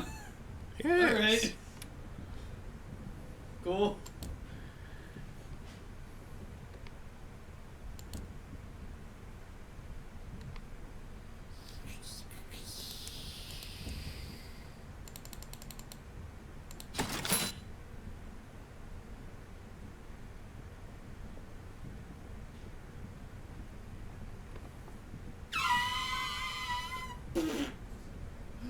Why? I didn't even have to bring anything with me.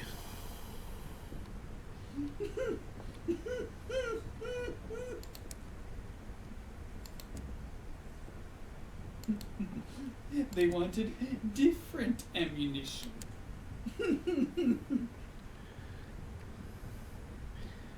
They didn't want to pay that guy. Specifically. He knows what he did. He probably does.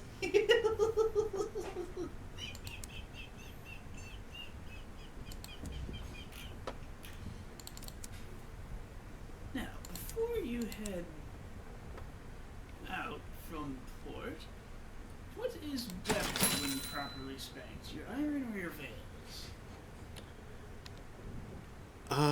Let's see.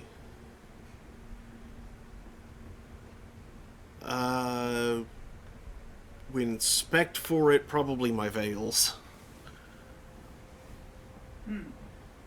Because, Well, you're in a port right now, so you're simply jacking on. yeah. It's just that if I put everything on veils, well, like, right now I've got nothing on veils and some on iron, and my veils is still ahead of my iron.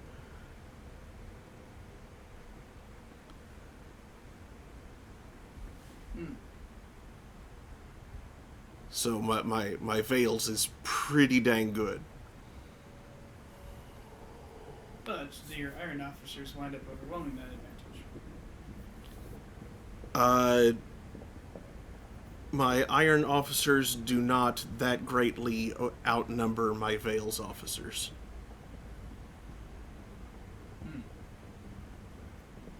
Even though each one upgraded tends to be 10. Yes. Because all of my officers are upgraded. And I've got, let's see, 1, 2, I've got 2 iron officers and 1 to Vale's officers.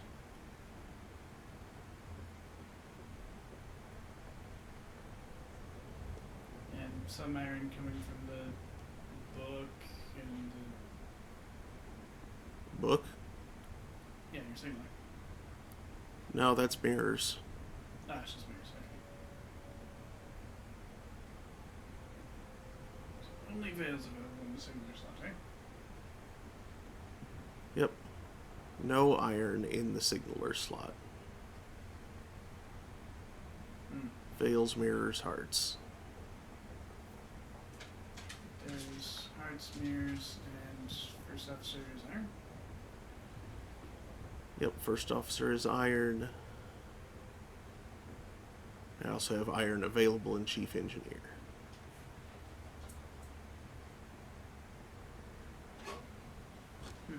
Okay, so it sounds like the Veils challenge is the way to go. You just might want to. Okay.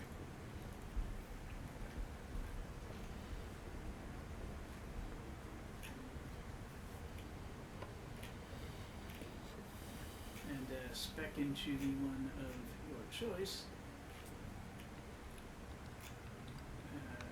when you hit Prosper.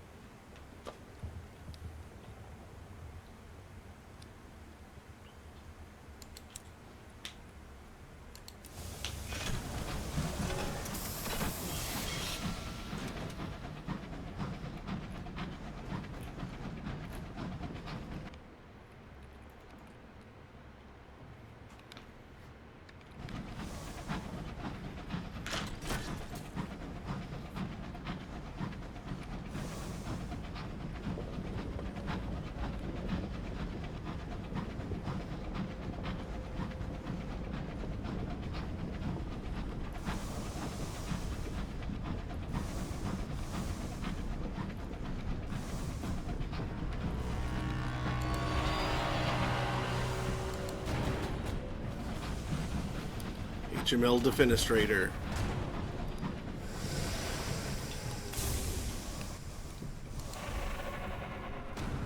That's a glorious name.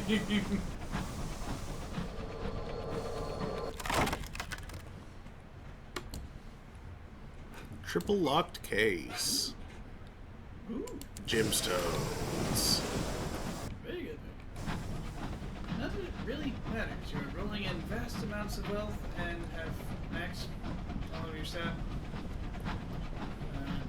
Yep. Yep.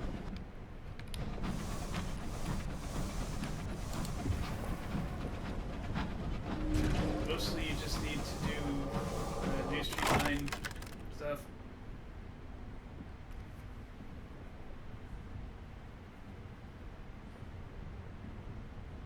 And also there's the crazy Blue Kingdom stories.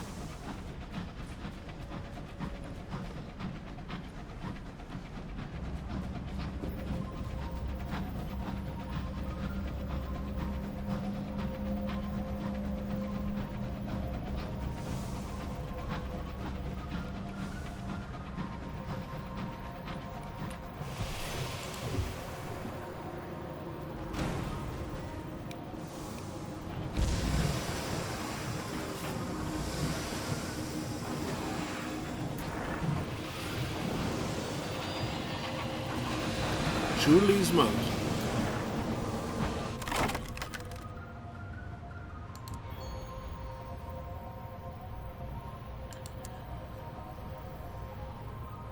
Hermits. Trick the ghost of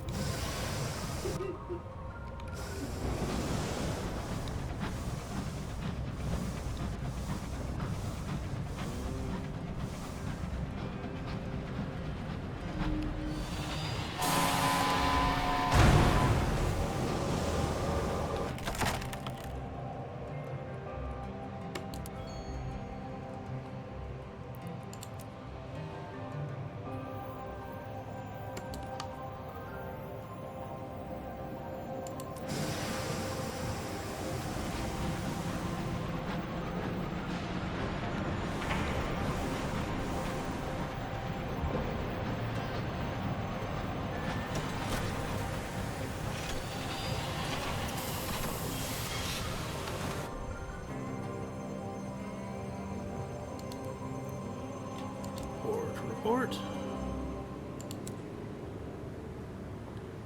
Admiral Nelson. Oh, and that's the one that gives me all of the crockery. Oh no. If only they bought it there.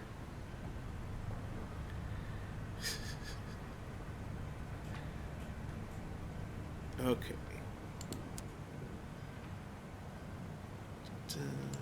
Fails. Fails.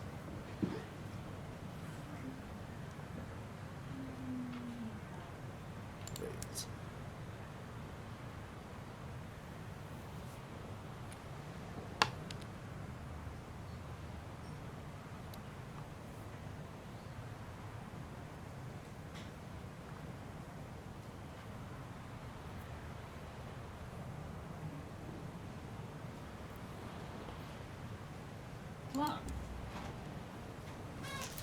All right. Sorry, you get it out for sneakies? Yep.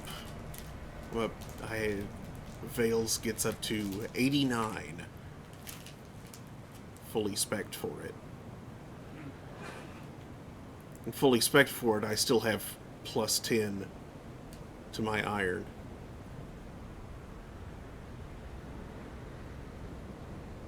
Can only get another 1 plus 10 to that.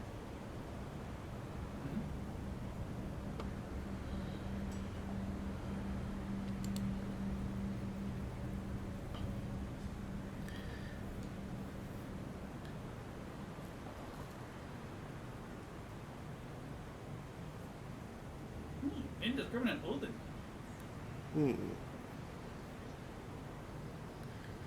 At long last, it is time.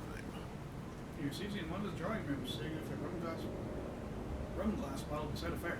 He has a sour cast to his mouth and eyes that blaze of indiscriminate loathing. The bleak industrialist refuses to allow you to collect the lost love. He brandishes a pistol. He threatens to shoot you on the spot. You'll have to kill him before he lets you take her. Large shapes loom in the darkness of the hallway. He's hired some large, shadowy men to help him make good on the threat. Goons!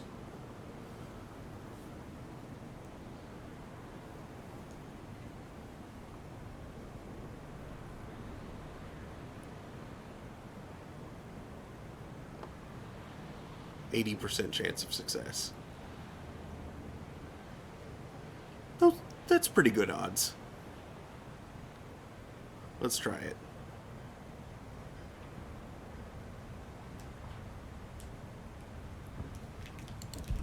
Failure. Oh, crap.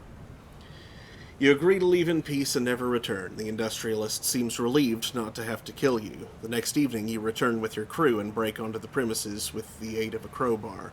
Everything goes perfectly, right up until you surprise the industrialist while he's wandering the halls in his nightgown.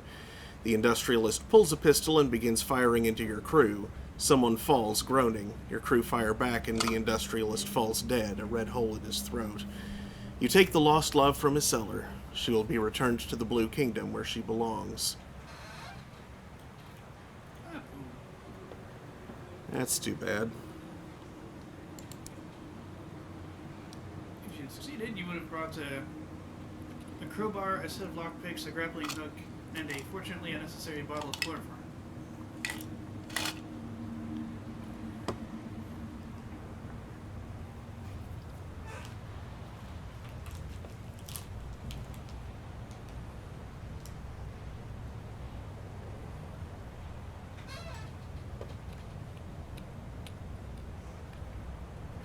Well, that's too bad for him. Mm-hmm. And your one lost criminal.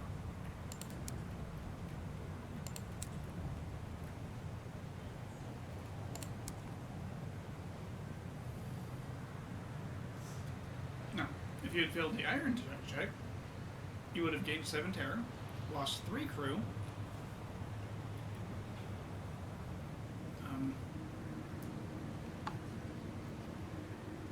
lost 1 to 11 fortunes. Yeah, it would have like screwed the fortunes of the Tackities and the Stovepipes and the strength of the sun. You would have lost an entire month. Oh, yikes. And the long passage quality would become 75. You failed to collect lost love. When the Arborist deadline lapses, you'll face her wrath at death's door.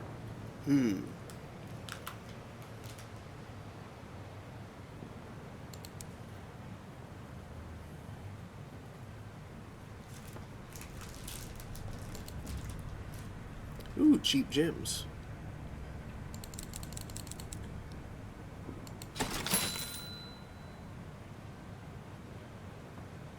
And let's see here.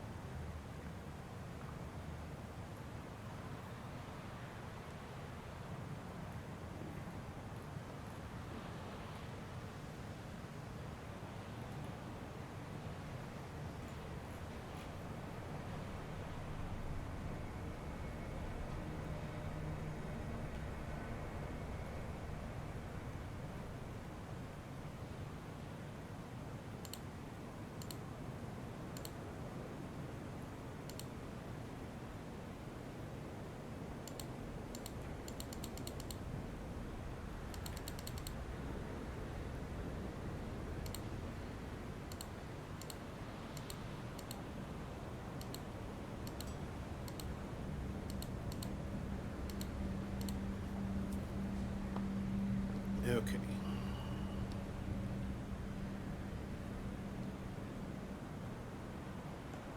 So you have evaded consequences. Congratulations. Huzzah.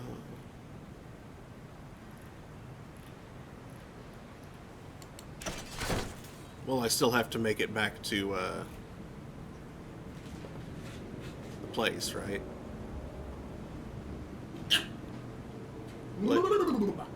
Bless you. Yeah, I think you just need to take her back to the looking. Okay.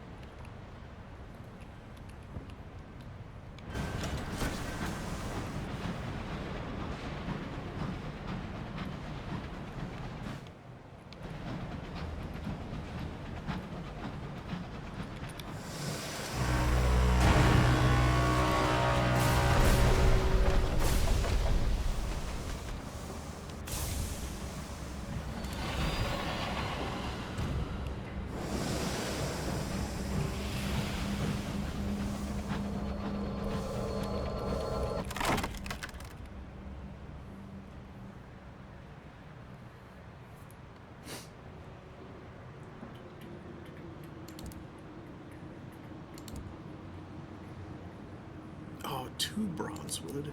Okay, we'll chuck another thing of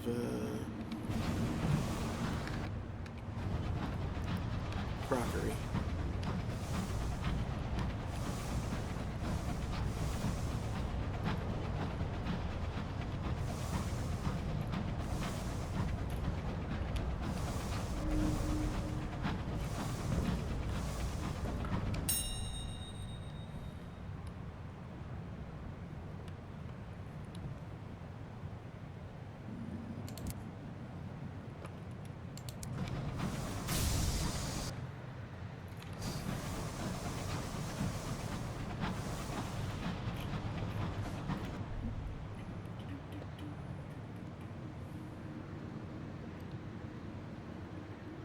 I don't need to pay the litigator right now. I can rehire him when I get back.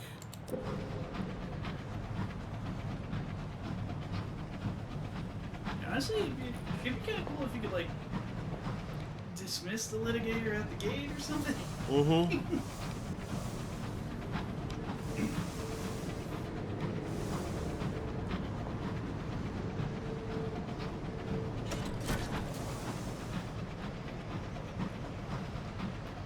Thanks for your services. We shall retain them again upon our return.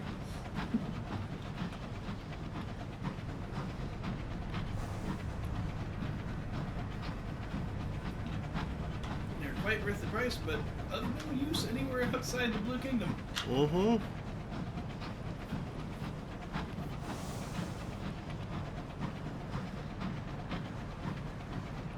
Which is kind of a missed opportunity. You think it'd actually be pretty useful in Albion?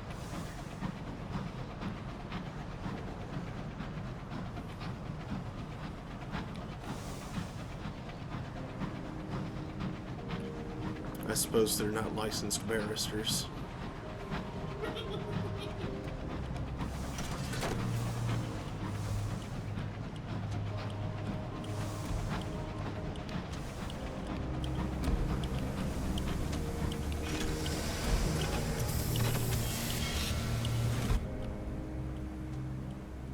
These Magdalene's ticked like that. Or no. That worries me. The whole place is a giant bomb!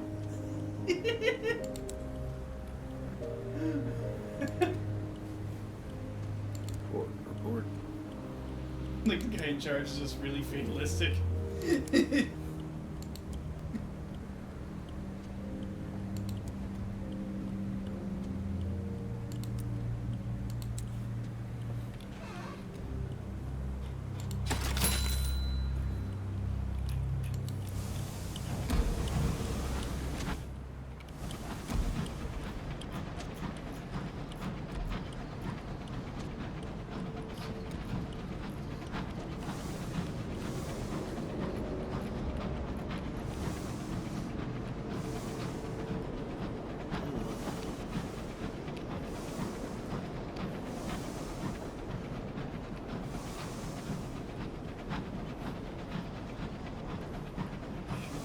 Triggers the...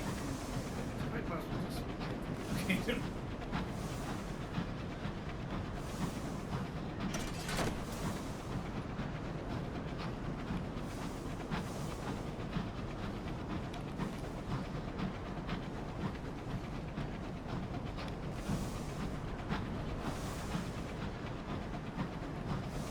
I don't like how the terror meter pulses the top 3 nightmare types.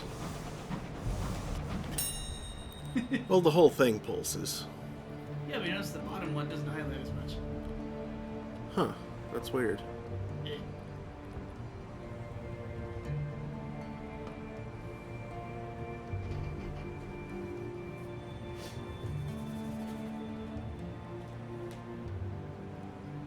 Just another mildly unsettling thing in a game full of spooks. Whoopsies.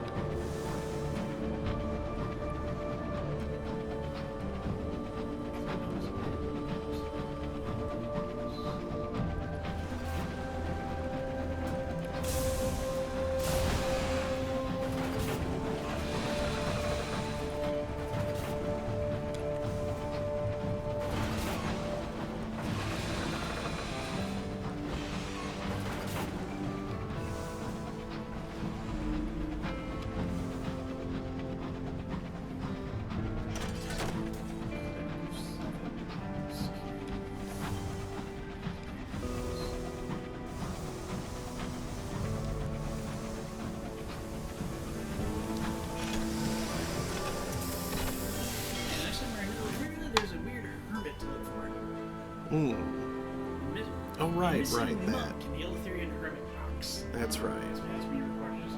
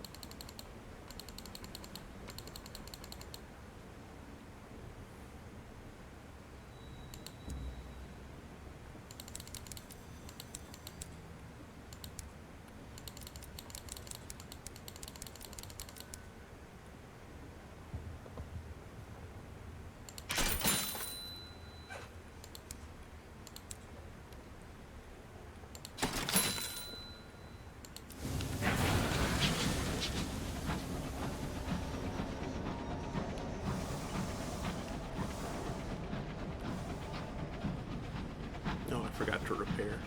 Oh well. It's not so bad. Yeah, I'm mostly fine.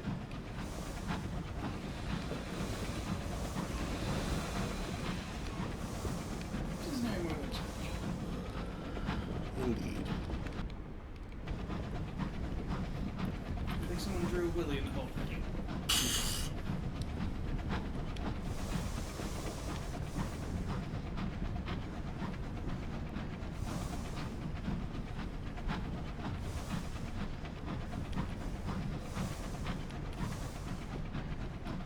I mean, come on, it's space and I really think that joke's gonna die.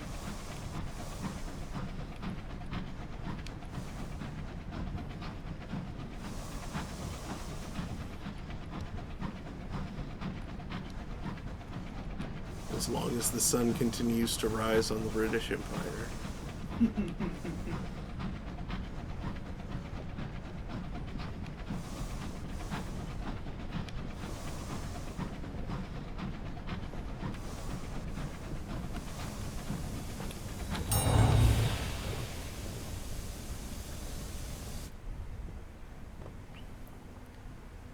First class. Many throw the Yes.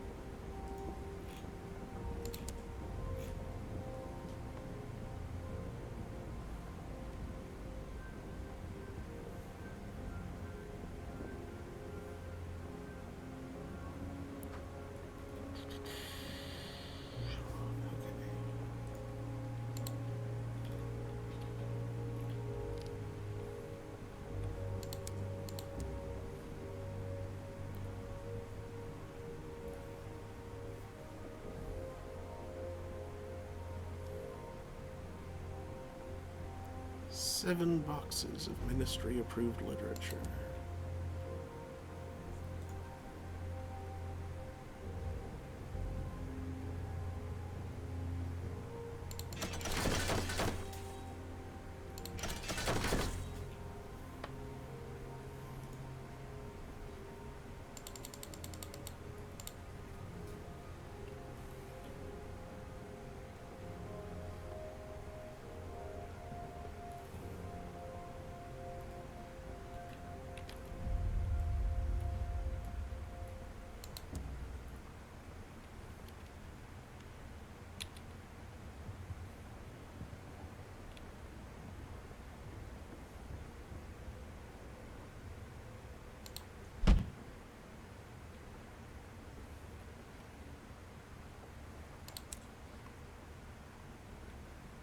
I suspect that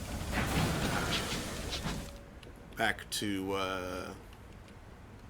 the Shadow of the Sun is where I have to deliver her. I just happened to hunt it down. It's actually DMless for us. Oh, okay. Well, then that's even better because that's where I'm going.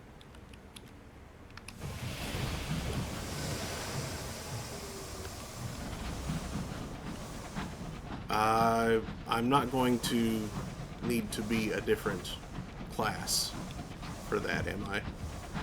No? I hope not. Because you just drop her off. Okay.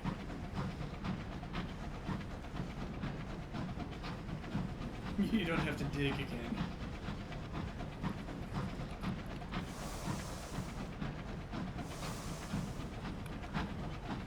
Okay, so I don't have to go all the way through and drop her off at the far end.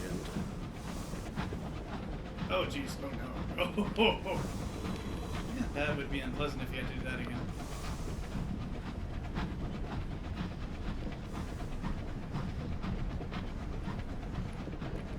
They just kind of had a game 6 though, like take her back to death's door.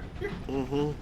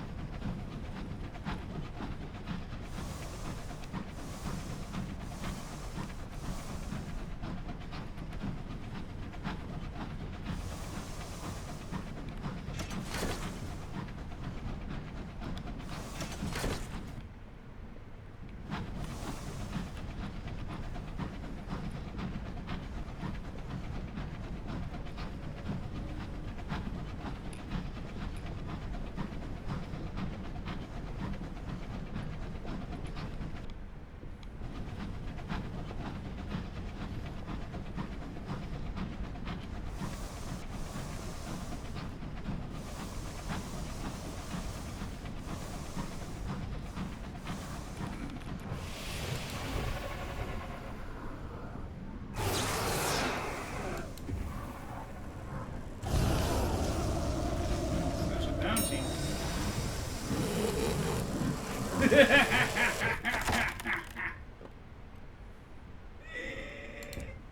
There we go. Repairs. Right as I said that.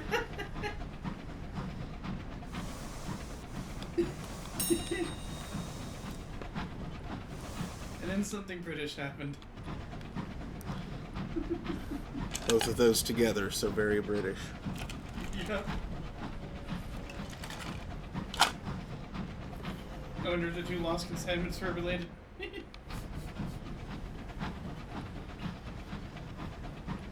Tea, kettles.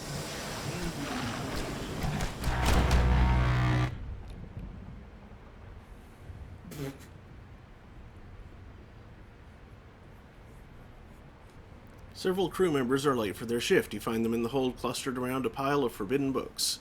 Those who can read do so aloud for those who can't, or sit alone in the dimly lamplit corners to savor the spicier parts of your smuggled library. This won't hurt morale, though you may lose some of your contraband. That's fine. This part was not, How are they actually consuming books? You just read them and put them back. You turn a blind eye to their transgression. While it costs you some of your contraband, they return to work considerably more relaxed and ready to face the high wilderness.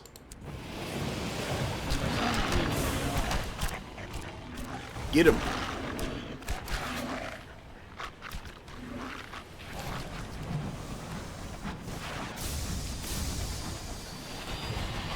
Why are you shooting at me? Pay attention to the space monsters. Oh.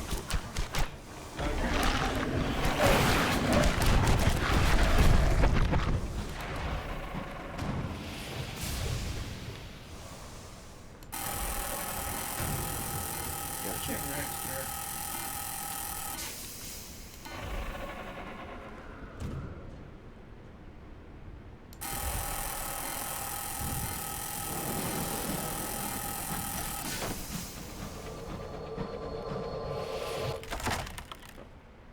Meat.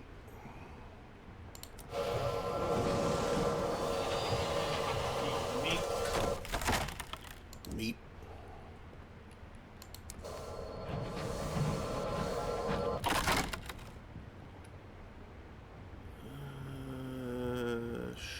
Sure. Yay.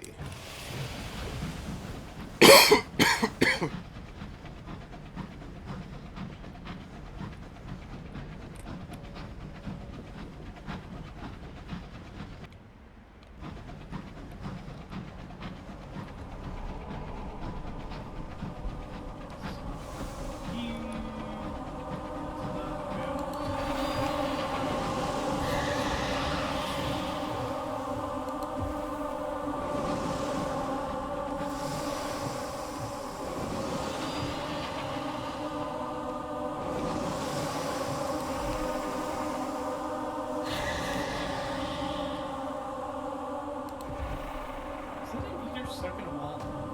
Looks like it.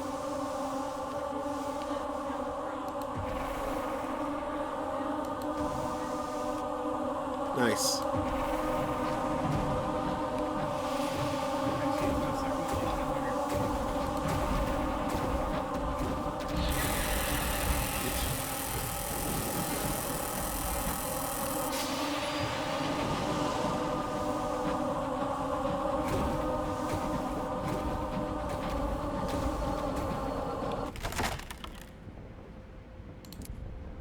Failure.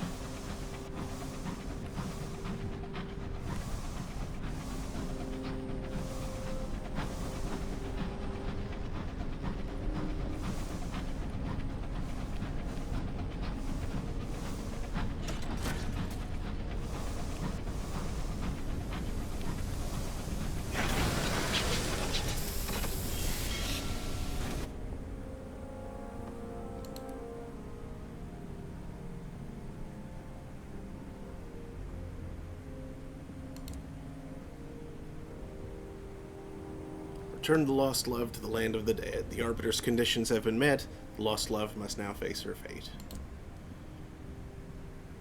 The lost love disembarks from your engine. Without looking back, she begins to track her way along the muddy ground. A figure falls in step with her. It's another spirit, and even at this distance, you recognize the mask. The industrialist has finally managed to meet his lost love in person. They walk along, heads bowed, hands clasped, and descend together into the catafalque.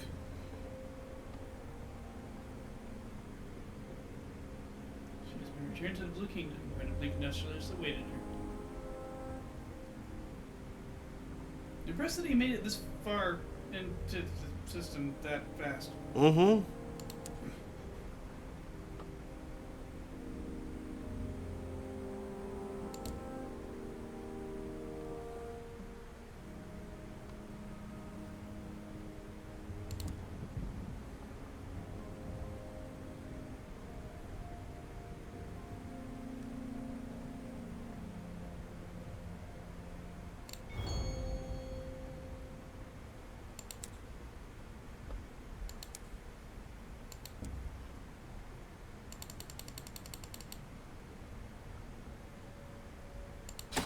finish the quest. Yay. Your client is a new sequence preacher, fresh from London and simmering with zeal. She is attempting to convert the dead before they pass through death's door, and means to hand out the pamphlets you delivered to those that look like they might waver. This is not the light that was promised, she bellows at a hesitant spirit before reassuring you that her superiors will hear of your assistance.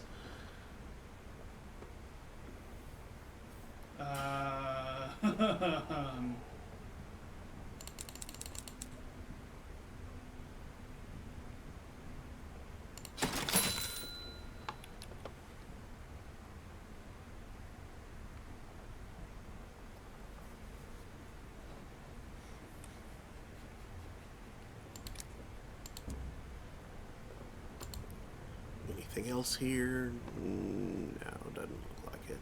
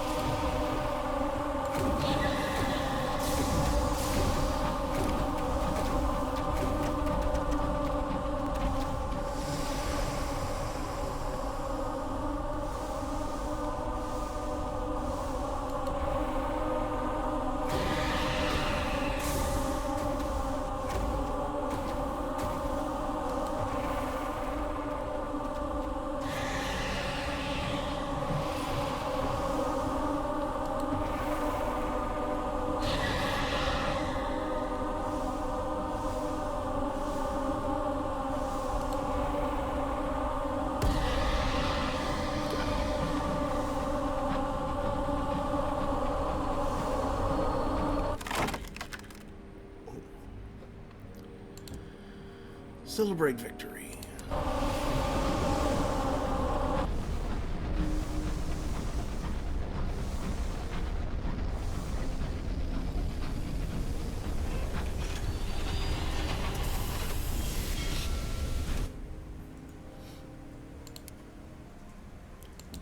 Report.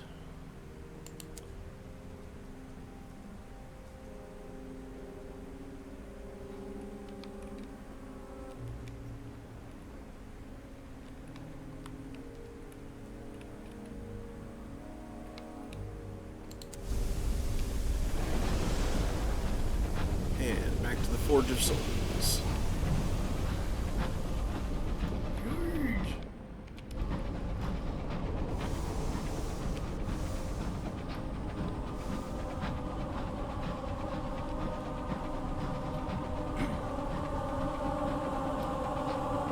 Same thing happens if you sneak around successfully. Implying that you probably advise yourself about it. Yeah.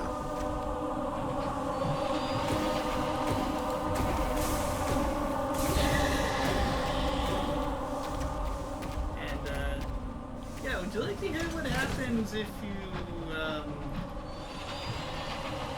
heck up a little bit? What?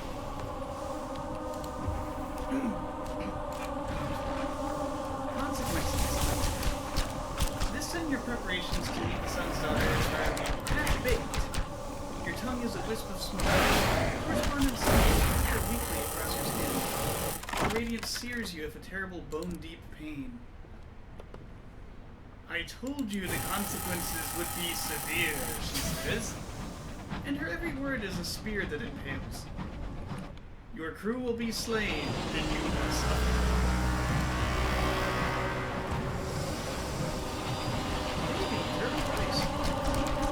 All you can do is ride, pinned in place by the words that flay and fall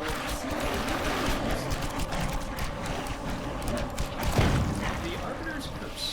Under her gaze, you're seeing cracks and crumbles. Worms twine themselves through your flesh. When you return, you have been transformed into a crawling clod of infested soil. You slither to the furrows, inch by decaying inch, and burrow. You linger for a month in the ground, every moment a torture. After a week, a skeletal arm emerges from the toxic earth. Then a skeleton. Gradually develops muscles, blood, and flesh. Finally, a version of you that is grown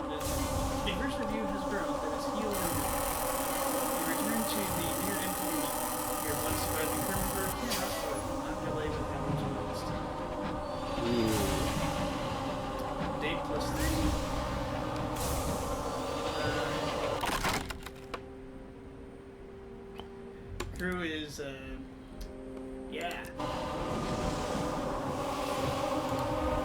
Crew minus 1. Plus 15 terror. Low passage 80 complete. After fates have made you pay a total price. 3 tales of terror.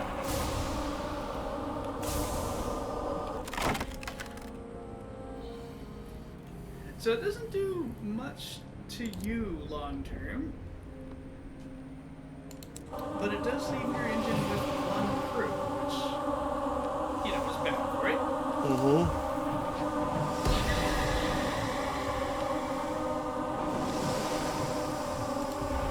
So you have to like hire on crew around here. That has an effect if too many of your crew members are dead. Mm-hmm. Isn't like not dead, but capital D dead? Right. Spirits. Yeah.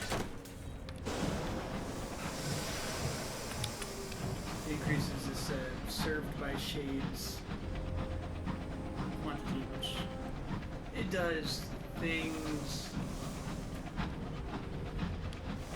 Anybody like kind of creeps out your captain that just goes saw up in the engine.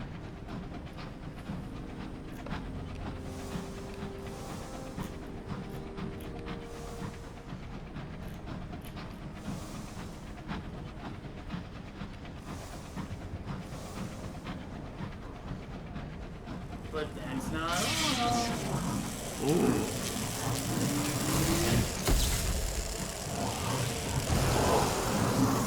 So, consider how things work with the judgments. Now, it's all real, like, legalistic, Mm-hmm.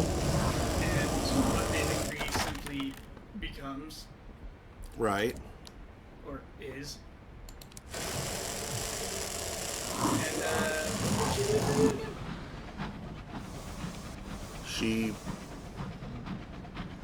She temporarily broke a law for you. Yep.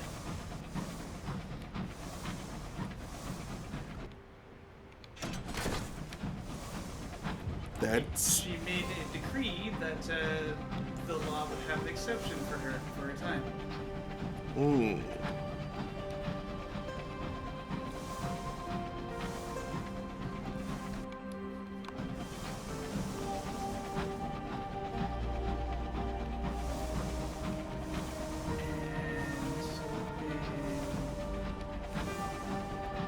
So after that mess goes down,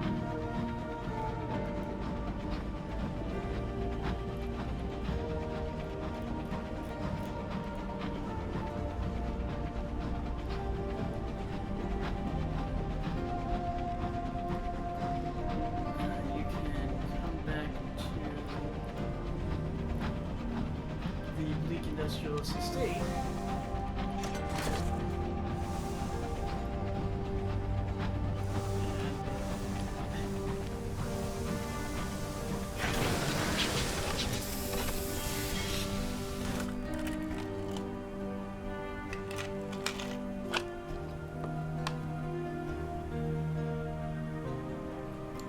Yeah, that's what it is. And find it empty. You ask what happened. A troubled conclusion. The old master killed himself, mutters the gardener.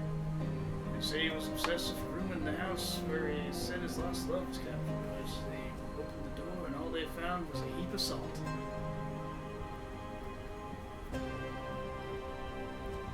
It was automatic. Yup. That's why if you fail, you're cruelly punished, because your failure has harmed another. And that, like, now even her spirit is gone. It's just a pile of salt now. And of course he's dead too, because, yep, that would break him.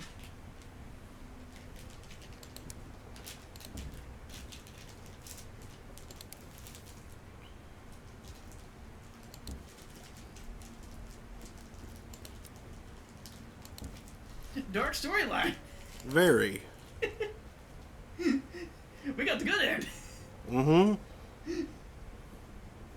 Never mind that the good end seems to be they get eaten by the star. Probably. Yeah, that seems to be how that works.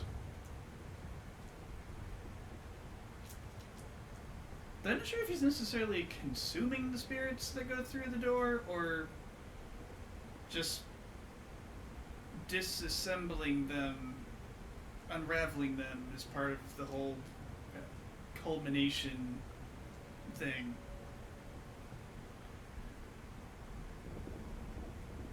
You know, spirits of the dead seeking an end, Mm-hmm. and the Westernmost King providing that.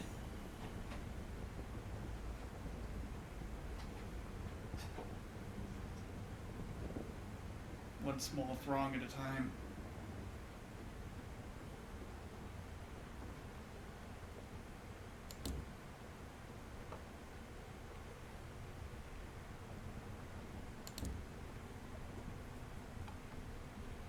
So I wonder how the tomb colonists do in the Z.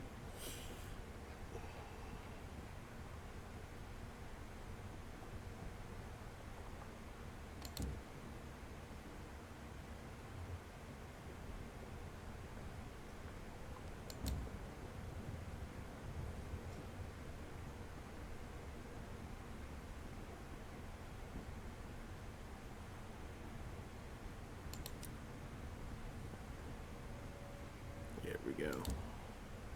Visionary. The spirit places a funnel to your companion's slack mouth, gesturing that you should pour the starshine into it. As the iridescent liquid fills the companion's skin, the body starts to take shape. Its feet inflate first, its toes swelling into shape one by one. The thighs and chest bulge, the light from the starshine gleaming through where the skin is stretched thinnest. Eventually the body is full, and the spirit removes the funnel. They ladle the last of the starshine into the mouth until the liquid is a shimmering pool quivering between the companion's open lips.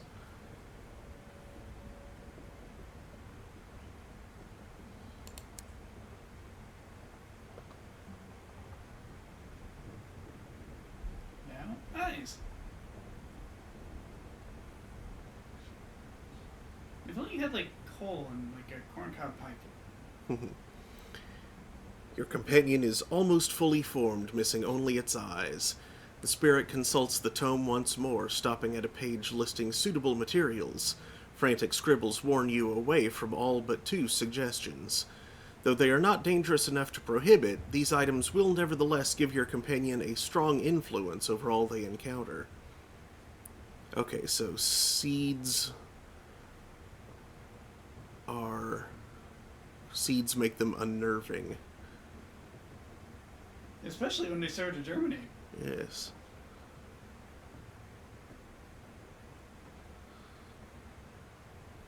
I could get seeds easily, but I have gemstones.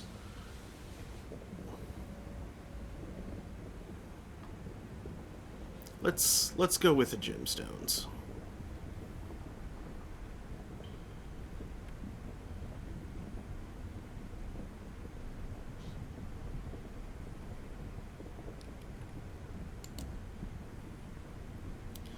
You push the gemstones into the eye sockets. The starshine has become gelatinous, so the stones quiver on the surface rather than sinking to the back of the head. The spirit takes a tiny needle and runs gold thread through the loose skin around the gemstones before pulling it tight, anchoring them beneath sphincters of puckered skin. Your companion will be unable to close its eyes, but the spirit seems unconcerned. I really wish they hadn't phrased it like that.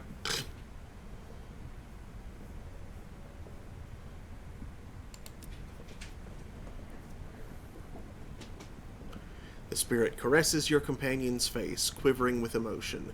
Milky tears spill over their cheeks and run into the companion's mouth. The companion's leathery lips twitch, and they turn their head to you, ignoring the spirit. Stiffly at first, but with gradually more fluid movements, they sit upright upon the plinth, then step down onto the floor of the chamber. "I look forward to working for you," they say in a monotone voice. Thank the spirit for their help. It would not do to offend one capable of creating life. It is not clear whether the spirit understands your sentiments, because they turn their back before you have finished talking to pull a lever next to the furnace. There is a distant clanking of machinery, and an acrid smell fills the air. The spirit peers through the furnace grate. After a few moments, they open it to reveal a steaming bundle, which they remove from the flames with a metal shovel and to deposit on the plinth. The spirit peels open the bundle, revealing it to be another empty skin. They lower their head to it and take a long sniff.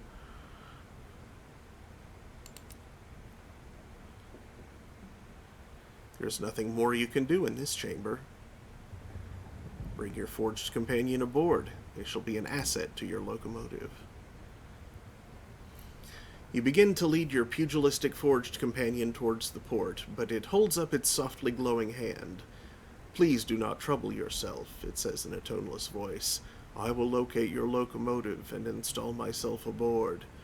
Do not fear that I will come to harm. I am well equipped to defend myself. It fixes you with unblinking eyes, and you, should the need arise.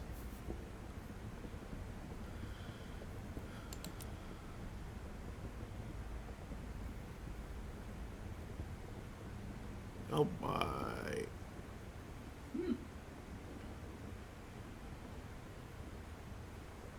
And now you have a new quartermaster. Yay.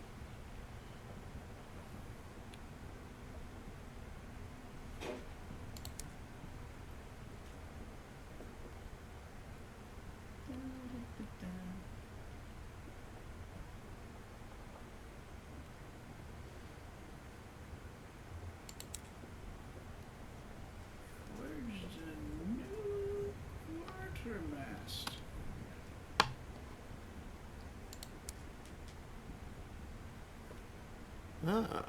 And I can switch to him without upsetting the balance of my things there. Which will make me even more formidable in combat. The balance of your things? For,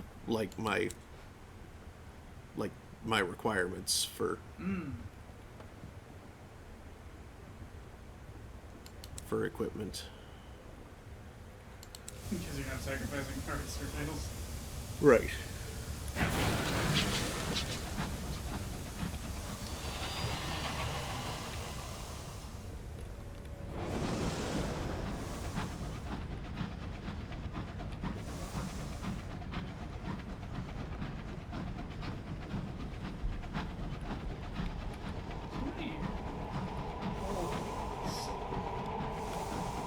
I think those are like smokestacks.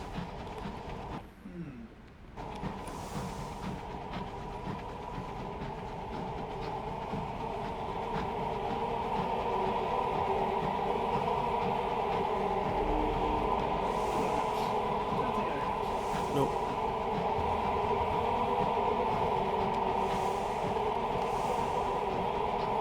Also, I just realized that the markings on top of these buildings are spines. Those are vertebrae.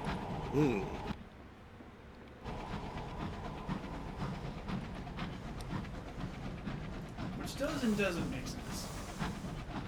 It makes sense because Land of the Dead, but clearly this is like all of the dead.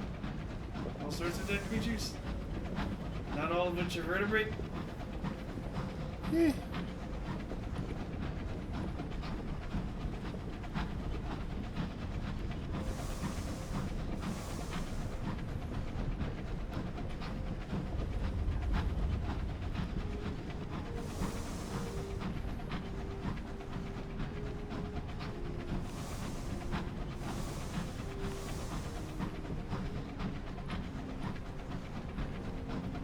Maybe that just like marks a place belonging to or associated with vertebrates.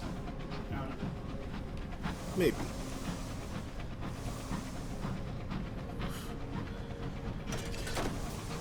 The arm that I got my booster shot in earlier today is kind of sore. Oh yeah, don't forget to like do the Yeah. Frequently.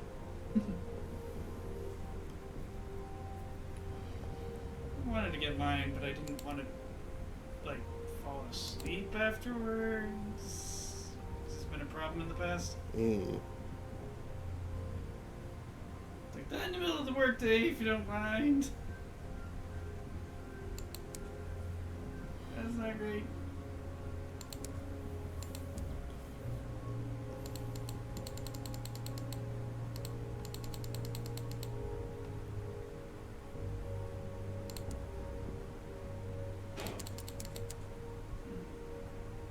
It's 1:22.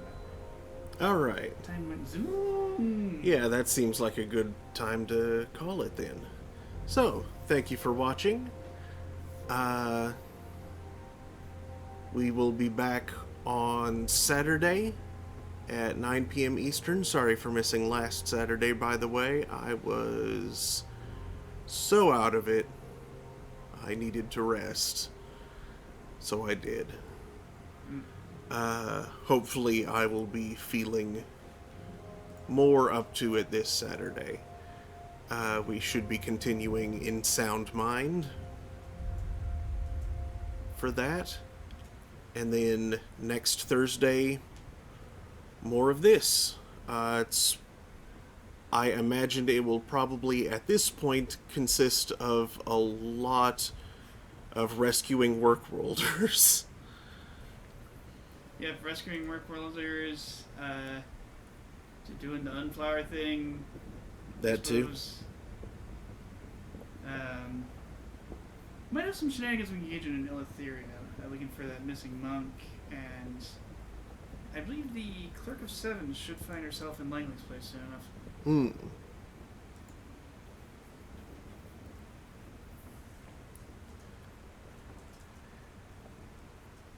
But yes. So let's see who is around for us to raid. At this hour, probably not many.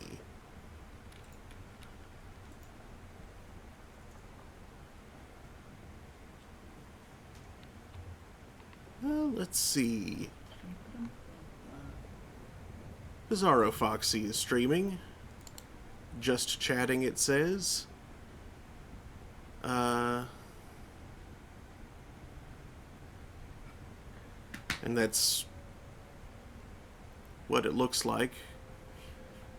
Might just be vlogging. Camera up. Nose. Ooh, that's not a great angle. It's not a great angle. That's not a gringle. Grangle. Oh well. Let's go say hey over there. So, thanks again. Hope to see you next time. Good night.